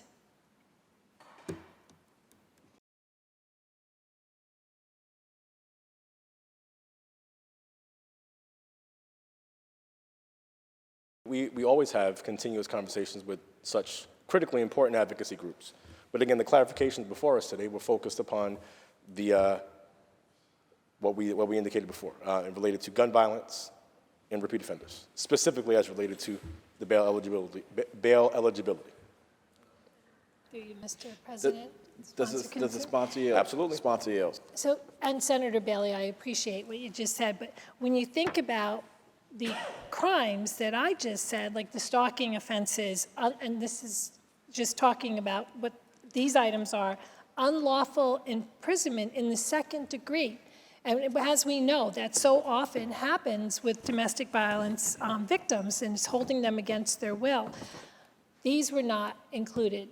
So they are not, domestic violence victims are not protected. And having conversations with a lot of domestic violence victims, these are very concerning to me.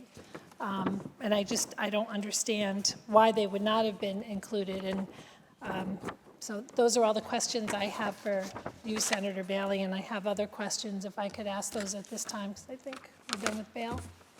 Is that okay? Sure. Okay. What Sorry. section? Thank you, Senator Bailey. What section? Through you, Mr. President, this is for SSI, for assisted living facilities.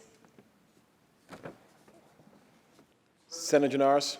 I understand, because we have to get Senator Krueger back out for that portion, but I do understand there are other members who have debate on this portion, so if it's okay, we're going to return to that. Great, thank you.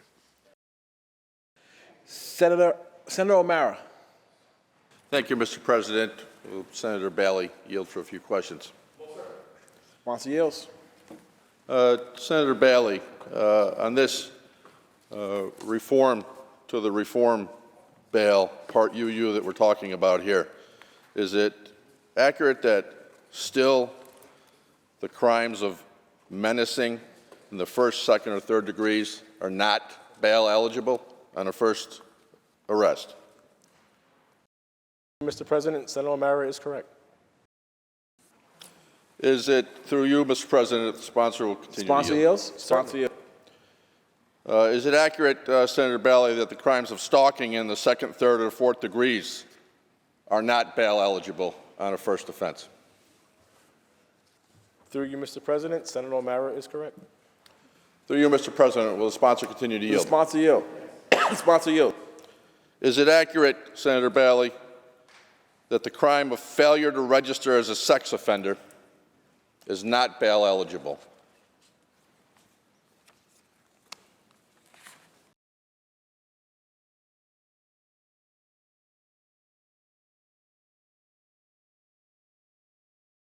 Depend on the level of registry, the sex offense registry level that the individual is at. Mr. President, Is the Senator sponsor continue to yield? yield. Sponsor yields. Just to clarify then, Senator Bailey, the failure to register as a sex offender level 1 or level 2 is not bail eligible, correct? Mr. President, Senator O'Mara is correct. Through you, Mr. President, the sponsor will yield? continue to yield. Sponsor yield? Yes. Is it accurate, Senator Bailey, that the crime of facilitating female genital mutilation is not bail eligible as a first offense?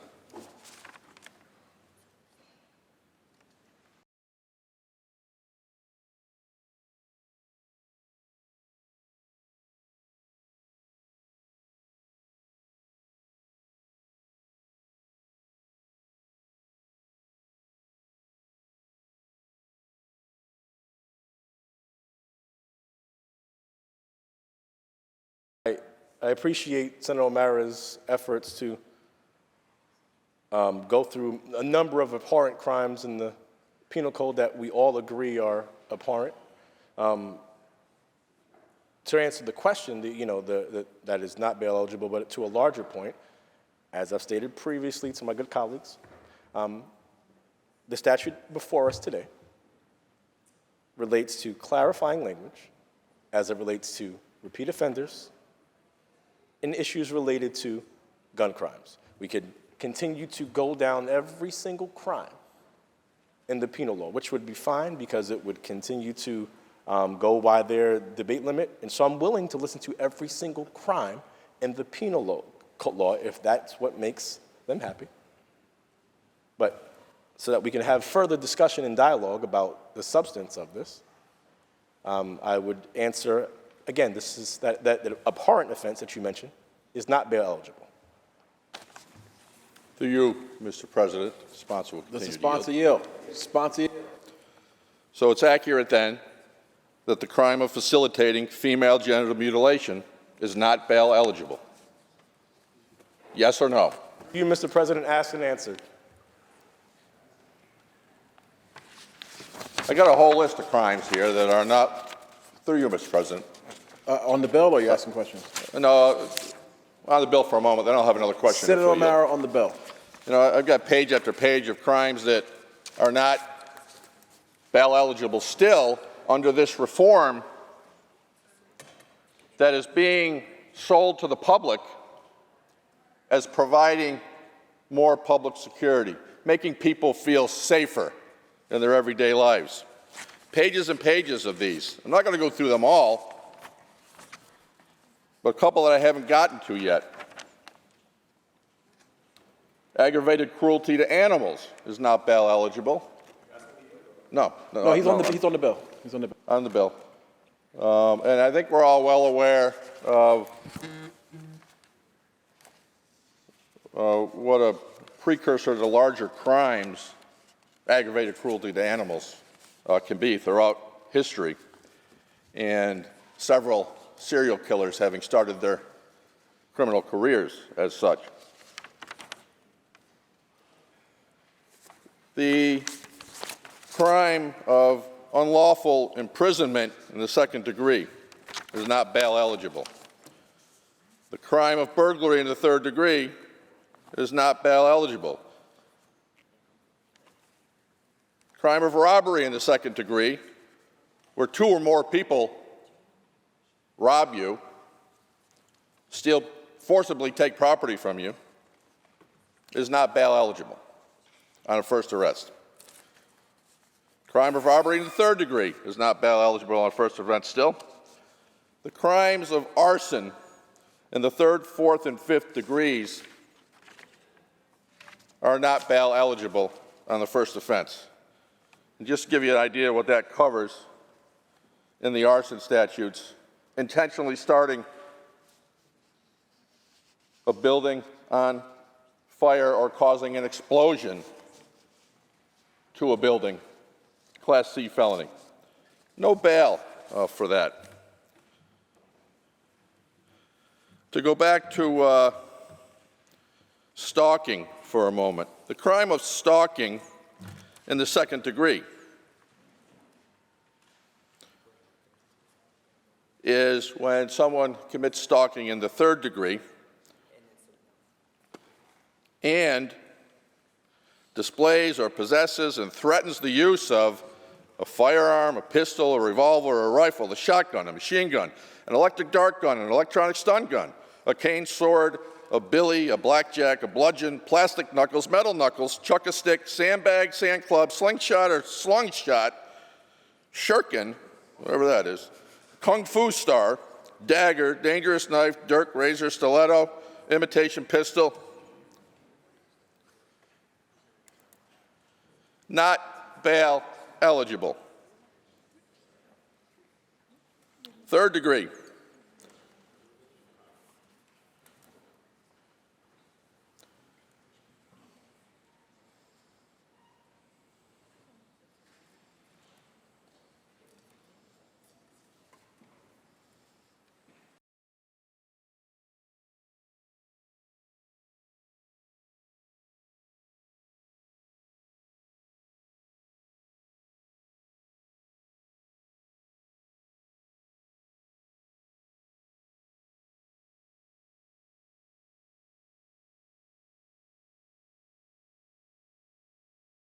To back up on the arson in the second degree that I described, threatening the use of all those weapons and stalking somebody. But to get there, you have to have committed a prior stalking within the preceding 10 years. Yet that is still not bail eligible under this so-called reform to make the public feel safe. This Part UU of this bill is a farce. It's a cover-up. It's doing nothing to protect New Yorkers from vicious criminals, to keep them off the streets, but they can go out, they have to commit it a second time for the judge to even consider putting bail on it. That's not what the public is expecting these reforms to be. So to sell it as anything else is just plain fraud. Thank you, Mr. President. Senator Stack. Thank you, Mr. President. I'm not sure if it would be Senator Bailey. I'd like to ask some questions about Part F, tuition assistance for Senator incarcerated Jannars. individuals. Mr. President, I think Senator Kruger will be addressing those. Okay, wonderful. Yield. You're off the hook. Yeah. You sponsor yields. Yes, I do. All right, thank you, Senator Kruger. Good evening. If I could, I'd like to start through you, Mr. President, with a broad question about Part F, tuition assistance program, changing education law to allow incarcerated individuals, or to most of my constituents back home, inmates, prison inmates, to receive tuition assistance. What is the purpose in New York State of incarcerating people? Purpose of incarceration? Sure. I believe it is both for rehabilitation and, in some circumstances, to keep people separated from the general public. So through you, if the sponsor... Sponsor yield? Yes, I do. Sponsor yield. So reform and provide public safety, would you add to that punishment or deterrence from criminal activity? I actually don't think I would use the term punishment. That's more of a moral action. Again, if it's deterrence in the sense that it is keeping people separated from the general public for some period of time. So you could say deterrence, I suppose. Does the sponsor yield? Yes. Sponsor yield. Thank you. Would you, or more importantly, do you think our constituents would consider providing taxpayer-funded college education as a purpose of incarceration, or just a happy byproduct? I think most citizens would be happy to see fewer people committing crimes, fewer people recommitting crimes, and the research shows that when you leave prison, if you have opportunities to move into the economy and get and keep work, you are far less likely to ever recidivize and return to prison. So I would actually think most people would think, they're in jail, we're paying for them to be there, for them to improve their skills, and their opportunities once they get out of prison is probably a good thing for society overall. Mr. President, through you, the sponsor would continue. Does the sponsor yield? Yes, I do. Sponsor yield. Thank you. Are you aware, Senator, of the cost per year per inmate in New York State system and in New York City system? Do you know what those two numbers are approximately? Someone from our corrections side to join me. One tap.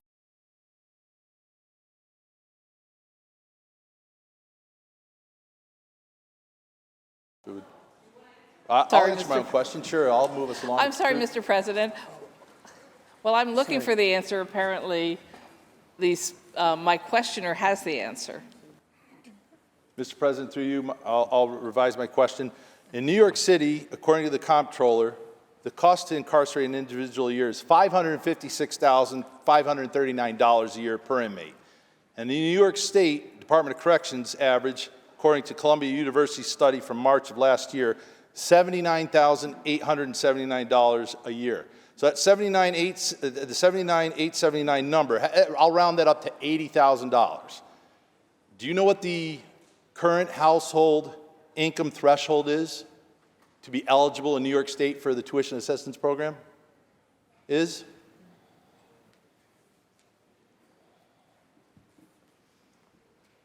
current maximum is $80,000. If you continue to yield. Does the sponsor yield? Yes. Sponsor yield. So the threshold for being eligible to receive TAP in New York State is $80,000, coincidentally, the same amount that it costs to incarcerate an individual. More than half of my constituents make less than household incomes of $80,000. Do you know when the last time that the TAP threshold was increased by the legislature? It's $80,000 right now.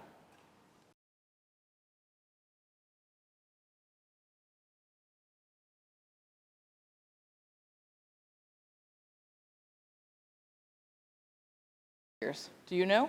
I do. Oh, I'm sorry, Mr. President, through you, if I might ask him to answer the question. Does the questioner yield? I'd be delighted to debate myself, Mr. President. I'm not an attorney. I've never been to law school, but I do know you never ask a question you don't know the answer to. Okay. Madam President, or Mr. President, the year 2000, 22 years ago, was the last time that threshold was adjusted. Now, in today's dollars, that's almost $132,000 a year, again, for a threshold for a family. Do you know the cost estimate? Sir, do you yield for another question? Yes, I do. Sorry, Sponsor yields. My apologies. I got you, don't worry. Thank you, appreciate that. Do you know the cost estimate for Part F to the taxpayer according to the Department of Budget? Do you know how much this is going to cost taxpayers to extend tuition assistance to incarcerated individuals? Capped at $5 million. This, through you, Mr. President, if the sponsor will continue to yield. The sponsor yield. Thank you. Sponsor yield. Thank you. Does this budget tonight, or maybe in a future bill, does it include any increase to the TAP threshold, or are we still at 80,000, the same as we were in 2000?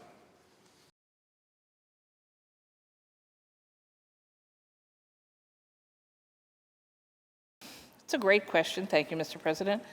We did try. We raised it to $110,000 in our one house, and through negotiations, we were not successful.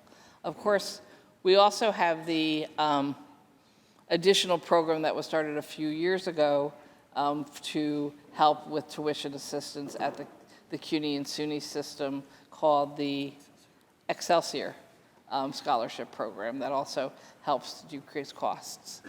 But no, so far, we have not been able to increase the TAP funding program. Although I would like to add, since I think it's relevant, for many years, my husband, a college professor, pointed out, instead of sending people to prison, we should send them to college. It's approximately the same price for a 4-year degree as 1 year in prison. Some will drop out, but a whole lot will get a college education and probably never need to go to prison. Through you, Mr. President, the sponsor continue to Does the yield. sponsor yield? Of course. Sponsor yields. One final question, but as an aside, I'm pretty sure my constituents wouldn't follow that logic train, but I understand your point. If there is no threshold income increase, but an expansion of eligibility to inmates, is it fair to say that you are prioritizing criminals over law-abiding New Yorkers who are already enrolled in our universities? We're not taking away any TAP from anyone because we are adding $5 million to the budget to help ensure that some number of people who are currently in our prison system can improve their educational skills while in prison, again, based on research and data, making it far less likely they will ever return to our prison system, saving the state of New York endless amounts of money. Mr. President. Senator Stack on the bill. Thank you, Senator Krueger, for your time. The advocacy groups that come to me asking for things on higher education, the one consistent thing that comes from all of them has been a desire to see tuition assistance program income thresholds increased. They have not been increased in 22 years. The kids that are graduating from college today, the last time that threshold was increased was the year they were born. And yet, coincidentally, as I pointed out in answering my own questions, that the income threshold, $80,000, happens to be almost the same number as the cost to incarcerate an individual. This is a funny happenstance, but it's another example of how the actions of this legislative majorities and our past executives over the years have, and most recently in recent years, since 2019, have prioritized the needs of criminals and those that are incarcerated, those that have taken from society. You have to, and we have made it harder in recent years, harder to earn your way into prison than ever before. If you're in prison today, you've had to do something awful in New York State to get there because we've legalized and decriminalized so much else.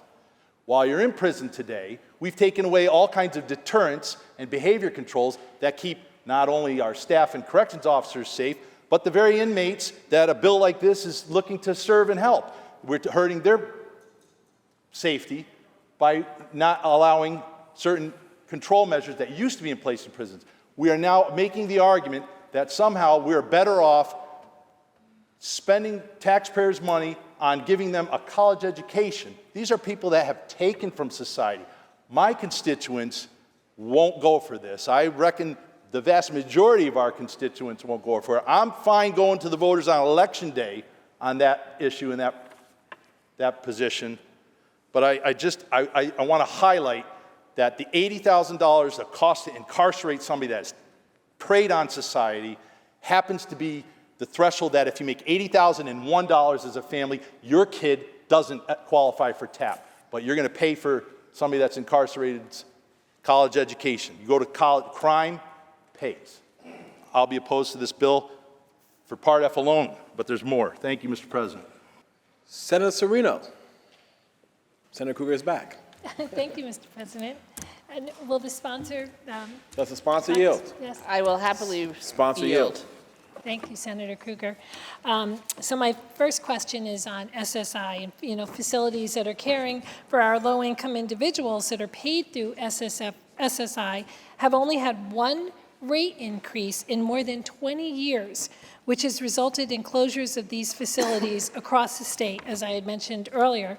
In the past, the Senate has championed legislation to phase in an increase to the SSI rate, which would help support some of our most vulnerable neighbors. So do you know, does the final budget contain any funding to increase this rate?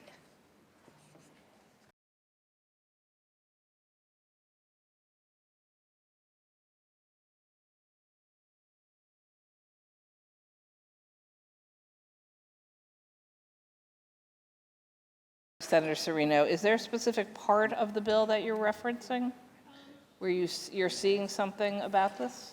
You know what? I don't remember which part it was for the assisted living facilities. Not in this bill? So not in this bill? Maybe it's the final budget bill. I'm sorry. that's okay. Overall. All right. Hello. Is there any section of the bill?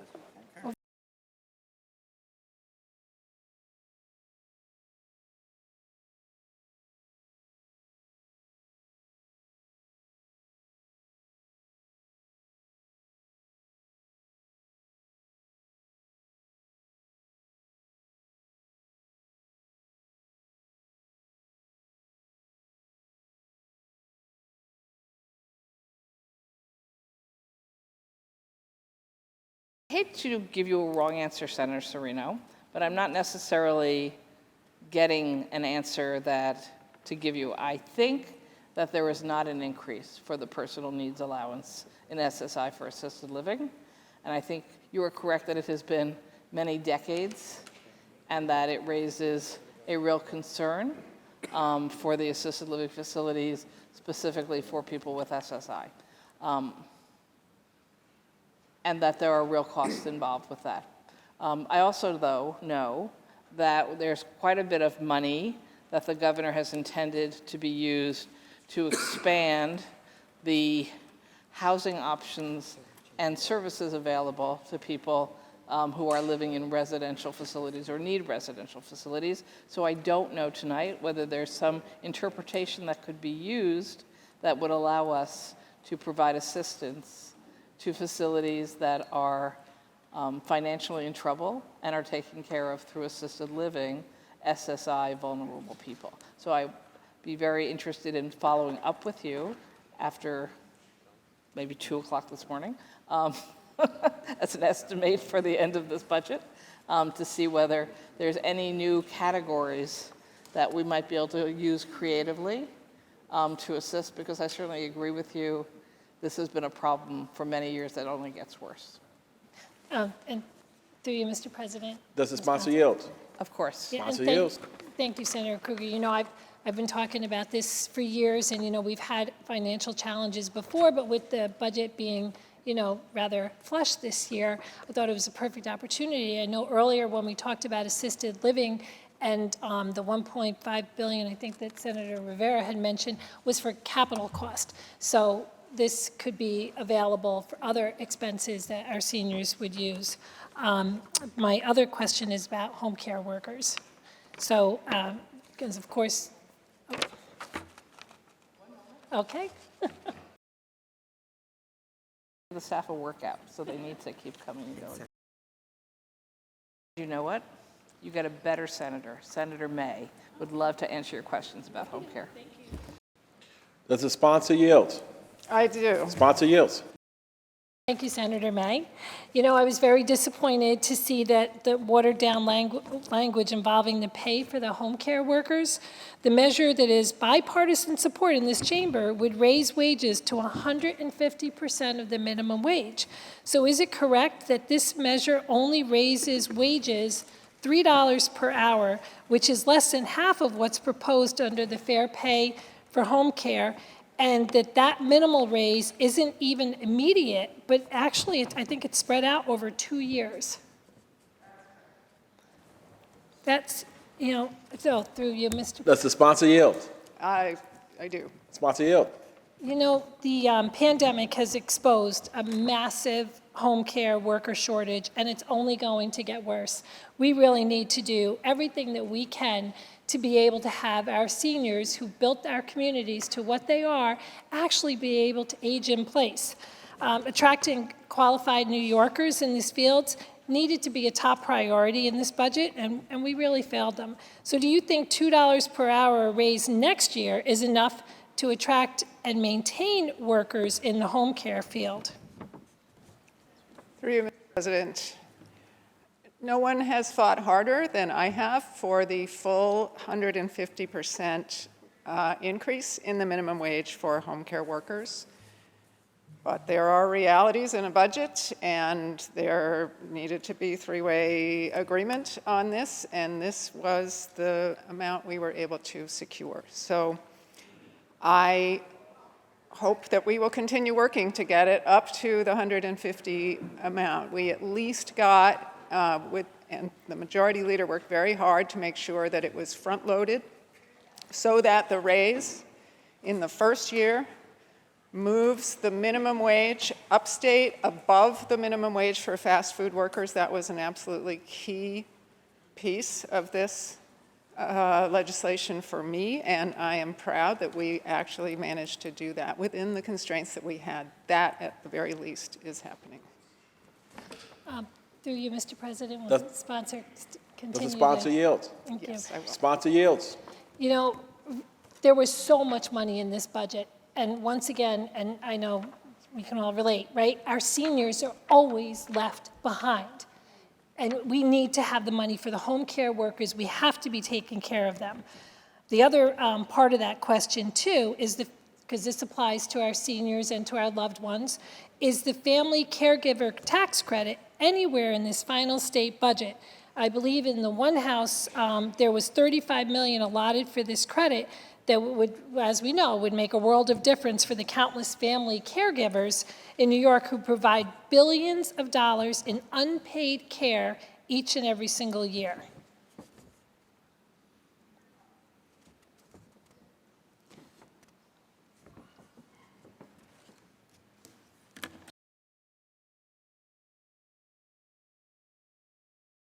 That is not in the budget.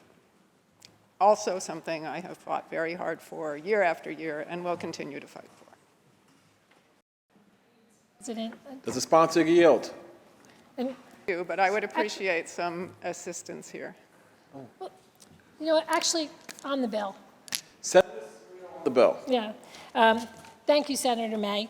You know, as I said, and I've talked about it all the time, our seniors are always left behind. Once again, you know, we have a perfect opportunity. We have our family caregivers. That care credit was so important. That's left out of this bill. You know, there are some good things, I admit, in the budget bill that I've advocated fiercely for, like school aid, of course, and long-awaited bonuses for healthcare workers. And I'm especially proud to see a long-awaited measure in here that would finally elevate our current Division of Veterans Affairs to a full-fledged administrative state agency, a move that will hopefully streamline and improve access to veterans services and programs. You know, this is something that veterans and many of all of our communities have pushed for, and that I am so proud to have co-sponsored. But unfortunately, despite these good measures, this bill falls short. It fails to include funding for critical programs that serve our most vulnerable, despite, as I've mentioned, a massive budget surplus. And most importantly, it fails to take the public safety concerns of so many New Yorkers seriously.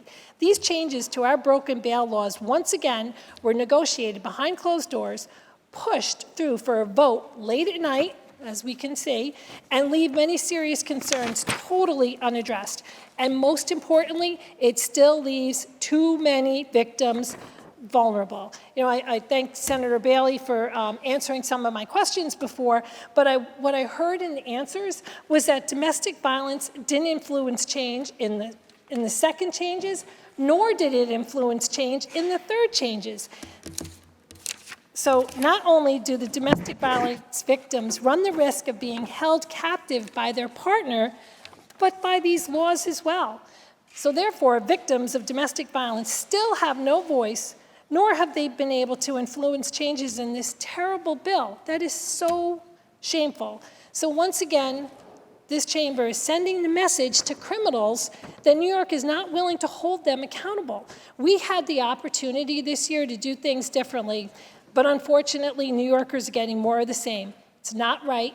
We can do better, and we absolutely must. I vote no, Mr. President. Thank you. Senator Martucci. Thank you, Mr. President. Will the sponsor yield?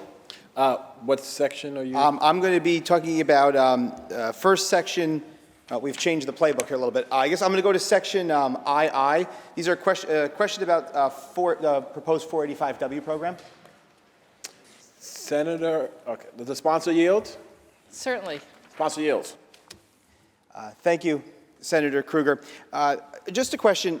So certainly from my perspective and the perspective of some of my colleagues, the 421A program, which is slated to expire, as you probably know, Governor Hochul in her executive budget proposal had made a proposal with respect to the 485W program. I see in the bill language that this program has been rejected, and I was wondering if perhaps the sponsor knew if or what other program potentially will be taken up in a later budget bill or maybe later on in the session outside of the scope of the budget that would be focused on creating affordable housing in New York City. So you're correct. There is no 421A in the budget. There is no replacement for it as originally proposed by the governor, which I believe was 485W. So that is also not anywhere to be found in the budget. And I think that most of the legislature believes that the creation of affordable housing is a crucial issue, although this is a New York City specific program because it's been funded by New York City property taxes. So speaking as a New York City resident, we recognize that affordable housing is crucial to our future. And we are very much interested in having conversations and coming up with a public policy that will translate into a justifiable cost benefit ratio. The 421A program, through research, has been shown to be unbelievably inefficient in creating any affordable housing. And recent reports show that as little as 51 units out of 8,000 built recently are actually affordable. So I don't think if someone said to you, give me money for 8,000 housing units and I'll build you 51 affordable, that you would put that very high up on your list of successful affordable programs. We in New York City certainly don't think it's successful, and we would love to come up with a better model. And I'd be very happy to talk to you about proposals you might have after the budget's done. Thank you, Mr. President. Will the sponsor yield for another question? Does the sponsor yield? Yes. Sponsor yields. Okay, so certainly thank you for your response, and we look forward to those conversations to come. So then maybe just a little bit more broadly, because it is clear that the legislature has rejected the governor's proposal, the 485W. What plan exists, maybe within the budget, since that's the bill that's before the House, that would be helpful in terms of helping create more affordable housing, since this was not included?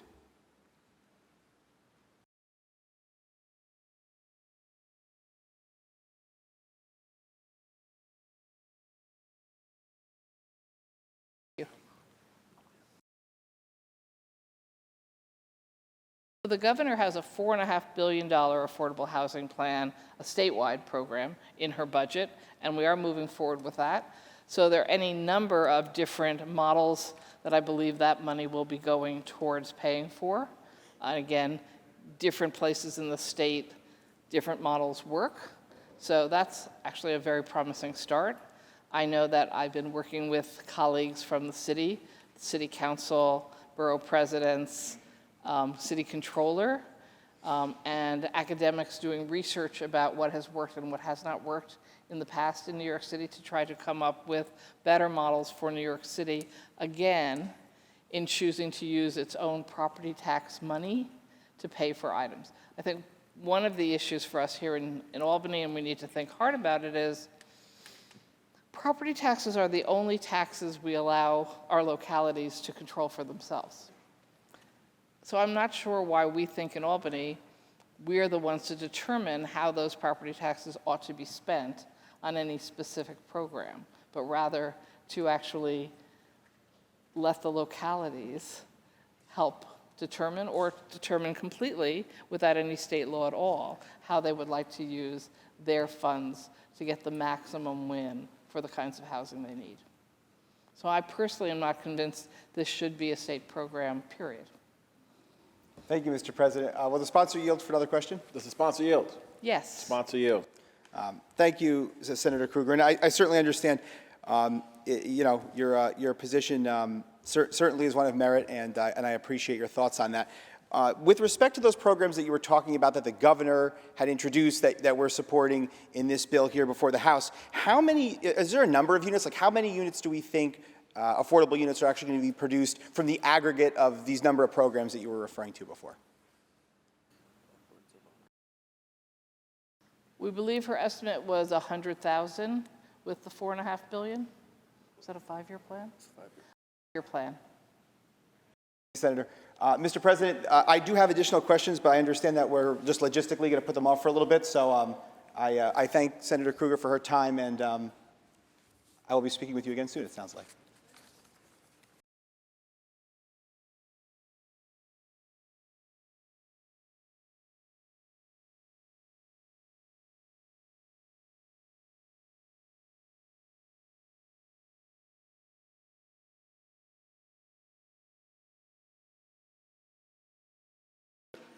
Senator Kennedy has arrived, so Senator Martucci can continue. She can, yeah.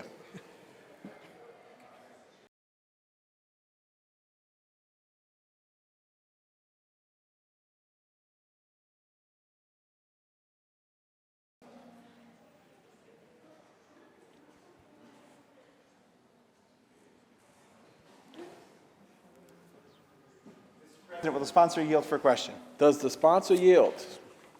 Yes, Mr. President, I Sponsor yield. yields. Good evening. My questions are with respect to Part YY, the transfer of the Buffalo Bills Stadium. So, Mr. President, through you, I noticed in reading the bill that's before the House that there's a proposal to transfer property, which is the Buffalo Bills Stadium, from Erie County to a corporation that's owned or will be owned by ESD. So effectively, we'll be translating that property over to the state of New York. And my question is, with respect to the ongoing cost of the maintenance and operation of this property, is there an estimated fiscal, a yearly cost to maintain this property once it becomes property of the state? Thank you, Mr. President.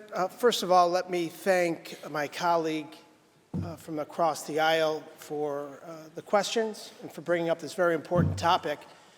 On the bill, Mr. President, let me just start by saying how important it is that we keep the Buffalo Bills in the great city of Buffalo in Western New York. The Buffalo Bills are a part of the fabric of who we are as a community, as a region, and as a state. And, I know we talk about our sports teams with great passion in this House and in our respective communities across the state, but I can tell you that there's no greater fans than the Buffalo Bills. And I will tell you there's no greater state for the Buffalo Bills to reside in than the great state of New York. And by the way, Mr. President, the only New York State football team, for those of you that are keeping score, is the Buffalo Bills.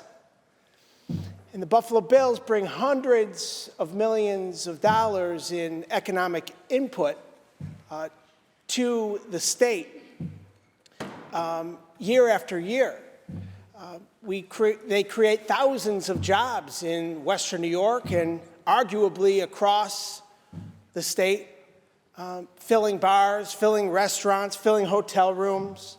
The income tax that's provided by the team alone, Mr. President, is over $20 million, upwards of $27 million, and rising, by the way, as the salary cap rises.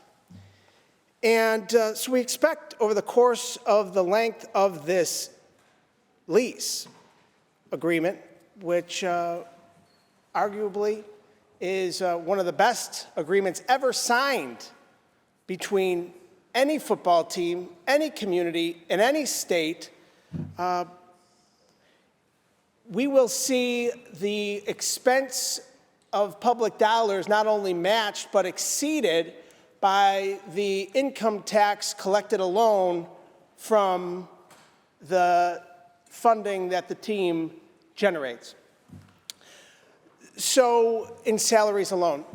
So, that's just for starters, Mr. President. The Buffalo Bills, the fabric of our community, the only team in the great state of New York, and a team that not only our community in Western New York can ill afford to lose, but this great state can ill afford to lose, must stay in Western New York. And because of that, the governor took it upon herself, along with the county executive in Erie County and the Great Buffalo Bills organization, which, by the way, for those of you that are paying attention, are on the rise. They had a great season. To put together an extraordinary deal for the taxpayers, not only in Western New York, but in New York State, and for those of us that are Bills fans. And I'm hoping, Mr. President, that my colleague across the aisle, who happens to be asking these questions, calls himself a Buffalo Bills fan, as they're the only team to play in this great state. Would my colleague across the aisle yield for a question? Mine first. Mr. President, thank you. I got to ask, there's a rumor going around that my colleague across the aisle is a New England Patriots fan. Is this true? Oh. So, Mr. President, I'll only answer if the sponsor yields and answers my question. The people.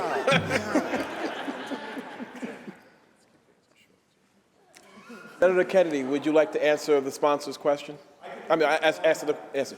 Repeat. Can you please repeat? It was a very long time ago. I will repeat it, Mr. President. You'll answer his question. He'll answer yours. Mr. President, but feel free.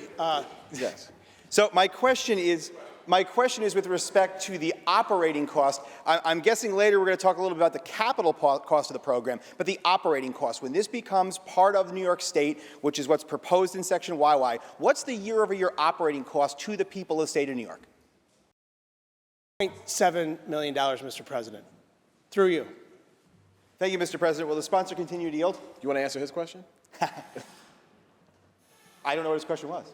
Mr. President, through you, Mr. President, what NFL team does my colleague across the aisle root for? Mr. President, through you, I'm certainly not a fan of Tom Brady, and that needs to be recorded in the record. I'm a Jets fan, Mr. President. Oh, for God. Through you, Mr. President, that explains a lot. But, Mr. President, I will yield. You yield. Sponsor yields. Thank you, Mr. President. So, with respect to the project as outlined, one of the things that Senator Kennedy mentioned was about the site and how important it is to keep the Buffalo Bills in Buffalo. How was this particular site selected for this project? Mr. President, look, and I'm trying to be nice to my colleague. The New Jersey Jets, I mean, the site was selected, Mr. President, through an ongoing process over a number of years, quite frankly. Studies were done by the local community. Studies were done by the Buffalo Bills.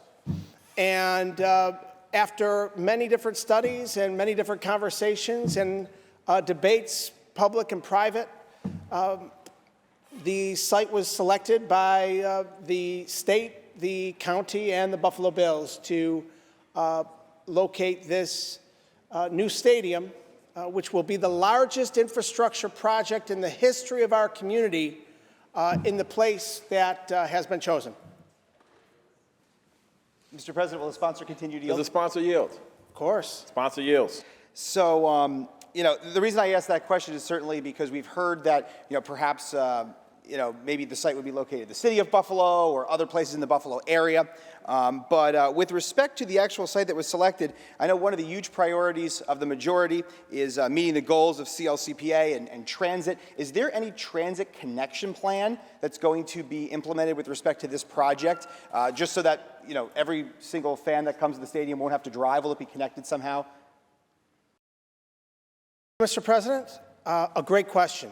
As a chair of transportation, I've actually been working with the chairwoman of the Erie County Legislature, April Baskin, the Buffalo Bills organization and Pagula Sports and Entertainment, as well as the Niagara Frontier Transportation Authority to put in place more accessible transportation through the planning process and ultimately being implemented to greater connect our Western New York community to this new stadium.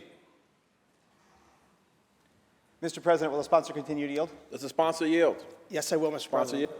Thank you, Senator Kennedy. Through you, Mr. President, Senator Kennedy was talking about some of the benefits of the program, proposed program, certainly economic benefits with respect to jobs and other economic activity in the region. Is there any other program connected to this proposed deal, like, say, for example, a community benefit agreement that would provide additional benefits given the large sum of public dollars that are being put into the program?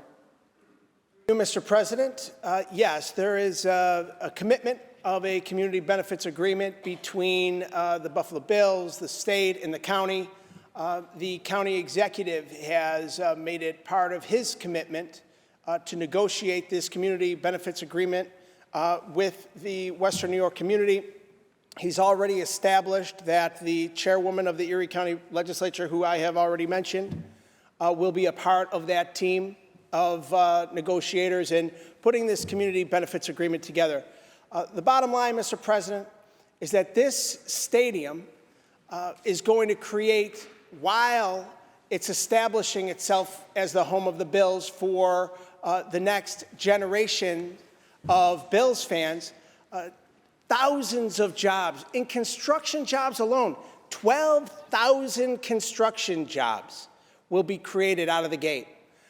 There is a commitment to make sure that there is diversity in hiring, that there is a creation of, again, more accessibility and more inclusion, as well as giving back to the community. Not to mention, let me just say this, because I think it's important to mention, we talk about the investment of the Buffalo Bills and the creation of jobs and the fabric of our community and ensuring that they're locked in for decades to come into Western New York. I think it's essential that we talk about where they've come from. Back in 1960, Ralph Wilson brought the Buffalo Bills to Buffalo. Before the NFL even existed, it was part of the AFL. And for 5 years, the Buffalo Bills played in the AFL. Ralph Wilson was a founding member of the NFL. Ralph Wilson died several years ago, and what he did is he put in place a system to which the Buffalo Bills had the best chance to stay in our community. And by setting up the foundation that ultimately negotiated the transfer to the new owners, the Pagula family, Terry and Kim Pagula, there was an establishment of a foundation, the Ralph C. Wilson Foundation. That foundation has committed to spending in our community and in the city of Detroit, where Ralph C. Wilson spent his childhood, $1 billion over the 20 years of the existence of that funding that was brought on by the purchase of the Bills from the Pagulas. In that commitment, that money has already been seeing the fruits of its labor take root. Right over on the waterfront, on the west side of Buffalo, is LaSalle Park. LaSalle Park is soon going to be called Ralph C. Wilson Jr. Park. $100 million transformation right in the heart of the city of Buffalo. right in the community of need. Not only that, Mr. President, but there's an investment in the youth of our community. And through the Ralph C. Wilson Foundation and the board that's chartered to spend this money that Ralph C. Wilson so generously gave to our community after his passing, and through his widow, Mary Wilson, and her team. They have ensured that the next generation of Buffalonians and Western New Yorkers are invested in. And so whether it's youth sports or inner city youth or capital investments, we have seen investment after investment from the Buffalo Bills take root. And so I'm very excited about where we're headed here, Mr. President. And with that, I'll open it up to any other questions my colleague has. Senator Gennaro. President, I want to remind my great colleague from Buffalo, I know he's got great enthusiasm on this issue in particular, but we are trying to get through the night, and we've agreed with the minority that our time speaking is not coming off of their time speaking. So brevity, everybody. Thank you, Senator. Just thank you for the courtesy. Senator, yes. okay, all right. Go ahead. President, he sounds like he was a wonderful man. I'll start by saying that. Certainly sounds like he was a wonderful man to Buffalo. But if the sponsor would continue to yield, I only have a few more questions. Does the sponsor yield? I will, Mr. Sponsor President. yields. Sponsor yields. Thank you. So, look, I think that one of the other questions I just have sort of just in general about this is, the last time that there was a stadium attempt here in New York, and maybe I'm a little sore about it because it was a Jets attempt, right? But it was back in 2005. Very famously, then Speaker Sheldon Silver blocked this project with the use of his appointee to the Public Authorities Control Board.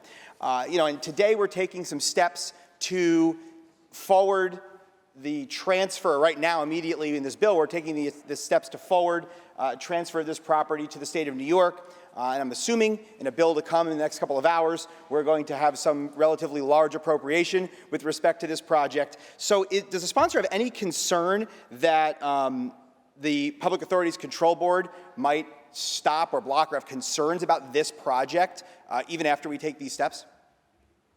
President, no.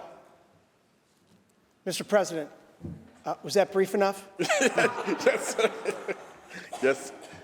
Yes, Senator Kennedy. That was a perfect answer. Thank you, Mr. President. Mr. President, if the sponsor will yield, I have just a couple more questions. Does the sponsor yield? Certainly. Sponsor yields. Okay. I'm trying to, I'm beginning to understand this deal because, as the sponsor is probably aware, we did not have the opportunity to review this in an executive budget proposal or in either one house. So we sort of knew what we knew about this deal from press releases, the news, what we heard about. Twitter was a great source of information on this project. One of the things that we see today is that the state is actually going to own this stadium. Are there any other models like this anywhere else in the country where a state owns an NFL stadium? Through you, Mr. President, I am personally unaware in this moment. However, what I do know is that not only in New York, but in other communities across the country, the public has played an integral role in ensuring that sports teams either stay in or are attracted to respective communities. And without the commitment that we are seeing today that was put in place with the leadership of Governor Hochul, County Executive Poloncarz, and the Buffalo Bills to ensure that the Bills Stadium is created in Western New York, and the Buffalo Bills stay in Buffalo. On September 1st, the Buffalo Bills organization has the ability to go speak to other cities according to the contract that they signed about a decade ago. That means that other cities and other states are going to be able to start bidding and whispering in their ears what those cities and those states will do to attract the Buffalo Bills to their community. We didn't want to lose the leverage of ensuring that the Bills stay in Buffalo. So the timing was absolutely perfect to get this deal done. I'm proud that this deal was sealed, and I'm excited that next year, when the Buffalo Bills win the Super Bowl, we're going to be celebrating in Buffalo and not some far-off, distant place, Mr. President. Thank you, Mr. President. Will the sponsor yield for a final question? Does the sponsor yield? Certainly. Sponsor yields. Thank you, Mr. President. Through you, and certainly I'll understand if the sponsor would prefer to answer this when we have the bill that contains the appropriation for the stadium in front of us. But if you're able to answer it now, that's perfectly fine as well. But we've been hearing a lot about what the public share is for the stadium, and there's been a lot of questions about the size of the public share with respect to the capital project. We're hearing a tremendous sum of money from the Seneca Nation. We're hearing about $250 million from the county, Erie County, where you call home, and then we're hearing about some additional state money glued together. So could you outline the capital funding structure of this deal, the use of the public dollars in the project? Yes, Mr. President, I would be thrilled to outline the capital portion of this budget during the capital conversation of this budget. Mr. President, understood and fair enough, so we'll talk about that later. On the bill. Senator Martucci on the bill. First of all, I want to thank my colleague, Senator Kennedy, for answering my questions and giving me a history lesson on Russell Wilson, who sounded like an amazing person to Buffalo and certainly a great New Yorker. But, look, Mr. President, of course we want to keep the Bills here in the state of New York.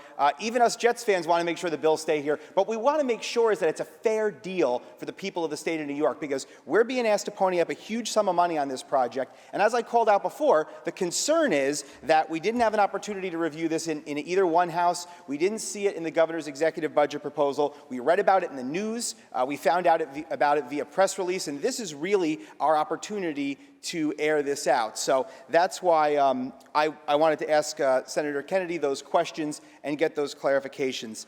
But again, like I said, this is certainly not about not wanting the Bills. This is about making sure we deliver a fair deal for the people of the state of New York. One of my colleagues said it before, is that there are realities in the budget, and hard decisions have to be made in the budget. And again, my concern is just making sure that we look at the realities of this project, and we're making sure that we're using public dollars in an appropriate way, as we always should be. Thank you, Mr. President. Senator Tedisco. Thank you, Mr. President. With the senator yield. Does the sponsor yield? Absolutely. Sponsor yields. Questions. Thank you, Senator, very much. Senator, before I ask you just a couple questions, because I know we got to be a little bit quicker. We're getting into the midnight hours here.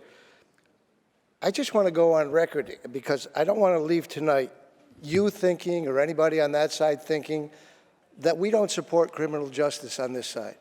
We do. And I think you do. And I think all of us in this room do. But we have a different concept of what leads to that. We support a just, equitable, fair system for alleged perpetrators and certainly for the victims. And as you're reflective over there, I hear what you're saying, because your constituents... Senator Tedisco, are you on the bill, or are you asking a question? Yes, I'm going to ask him a question. Wait, no. Are you on the bill, or not both? It's one or the other. Are you on the bill or asking a question? I'm asking a question. Okay. Yep. Okay, all right. And leading to my question about you and I and everybody else wanting to have a good criminal justice system, we have a different concept of it.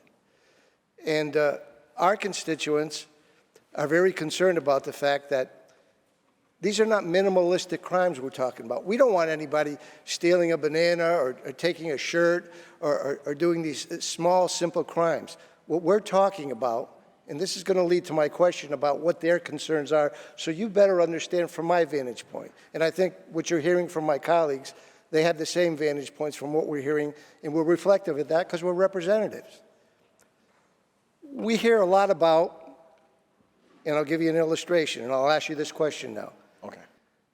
Senator, there are these individuals who have committed very serious violent crimes in the past, okay? Maybe a violent robbery where someone was seriously injured, or a burglary, or a mugging, or even a murder. And then they ask us, when they go before the judge, why can't the judge consider, and maybe it's in this third generation of what you're doing in terms of reform. Why can't the judge consider the violence that took place in the past when it's some of these, as Senator O'Meara said, he's given you a pretty good list. Let's face it, when you knock down an old lady and take her pocketbook, I think you'll agree that's a violent crime. But you probably can get released for that, I would imagine.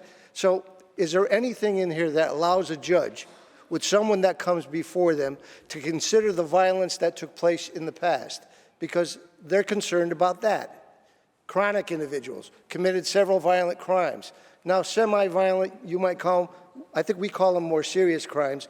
Is there any consideration from that in this so-called criminal justice cash bail adjustment? Mr. President, Senator Tedisco mentioned in his question the notion of violent felonies. Violent felonies are currently bail eligible, depending on the nature of the offense, and they would remain bail eligible depending on the nature of the offense. But I'd like to point out, and Senator Tedisco and all of our good colleagues on the other side of the aisle, that and you spoke about this, I think it's the perfect time to illustrate that the American justice system is based upon and predicated upon the presumption of innocence until proven guilty. When I hear crimes enumerated and whether they're bail eligible or not, the last I checked, that bail does not automatically lead to a conviction. The last I checked, and the accusations are not dispositive of convictions. So to answer the initial question, it would depend on the nature of the offense, and they have been considered, but based upon the repeat offender language, considered in this new iteration, as you refer to, Part 3, as you said, of this legislation. Would the gentleman yield? So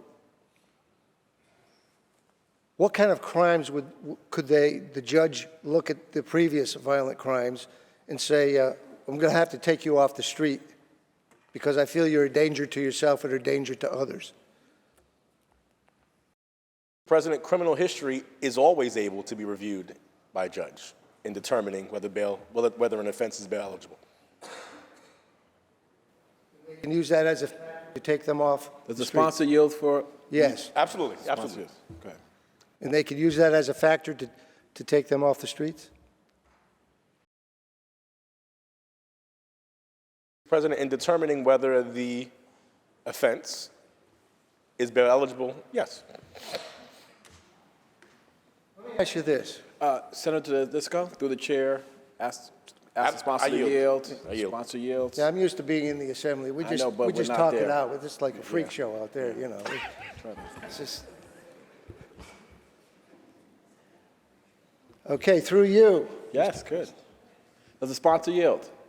What also they don't understand is we've given individuals the opportunity. I know they're alleged in terms of their crimes. They come before the judge, and certainly judges have told us, you know, sure, I felt this person was a danger to himself or herself or others, but I couldn't take them off the streets, cash bail type of thing, so I had to let them go. What my constituents don't understand, when they run and they don't show up, they've been given one chance, one bite at the apple, okay? And then our law enforcement, who have arrested them once, has to go chase them down and arrest them again. And while they're doing that, Senator, there are other serious crimes taking place. The suggestion in your deal is that these are not serious crimes, so, you know, they come back. And then what happens when they come back, it seems as though they're doing double taxpayer dollars to get them, bring them back. Serious crimes are taking place. We're using our men and women power, taxpayers' dollars to arrest them again. And it seems as though they're also letting go again, maybe, a second time when they come back. And then again, we don't give the judge discretion to say, we gave you one bite at the apple, and you didn't come back for justice. At some point, they've got to go before the court, even though they're alleged to have committed this crime. They haven't shown up to face the justice system. And that's their concern. Is there any change in this thing for that? Through you, Mr. President, I was able to glean that the question is related to an individual, an accused individual's rate of return to court. Would that be accurate, Senator Tedisco? I just want to... Sure. Allege, okay. So... broken the law when they didn't show up, even though they were alleged. They were supposed to show up, given the ticket.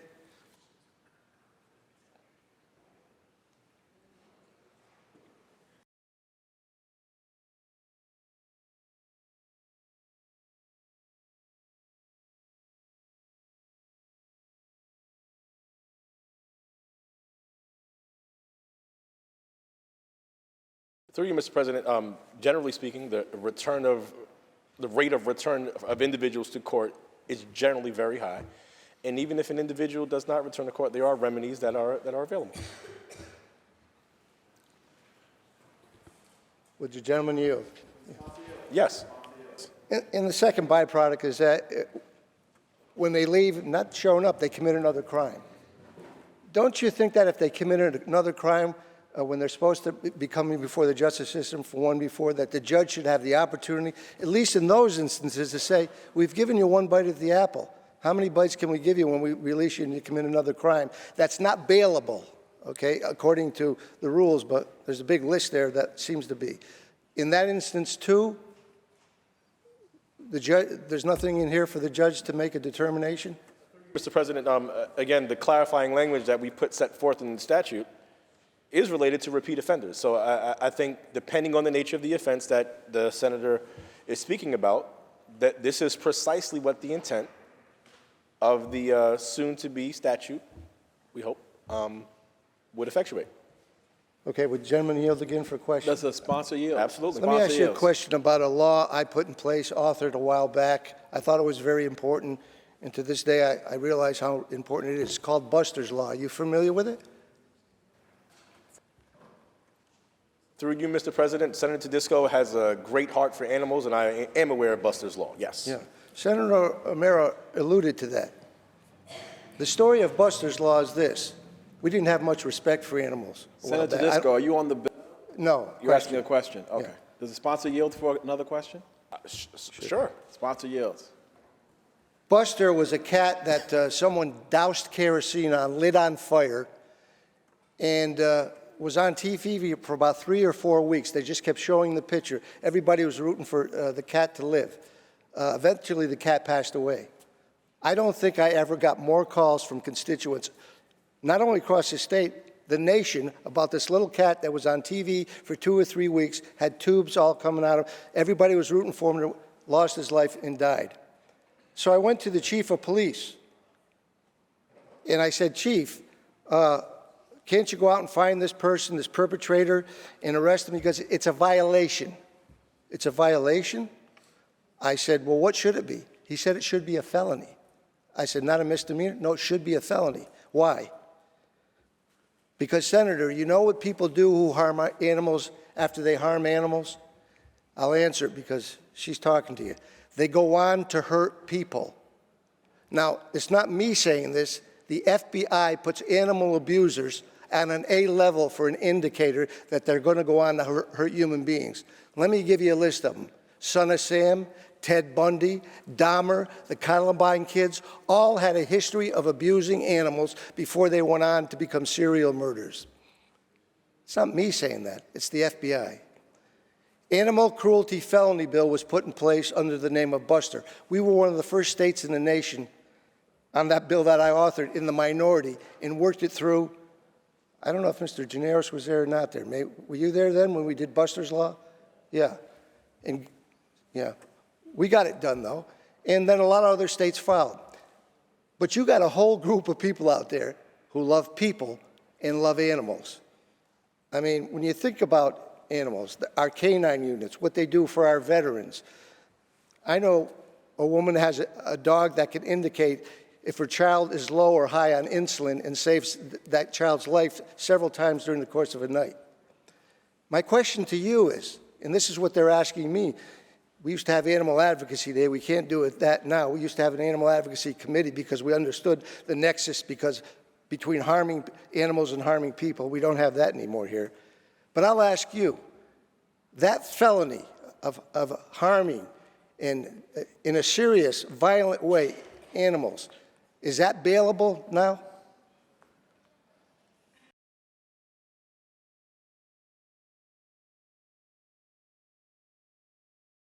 Through Through you, Mr. President.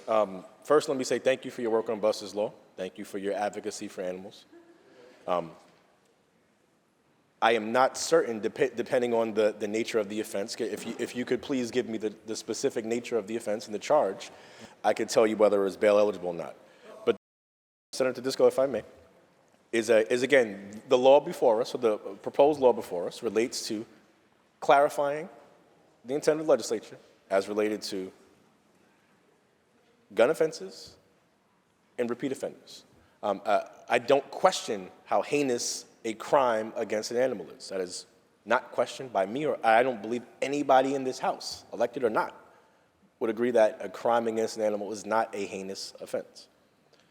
But I would say is that under what we have contemplated on this specific piece of legislation, it relates to, again, repeat offenders, because that's been a question, and gun charges. So, and again, but to answer your initial question, if you would be able to provide the specific nature of the offense. Well, the offense is you got charged with Buster's Law, animal cruelty felony. You're charged with animal cruelty felony. Charged with animal cruelty felony under Buster's Law. That's not bailable if you're brought before a judge. Of animal cruelty eligible, and the offense that Senator Disco mentioned would not be eligible for bail. Senator, I appreciate you taking the time to answer those questions. On the bill. Senator Tedisco on the bill. Look, we had a governor who is gone now, thankfully, who totally lacked transparency and was very supportive of this, signed this bill.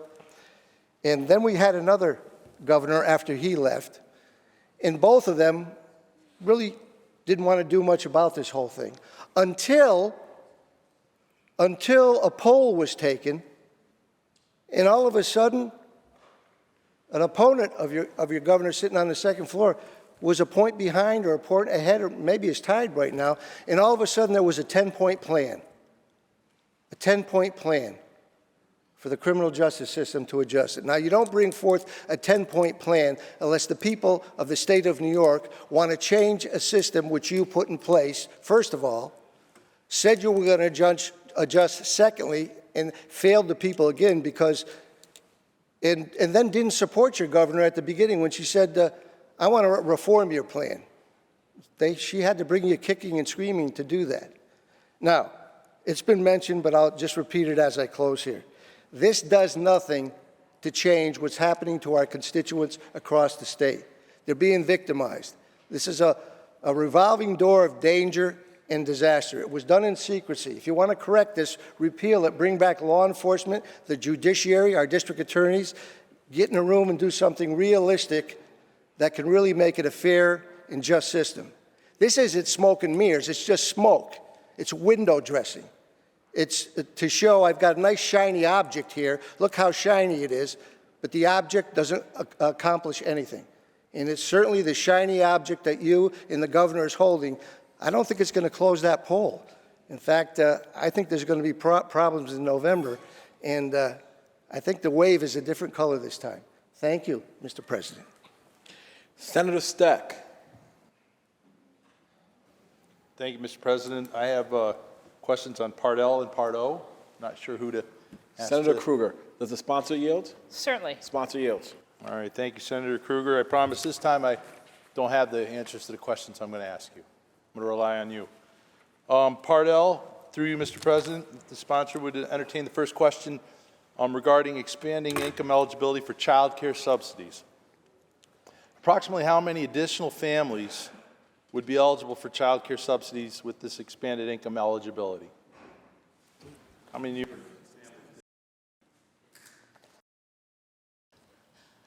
We believe 396,000 children will be eligible. 96 additional children? Or? An additional 396,000 children. Thank you. Mr. President, through you, the sponsor would yield. Does the sponsor yield? Yes. Sponsor yields. Okay, great. While this provision increases eligibility to serve an additional 396 children, which is good news, what plan is there to increase child care workers or centers to meet the increased need for child care?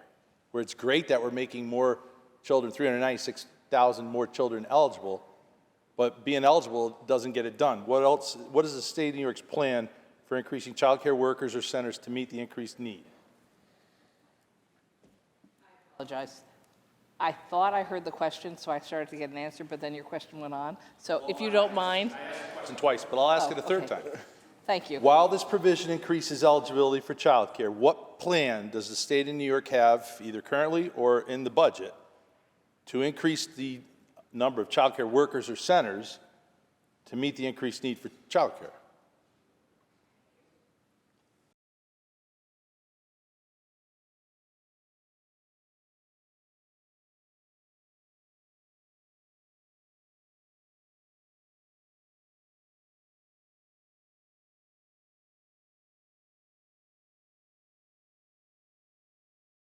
Between last year's budget and this year's budget, we're putting in a total of $150 million more dollars to expand capacity of child care centers in the state.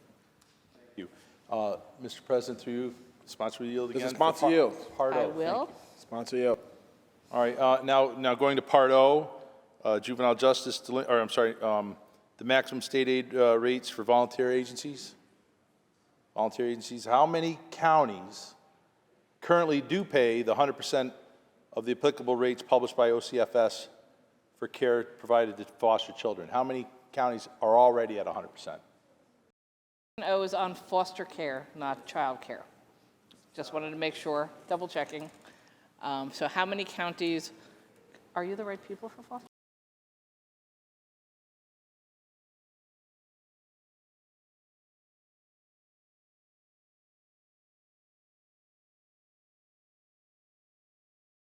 I'm afraid we don't know how many counties have 100% coverage. If through you, is this another one of those questions as a lawyer you know the I answer told you to? I didn't know. Okay. I wasn't kidding. We'll have to get back to you on that one. All right, Mr. President, through you, the sponsor yield. Does the sponsor yield? Yes, All right, of but course. You'll see Sponsor now yields. where I'm heading, though.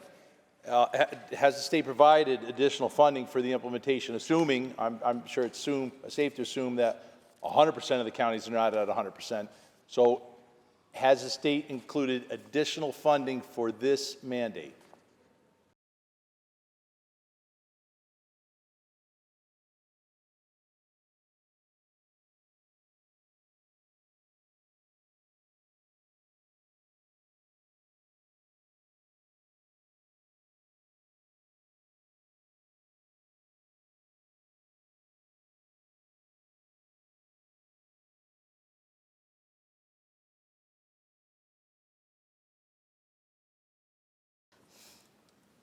So no, the state doesn't have any additional funds, but it's not a mandate to get to 100% immediately. There's a phase-in over a period of time.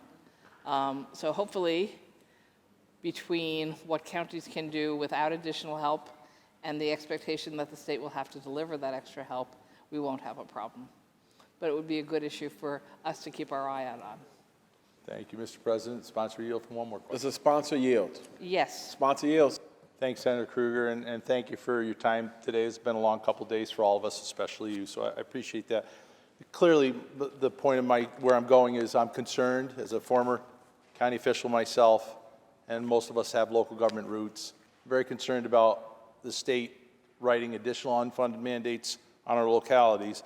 Do you know what the approximate cost to counties might be to implement and become fully up to the 100% mandate that we're putting in tonight? Understanding that we've got a phase-in period, and maybe a future budget might address this, but do you have an idea what the size of that mandate is?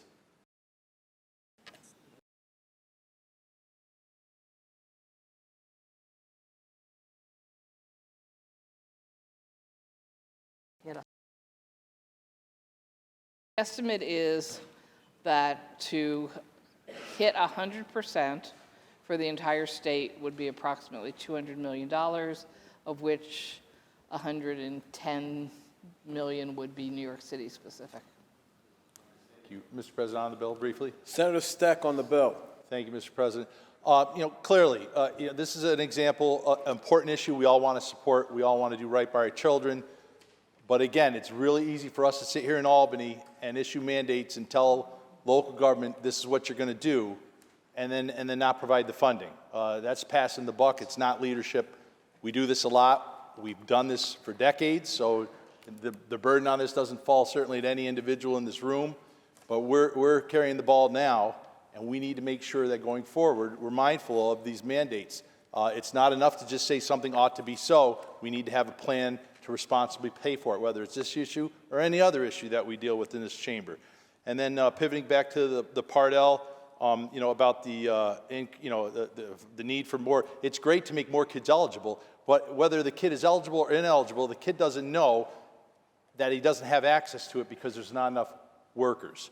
And there's a lot that we can be doing to help our child care situation by facilitating entry into the business of providing child care. An ombudsman's program or a program that the state could take on to facilitate the process of the bureaucracy. Most people that get into child care do it because they're passionate about kids and they want to help kids and they want to raise kids and they want to help raise kids, but they're not bureaucrats, they're not all accountants, they're not all safety experts, and there are so many well-intended barriers to entry into that line of work placed on them through bureaucracies like those that we oversee that are deterring people, good people, from wanting to get into this line of work. So perhaps a good investment in the future would be to provide a way to streamline it, because we still want them to all have a safe environment. We don't want to just not regulate it and then have a tragedy happen. That's the furthest thing that we want. But there should be a way for us to streamline this so that we can pair up more kids with willing child care providers so that we're doing right by our kids. It's not enough to just throw money at a problem. Sometimes we got to come up with innovative solutions. So that's the purpose of my two questions on these two areas today. It's an area I think we generally agree on, but we need to look one or two steps down the board and come up with some more detail behind that to make sure that it works and we're not just throwing money at a problem. Thank you, Mr. President. Okay. Debate is now closed. The Secretary will ring the bell. Read the last section. Section 3, this action will take effect immediately. Call the roll. Addabbo, Gianaris, Kruger, Ort, Stewart, Cousins, White. Senator Brisport to explain his vote.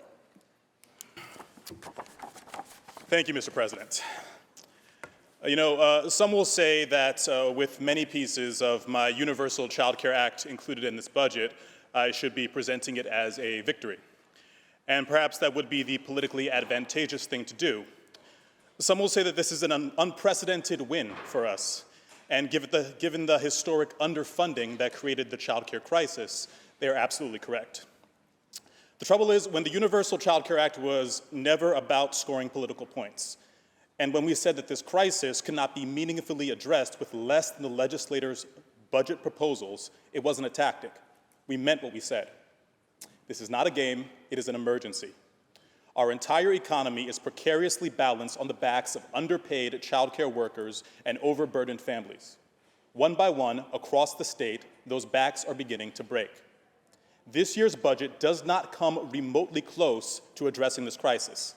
That is why the governor is working so hard to mislead the public with half-truths and empty platitudes after actively negotiating against child care funding. As if this were not bad enough, she has also chosen to explicitly exclude undocumented children, and she has packaged this shamefully inadequate child care investment with a disgusting rollback to civil rights at the 11th hour. This bill not only fails all of New York's children and families, it actively reinforces mass incarceration. If the governor thinks she can call it a day on child care, she is deeply mistaken. Throughout my 10-week child care listening tour across all of New York State, parents and child care workers were perfectly clear. Settling is not an option. This fight is a matter of survival for their families, for their communities, and for the entire child care sector. I stand with them today as I vote nay on this bill, and I will stand with them tomorrow as we renew the fight for universal child care in New York. Thank you. Senator Brisport to be recorded in the negative. Senator Jackson to explain his vote. Thank you, Mr. President. My colleagues, I rise after many days of intense negotiations, and in good faith, we are called to vote today on a budget that invests in the future of our state. However, this isn't called the big ugly for nothing. It's a cruel irony that this bill includes investments in one of the things that I hold to be the most fundamental in addressing public safety and inequities, and that is education. while also making changes to criminal justice that slides us back to a culture of discriminatory practices that has caused long-term damages in our community. So here we are, Mr. President, deciding on whether or not to vote on a bill that acknowledges the importance of investing in education, workforce, and family, while considering last-minute proposals provided by the executive that are based on fear, not on the needs for access for mental health support and interventions, dignified and deeply affordable housing, and health care. Not to mention the absurd, irresponsible, and terrible deal with a billionaire who is more than capable of paying for this stadium without state funds. On behalf of the children of New York State, I thank you for the continued phase-in of foundation aid to support all schools in providing students their constitutional right to a sound basic education. I now look forward to another cause to walk 150 miles. In providing the long overdue funding, we have to go further by creating accountability to those dollars and accomplish what the evidence says works, and that is reducing class size. I look forward to discussing with my colleagues, Senator John Liu and Shelley Mayer, my bill on updating the language in the Contract for Excellence, and I am happy to see that for the first time in a very, very long time, mayoral control is no longer a political tool used in the budgetary process. We took it out of the budget and can now have thoughtful conversations with all stakeholders, many of whom we heard from in the hearing held earlier this year by my colleague John Liu. I proudly sponsored a Turn on the Cap, S4464, to repeal the ban preventing people who are incarcerated from receiving tuition assistance, providing college opportunity by restoring TAP awards for incarcerated people is critical for their future and the betterment of our society. It helps reduce recidivism and offers the dignity and opportunities to gain employment and productive life after incarceration. It is the kind of investment that makes sense, and I thank all the parties involved, including the advocates, for making this happen. But today, Mr. President, we continue to address New York's workforce development and infrastructure needs by needs to be more just and compassionate.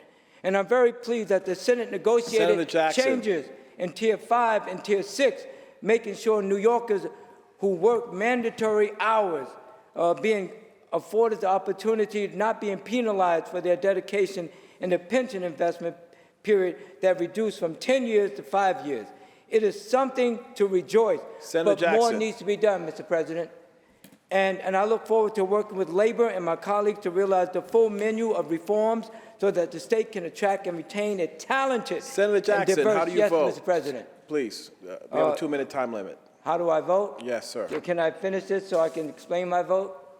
So you can explain your vote. You wasn't explaining your Senator Jackson. Okay, let me just put these 2 pages down. I come to the last page, Mr. President. I just put it down. There's a great deal of good in this bill, undermined by the bad process that forces poor billionaires deals and policy changes that have nothing to do with making our life safe. And I thank the Majority Leader, Andrew Stewart-Cousins, the Deputy Majority Leader, Senator Gianaris, my colleagues, and all of the staff for their hard work. I vote aye for the good, with the hope that we can come together as a state in unity to raise up all New York. Senator Jackson, to be recorded in the affirmative.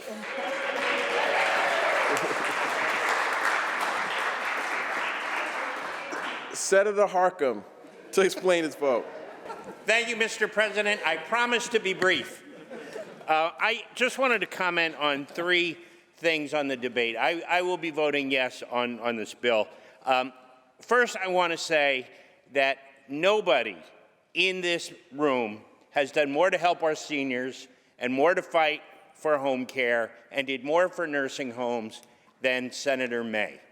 And I just want to comment that when we hear remarks, and we heard them earlier, it had to do with the COLA, that when folks who are in the minority, who used to be in the majority, and presided with the former governor over 10 years of disinvestment in the human services sector, and then criticizes the folks who are trying to reinvest, to me that's just cynical politics. That's point 1. Point number 2, on a happy note. I want to thank Senator Mayer. I want to thank Senator Lieu. I want to thank Senator Stavisky. I want to thank Senator Jackson and our leadership with the Majority Leader Andrea Stewart-Cousins. When we became the majority, it was our joint pledge to restore foundation aid, and education was our #1 issue. And this budget advances foundation aid, it advances pre-K, it advances child care, and we are continuing to make those observations. Finally, I want to thank Senator Bailey for his courageous work in a very, very complex field. I want to just put a couple of facts on the record. I'm not here to debate criminal justice reform. We hear the NYPD cited quite frequently as the bellwether of information. A lot of NYPD members in my district, I have the highest regard for them. However, their own statistics show they solve less than 30% of serious crime in New York City. So it doesn't matter whether we're talking about bail or remand if we are not catching the perpetrators of violent crime, if they know they have a 70% chance of going free. I think that's something that we should be talking about. Point number 2, bail versus remand. When the commissioner of DCJS testified at the budget hearing, her figures were more people out on bail reoffend than people out on remand reoffend. Those are DCJS numbers, 30% to 20%. So let's look in the case of New York recently, where a woman pushed an old vocal teacher to the sidewalk to her death. She was freed on $500,000 bail because her mother put up the bond. Are we safer because she is out on bail and someone who might have done something similar is not? Senator Harkin. I will finish in one moment. Last point, Mr. President. I want to talk about what makes neighborhoods safe. I have, if you look at the FBI statistics, some of the safest communities in the nation in my district. And it's not because they over-police black and brown communities. It's they have good institutions, great schools with robust after-school programs, access to great health care, to jobs, to transportation. And those are the things that we should be focusing on in every community so we have the holistic foundations for success and safe communities. I vote aye. Thank you. Senator Harkin, to be recorded in the affirmative. Yes, sir. Implore my colleagues, please. It's 10:30 p.m. We have 3 more bills to go. We have a 2-minute limit on vote explanations. Let's stick to it. And, Mr. President, please enforce the rule. Will do. Senator May to explain her vote. Thank you, Mr. President. Short. Over the last year, I have had the privilege of working hand in hand with the Caring Majority, a diverse, beautiful coalition of people who dedicated months of their lives to the struggle for fair pay for home care. Coming to Albany, visiting their legislators, attending rallies, telling their stories, skilled home care workers explaining how they love their jobs but can't afford to feed their own kids or buy health insurance on minimum wage. People who depend on care, who literally live with the fear that they won't be able to get out of bed in the morning because they can't find caregivers. Family members whose love has lit up the Capitol as they advocated for spouses, parents, or children who just want to live independent, dignified lives.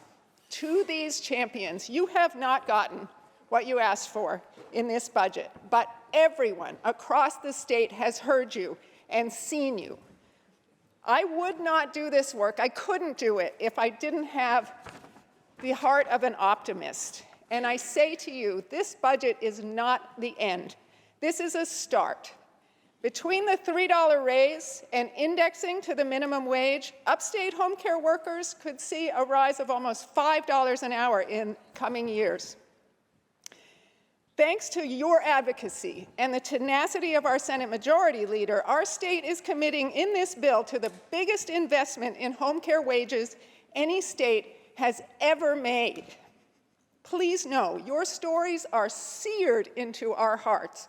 We will not forget them. You have taught us to move forward with love, no matter the barriers. Mr. President, I vote aye, but please tell the governor we will keep fighting until we achieve true fair pay for home care. Thank you. Senator May to be recorded in the affirmative. Senator Biaggi to explain her vote. Thank you, Mr. President. In the wake of our former executive's unethical behavior and a much-needed change in executive leadership, today's opportunity to establish a new ethics body that can finally turn the page on the endemic corruption in New York State government unfortunately misses the mark.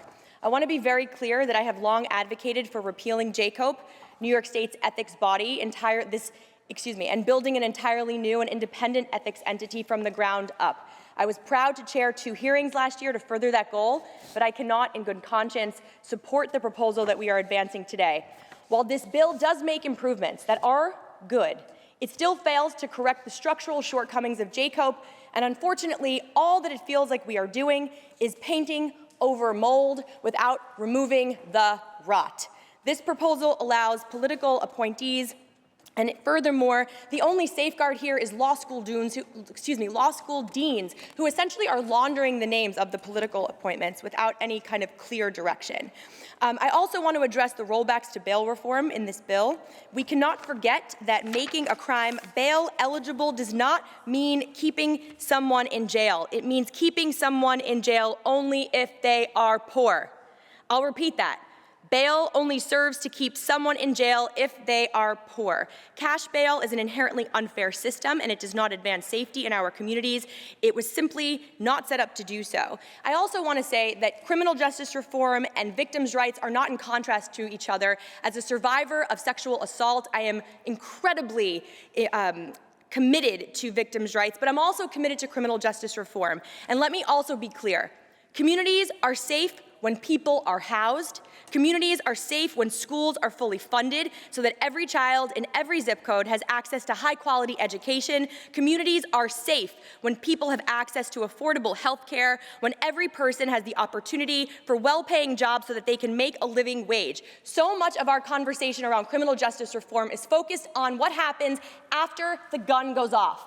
Let's be real and focus on what happens before the gun goes off, because the reality is that the only way that our communities will truly be safe is by investing in them to make sure that every human being, not just in New York, but in this entire country, is actually able to have a life that is one with dignity. Yes, I vote in the negative, and I will just finally say that instead of investing in our communities, our governor also insisted on handing out corporate welfare to the 5th highest paid owner in the NFL, and I firmly oppose that. Thank you very much. Thank you. Senator Biaggi to be recorded in the negative. Senator Salazar to explain her vote. Thank you, Mr. President. There is a great deal of policy in this budget that I fully support, and in this bill as well. And I thank the staff and the leader of our conference for their unrelenting work to secure investments in public education, in workforce development, in childcare, and much more. But I cannot vote for this bill, primarily because I cannot accept an expansion of the criminalization of poverty. In 2019, we passed changes to the law that have had a profound positive impact in the lives of countless New Yorkers, particularly in my district, and eliminated some of the racially discriminatory practices in our legal system. There is no evidence or data that supports any claim that bail reform has led in any way to or been connected to a rise in crime.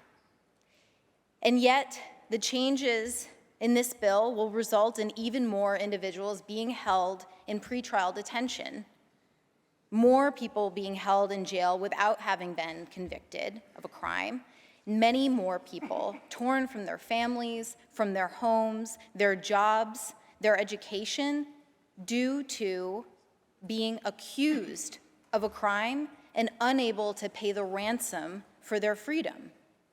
We cannot legislate based on reactionary scare tactics, and for that reason, I vote in the negative. Senator Salazar to be recorded in the negative. Senator Bailey to explain his vote. Thank you, Mr. President. I'd like to thank my colleagues on the other side of the aisle for a spirited debate. The reason I want to thank them is because of a word called credibility. You are all credible in your districts, otherwise you wouldn't be here. It is incumbent upon credible people to notify those who trust them, to tell them the truth. We've spoken about a number of offenses, about being bail eligible, as if that means that someone is guilty. Has anyone in this room been accused of something that they didn't do? I dare to venture yes. Should we say that you are that thing that you were accused of without fair due process? I dare to say no.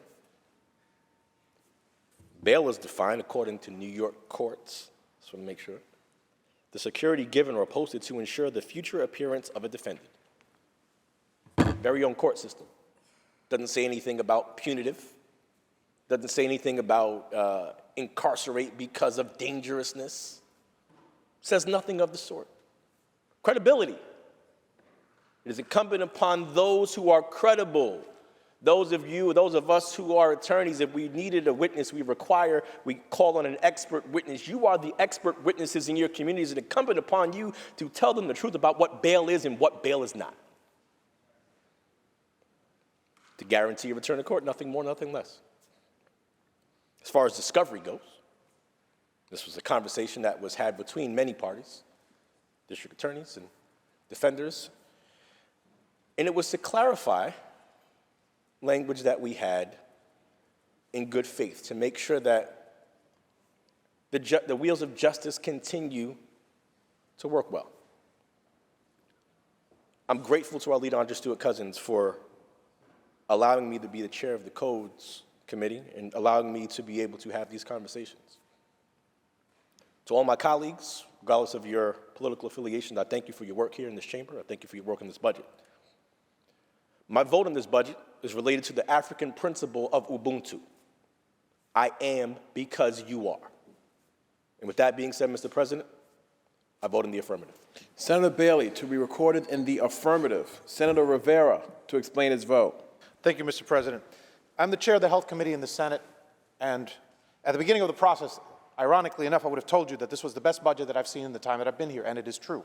Matter of fact, much of what was in that original budget is still in this budget. And I would say, 3 weeks ago, if you would have asked me, we would have passed it on time, it would have been an early budget, it would have been a great budget, I would have voted for it proudly. However, I'm very sad to say, our staff has not failed, our leader has not failed, Governor Hochul has failed. Governor Hochul has failed because 3 weeks before we were done with this budget, all of a sudden injected into the conversation were budget issues that had nothing to do with the budget, Mr. President. And you know very well, because sadly you were going around defending these actions which the governor took, which ultimately meant that here we are 8 days after April 1st, or 7 days after April 1st, and we still do not have a budget, but we will have one today. I know that every budget is never perfect. No budget is ever perfect, and I know that this bill has things in it that I fought for.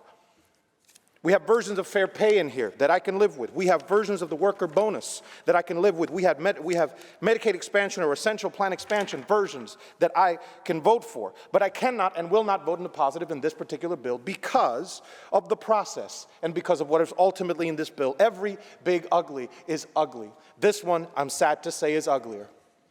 I've said it many times that the governor that we have today is not the sociopath that we had before, and I repeat it today. She is a good person. I believe that. But she failed us, Mr. President. She failed us because ultimately she put a bill in front of us which has all sorts of things that have nothing to do with the budget. She held everything back for the sake of what seems to be political trickery, and I am very sad to say that. She's a good person, but this is not a good budget bill. I cannot and will not vote for it. I vote in the negative. Thank you, Mr. President. Senator Rivera to be recorded in the negative. Senator Oberacker to explain his vote. Thank you, Mr. President. As a freshman legislator and as a businessman, I cannot support this measure and vote in the negative. Thank you. Senator Matera to explain his vote. Thank you, Mr. President. On this bill, this is interesting. I was looking forward to seeing some kind of a bill that was going to be productive. You know, and I was listening to Senator Bailey, and I was watching him, I watched his facial expressions, you know, about the questions, especially with Senator O'Mara, going down a list of 261 offenses. We would have been here all night to go through all these lists of crimes that are not bail eligible. And then finally, Senator Bailey went and just said, please, you know, let's stop. You know, this bail reform does not work.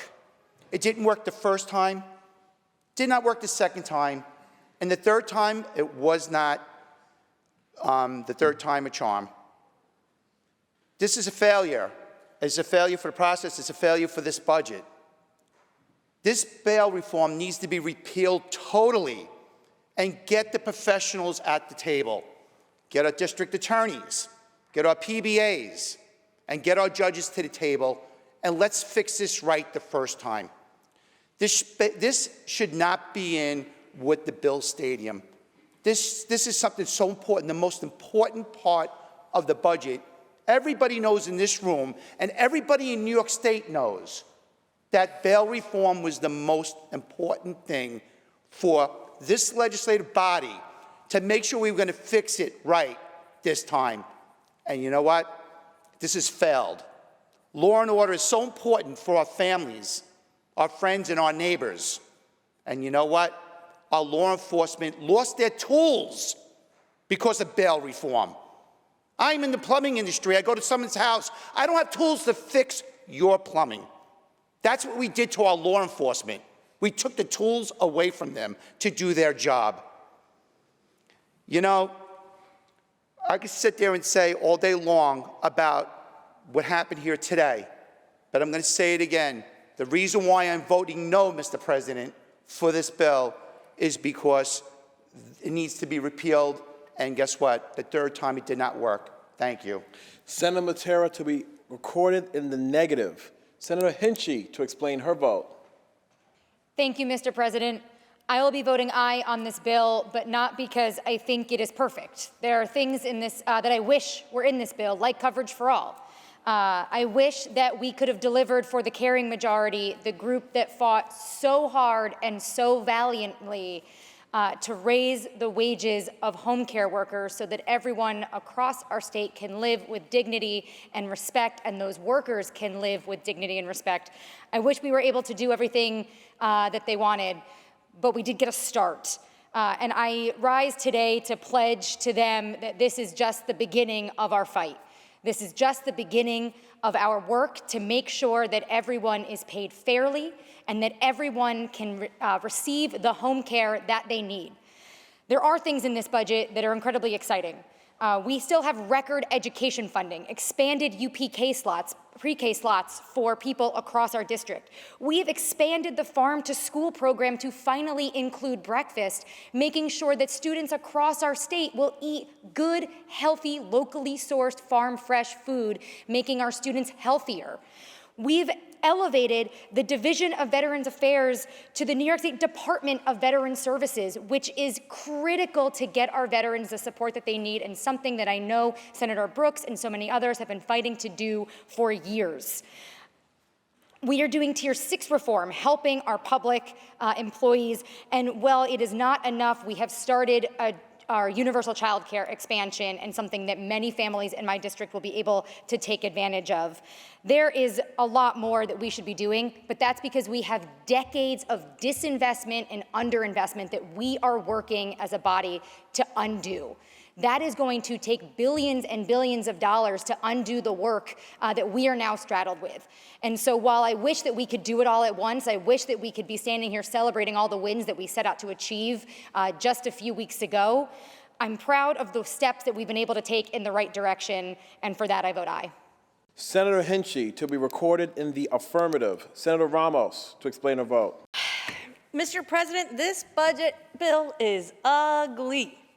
How ugly is it? It's so ugly that it really does put a lot of the burden on women of color, women who look like me. If we're not the ones being incarcerated for crimes of poverty, then we're left as single moms. And if we happen to work in the care economy, in home care and child care, this budget does nothing for us there either. And if you happen to be an undocumented mom, like my mom once was, well, this budget doesn't help you with health care or with the child care services or perhaps your home care wages either. And so I can't help but feel tremendously disappointed to see that we haven't done anything to truly address what this budget should do, which is the recovery after the pandemic. And look, I had the honor of passing excluded workers in the budget last year. I did expect to do more. There's 75,000 eligible excluded workers who applied and have been ignored. There's 100,000 additional estimated excluded workers who are going to go on without a cent of economic recovery following this pandemic. And these are essential workers. We all clapped for them at 7 o'clock. We trust them to clean our homes. We trust them to help us raise our children, to care for our aging parents. And yet we have nothing to show for them but a damn stadium. And to me, that's just completely outrageous, that this is our response to the people of New York, having faced one of the most difficult times of our lives. Just to briefly address the budget reform stuff, I don't really believe that it's our job as a society to become harm doers too. It's about honoring victims by ensuring that the wrongdoing doesn't happen again. And that's not throwing people away in a dungeon. To me, this debate is much more about where people go. Harm doers should be identified at arraignment, should be evaluated at arraignment, should be treated, medicated by a clinician, not a judge, not a prosecutor, not any expert in the law. And so, to me, it's much more about honoring the presumption of innocence, and I just feel very disappointed about how the process for this bill transpired, and I will be voting nay. Senator Ramos, to be recorded in the negative. Senator Mayer, to explain her vote. Mr. President, and I rise to proudly vote aye on this bill from the perspective of someone who has been around this place and this institution for many years. When you think back on how many years it took Senator Jackson and others in this chamber to get to full funding of Foundation Aid, something that notably no one wanted to debate here, everyone is taking it as a given. It is not a given. This was a war to get this full funding of Foundation Aid. We got it last year because of the persistence of our majority leader and the Speaker of the Assembly and our colleagues on this side of the aisle and the other side of the aisle. And this year we have the second tranche of that money getting to 80% of what every district is owed, an enormous investment in every child in this state, in expanded full-day pre-K for 4-year-olds outside of the city of New York, never ever on the table before. Now it's on the table. When you talk about fair pay for home care, I share the disappointment of my colleague, Senator May, who did such a valiant job. But we got our foot in the door. We got our foot in the door to begin a conversation that had been ignored for years. And lastly, on criminal justice reform, I was proud to support the reforms that this majority conference brought to the table. But I also have called for change. And credit to our majority leader, and credit to Senator Bailey for finding a way forward to address legitimate concerns of our constituents and finding a path forward. That is the challenge of us as legislators, to have perspective about what we can do to make meaningful change, and we have done that in this budget. Is it perfect? Absolutely not. Is any budget here perfect? Absolutely not. This is a substantial step forward on issues that have been around a long time, were ignored by so many people up here, and now are finally getting addressed in the right direction. I proudly vote aye. Senator Mayer, to be recorded in the affirmative. Senator Lieu, to explain his vote. Thank you, Mr. President. It's been a very eventful last few weeks. Lots of emotions, lots of passion, as it should, because we're all elected to represent our constituencies, our communities, in the best way possible. This budget has a lot of things that you got to hold your nose about. At the same time, it is a budget that we must proceed with. And as Senator Mayer and others have mentioned, we continue our commitment to public education all across the state of New York. For the first time in decades, we're reversing the disinvestment in our public universities, CUNY and SUNY. For the first time in decades, we're reversing the disinvestment in our home care workers by advancing fair pay. Not to the amount that we'd like, but it is still a significant advancement. And for the first time, we're also starting to invest in infrastructure in childcare. Not a perfect budget, as pretty much everybody has said, but we need to move forward do the job that we were elected to do. Mr. President, I vote yes, and since I have time remaining, I yield my time to Senator Kennedy.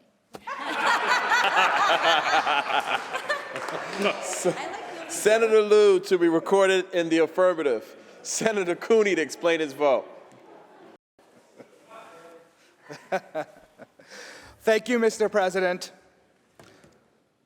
Now, I wasn't in office when we first had the conversations in these chambers about bail reform, but I'm here now.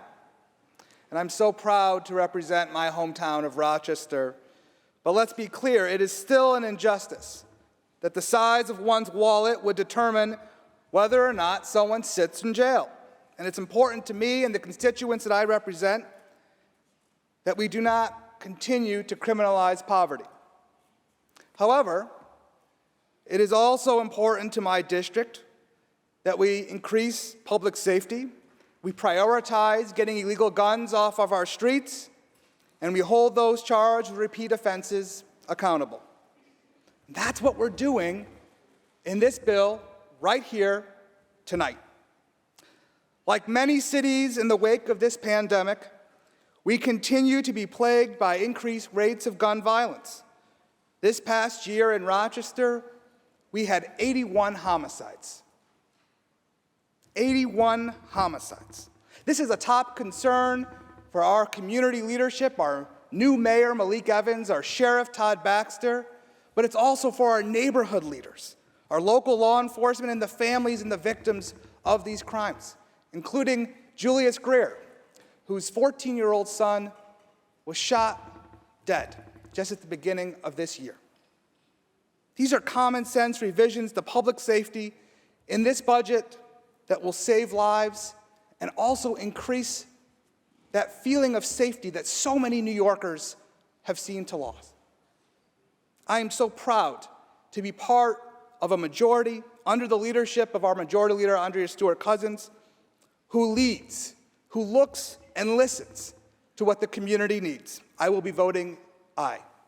Senator Cooney to be recorded in the affirmative. Senator Borrello to explain his vote. Thank you, Mr. President. Senator Bailey pointed out that the purpose of bail is to ensure that someone returns to face their trial. Well, I can tell you that this is not just an issue of credibility, it's also an issue of the urgency that we need to make real changes, not clarifications, because in the little town of Issaquah, in my district, last month, there were 15 people that were given appearance tickets to appear before the judge for criminal charges. 0 of those 15 people showed up. So how are we guaranteeing that people are going to show up for their trial when we don't apply bail? Now, the interesting part of that is 10 of those 15 were from the previous month. So this was their second strike. We have people there at the courts that are there to obviously handle those cases. That's a tremendous amount of resources for a little community like that. And we failed them. And tonight, what we have said is we're doing some clarifications to bail.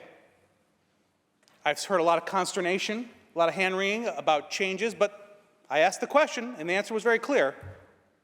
They're clarifications. We need to repeal this disastrous law. And by the way, speaking of credibility, I'm not sure why bail changes are in a bill about education and labor. I don't see how that's credible. So as a result, I'm voting no. Thank you, Mr. Senator President. Borrello to be recorded in the affirmative. Senator, his vote. Oh, I'm sorry. I apologize. I did not mean to offend you. I'm sorry. Senator Borrello to be recorded in the negative. No. Senator Reichler-Melnick to explain his vote. Thank you very much, Mr. President, and it's late, so I'll be brief. I think there are some great things in this bill, some things less great, a lot of half loaves, but one very full loaf that I'm happy to celebrate, and that's the continued funding of foundation aid for our school districts. I'm new here. This is my second year in office, but for so many years leading up to last year, school districts all over New York never got the money they deserved from New York State.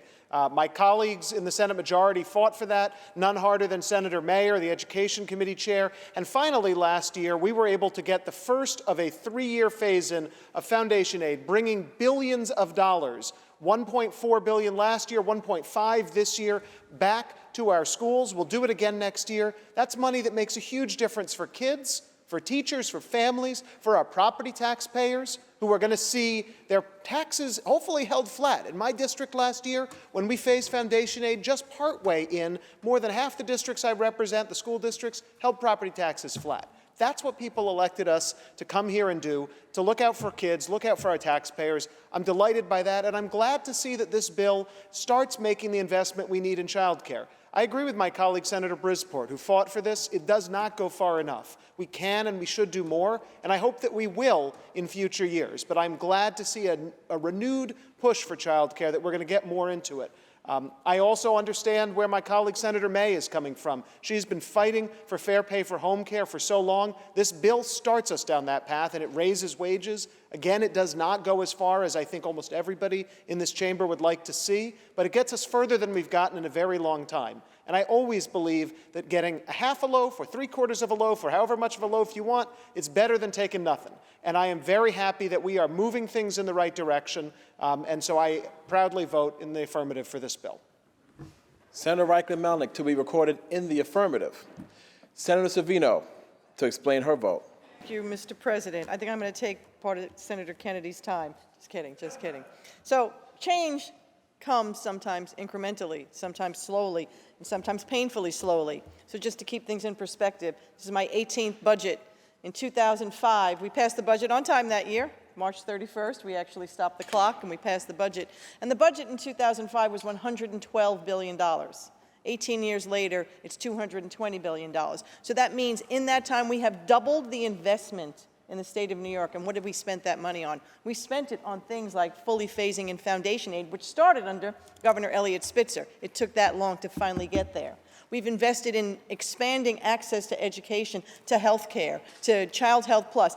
Change comes incrementally and slowly.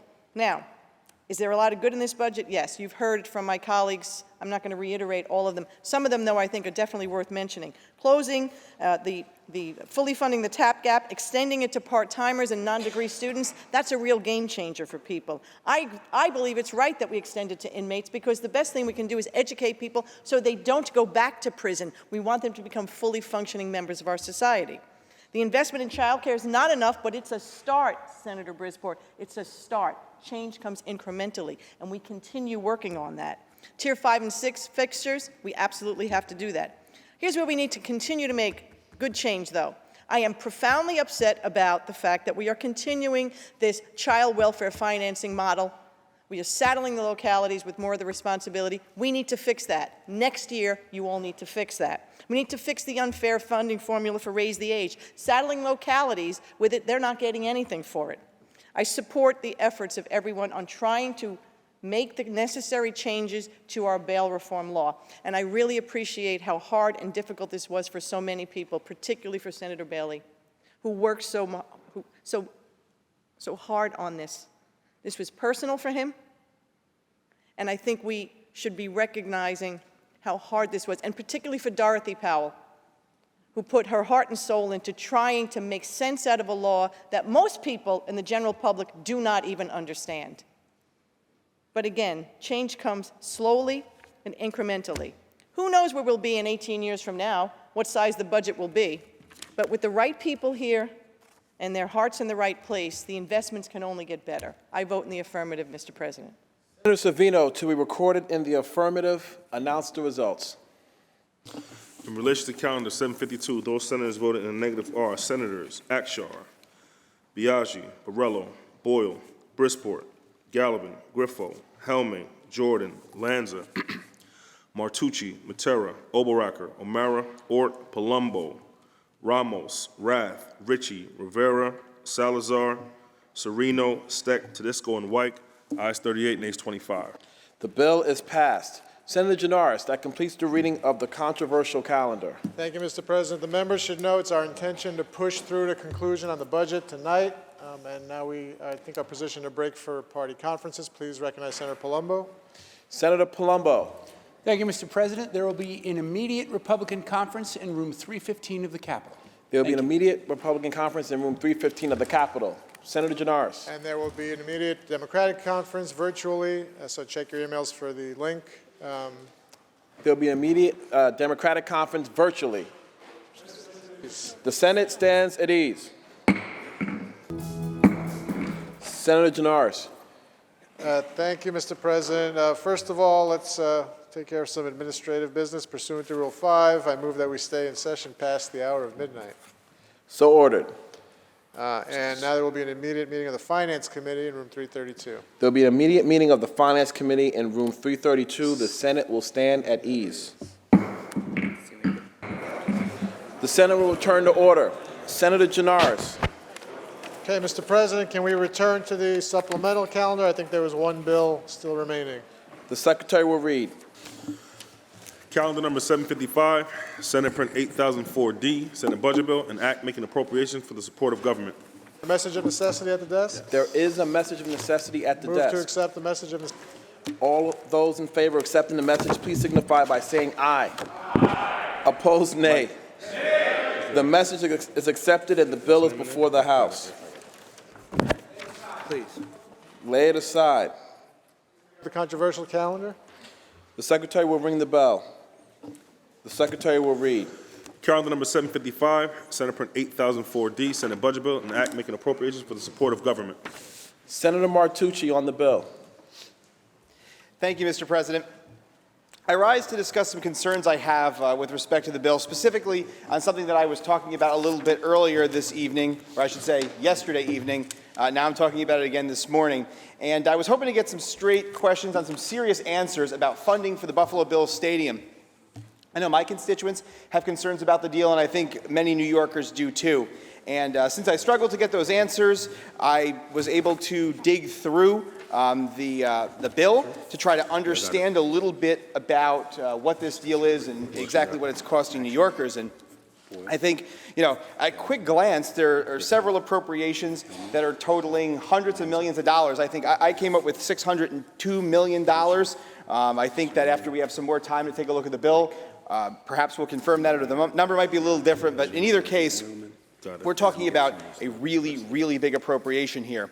And my colleague said that this was one of the best deals for New Yorkers. This was an awesome deal. But what I can see concludes me to lead that this is probably one of the worst deals. Probably one of the worst deals in sports history.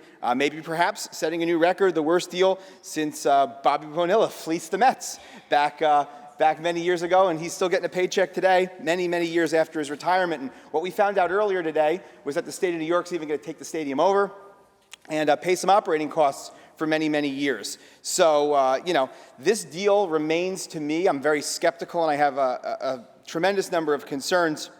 It reminds me of another deal that happened in Buffalo not that long ago that cost the taxpayers of this state lots of money, $1 billion, and did not bring the taxpayers the promised jobs or meet the goals that we had anticipated. In preparation for coming out here, I even came across a letter that was signed by 5 of my colleagues in this room, and I kind of wish I knew about this letter before, because I would have signed on to this letter, because I think this letter is dead over the target with respect to concerns on this project. My colleagues wrote, "This proposal, negotiated in secret and only announced days before the final budget is due, would represent the largest public subsidy to an NFL team in history." So, first I would tell my colleagues who signed on this letter, I think you're absolutely right, and I agree with you completely.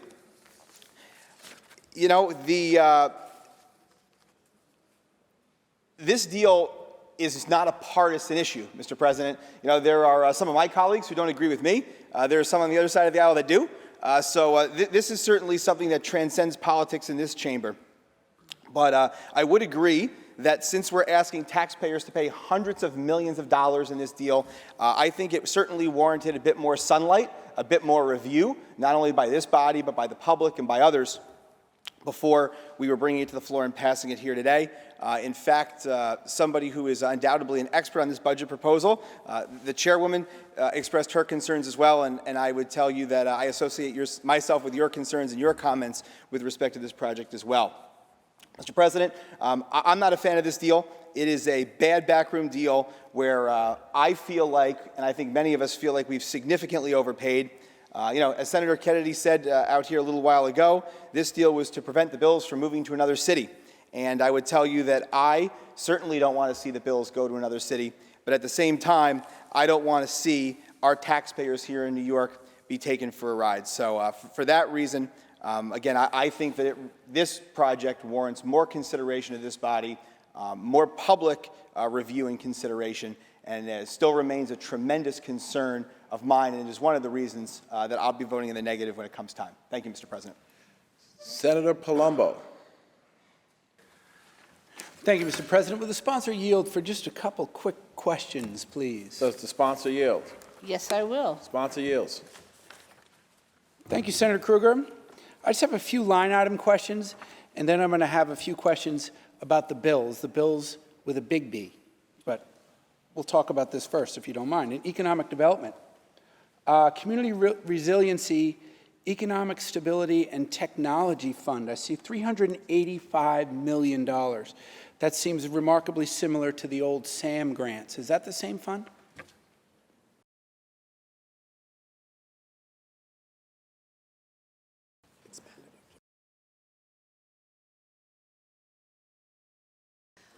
I believe that the questioner is basically correct. I think the new initials end up being CREST as opposed to SAM, and it does appear to be very similar, other than I think there's an expanded eligibility, because I believe in the past you needed to be working through mostly government for the projects, and I believe this allows expansion for nonprofit organizations as well, and perhaps even in certain circumstances for-profit businesses as well. Continue to yield. Does the sponsor yield? Yes. Sponsor yields. And thank you again, Senator. And I'm right in that same section under economic development. There's another $185 million fund. It's a local community assistance program. Can you explain to me what that fund is for, please?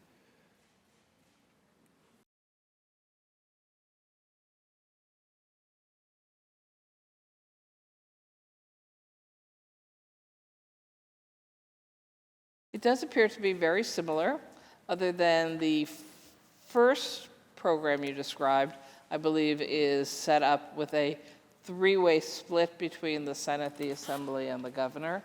And the second program, I believe, is set up with just a two-way split. Between the two legislative, will you continue to yield, please?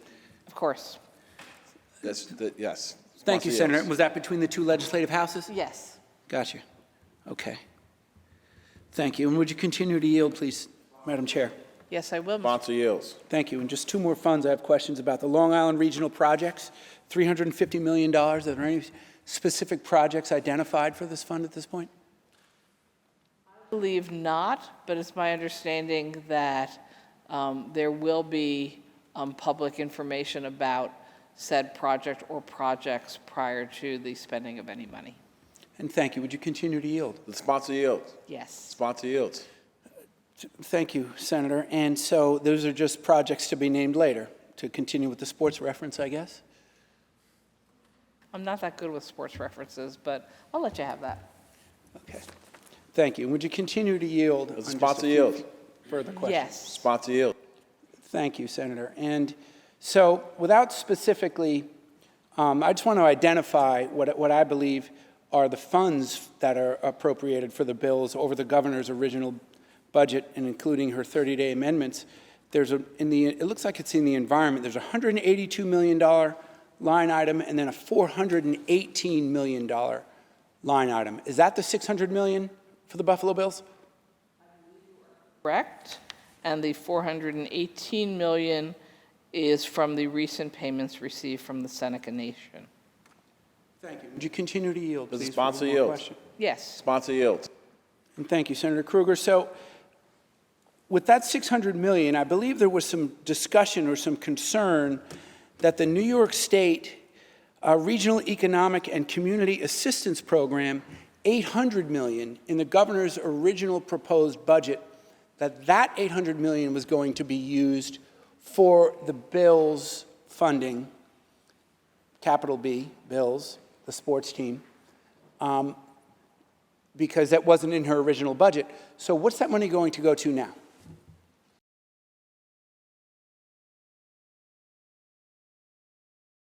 Is this just another fund that's going to ultimately be appropriated for some future project?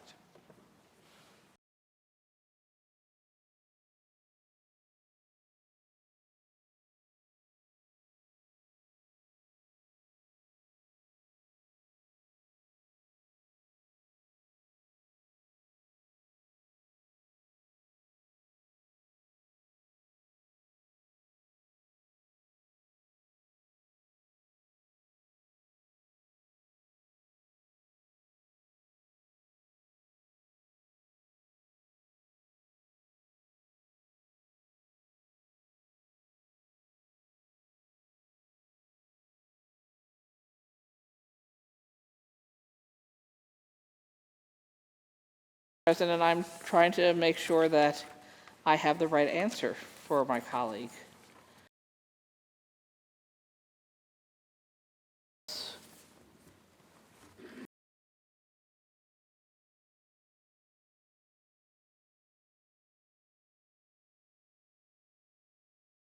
Through you, Mr. President.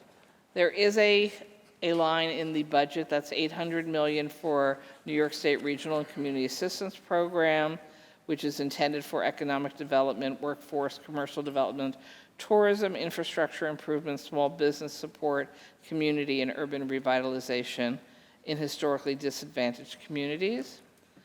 I don't know if the governor at an earlier point actually intended to use any of that money for the Buffalo Bills project, because I think that there was also on the table simply bonding for the project. But I think the answer is, at this point, no, that is not how the budget is written. She does not intend to use that for the Buffalo Bills project.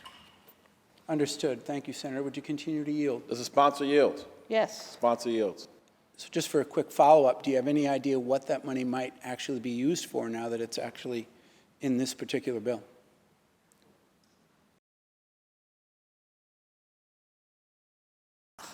For future determined economic development projects, I would assume going through ESDC?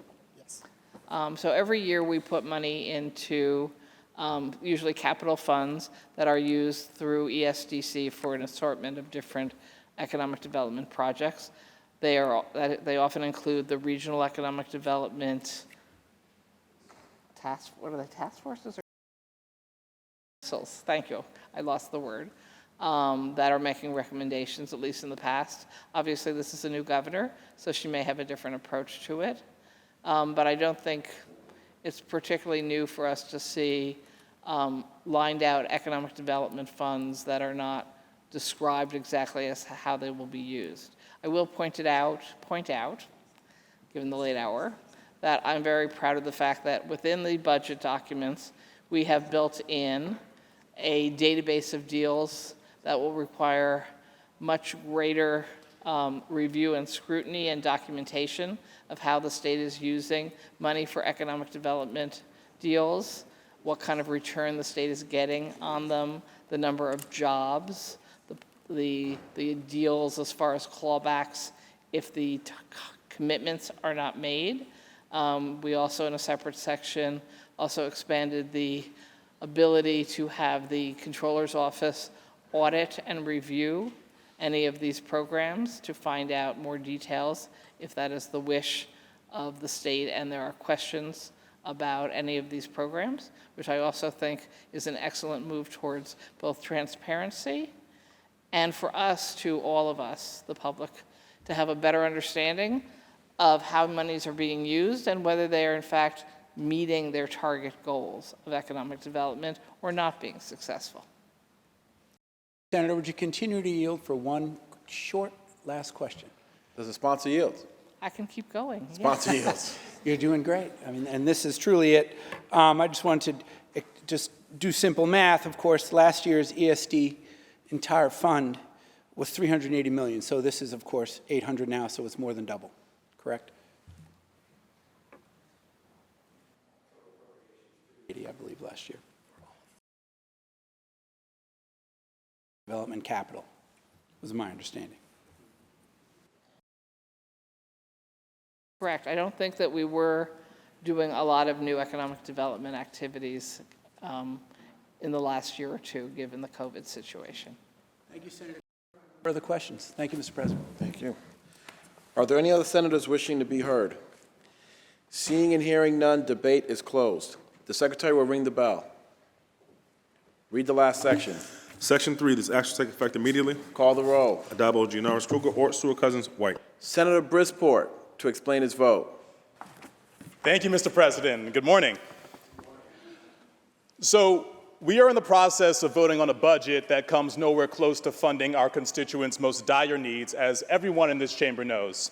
And for the past 3 weeks, Governor Hochul has fought our funding proposals on housing, on fair pay for home care, on child care, on health care, on a new deal for CUNY, and on combating climate change because she did not want to raise taxes on the ultra-rich to secure the necessary revenue. Yet, at the last hour, she had no trouble finding $350 million for a mysterious slush fund through which she can exercise unchecked unilateral power over public money.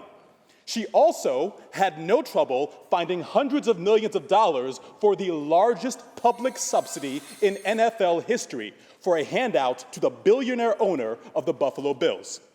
She has tried to pass off this new stadium as an investment, knowing that the consensus among economists is that it will not result in any meaningful economic benefit to Buffalo.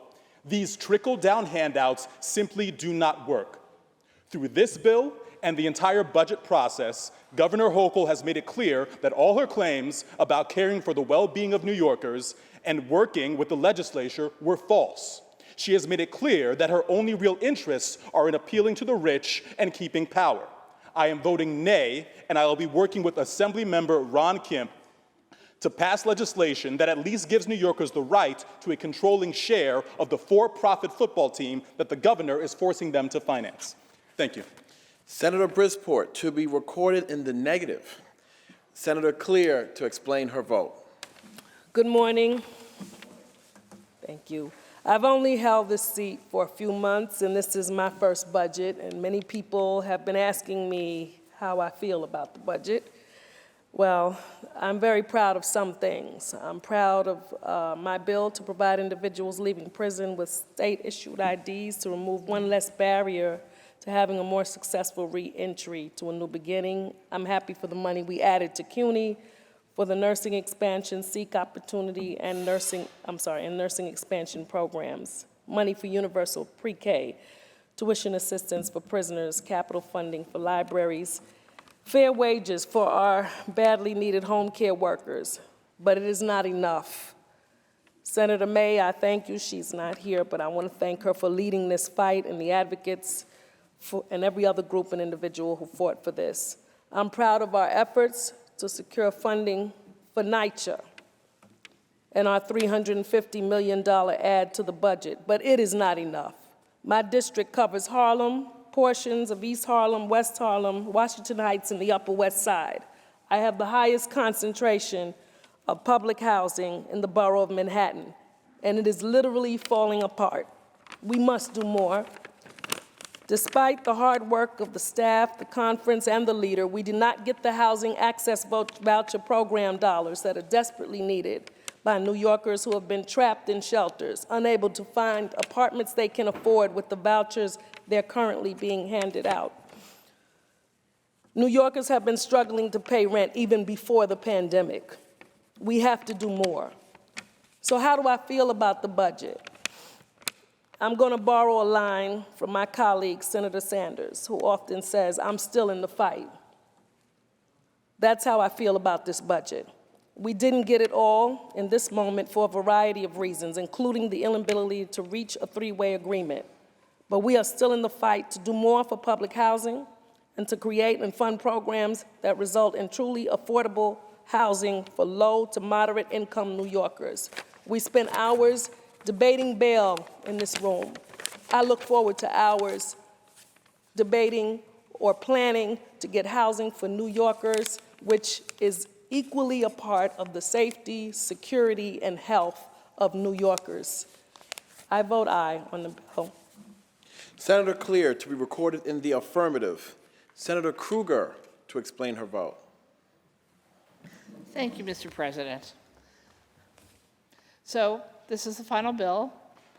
Budgets are never something that I think anyone can agree with completely. We have frustrations, we have things that we didn't get in, we have questions about many of the decisions, and yet we go through this process every year to try to make the best decisions we make. So this capital budget is about $20 billion. It might be higher, might be closer to $21 billion. And so I can agree with many of the plans for that money, and it's why I can vote for this bill. But for the record, and it's been pointed out, I've never thought New York should ever put money into a private sports franchise or sports stadium.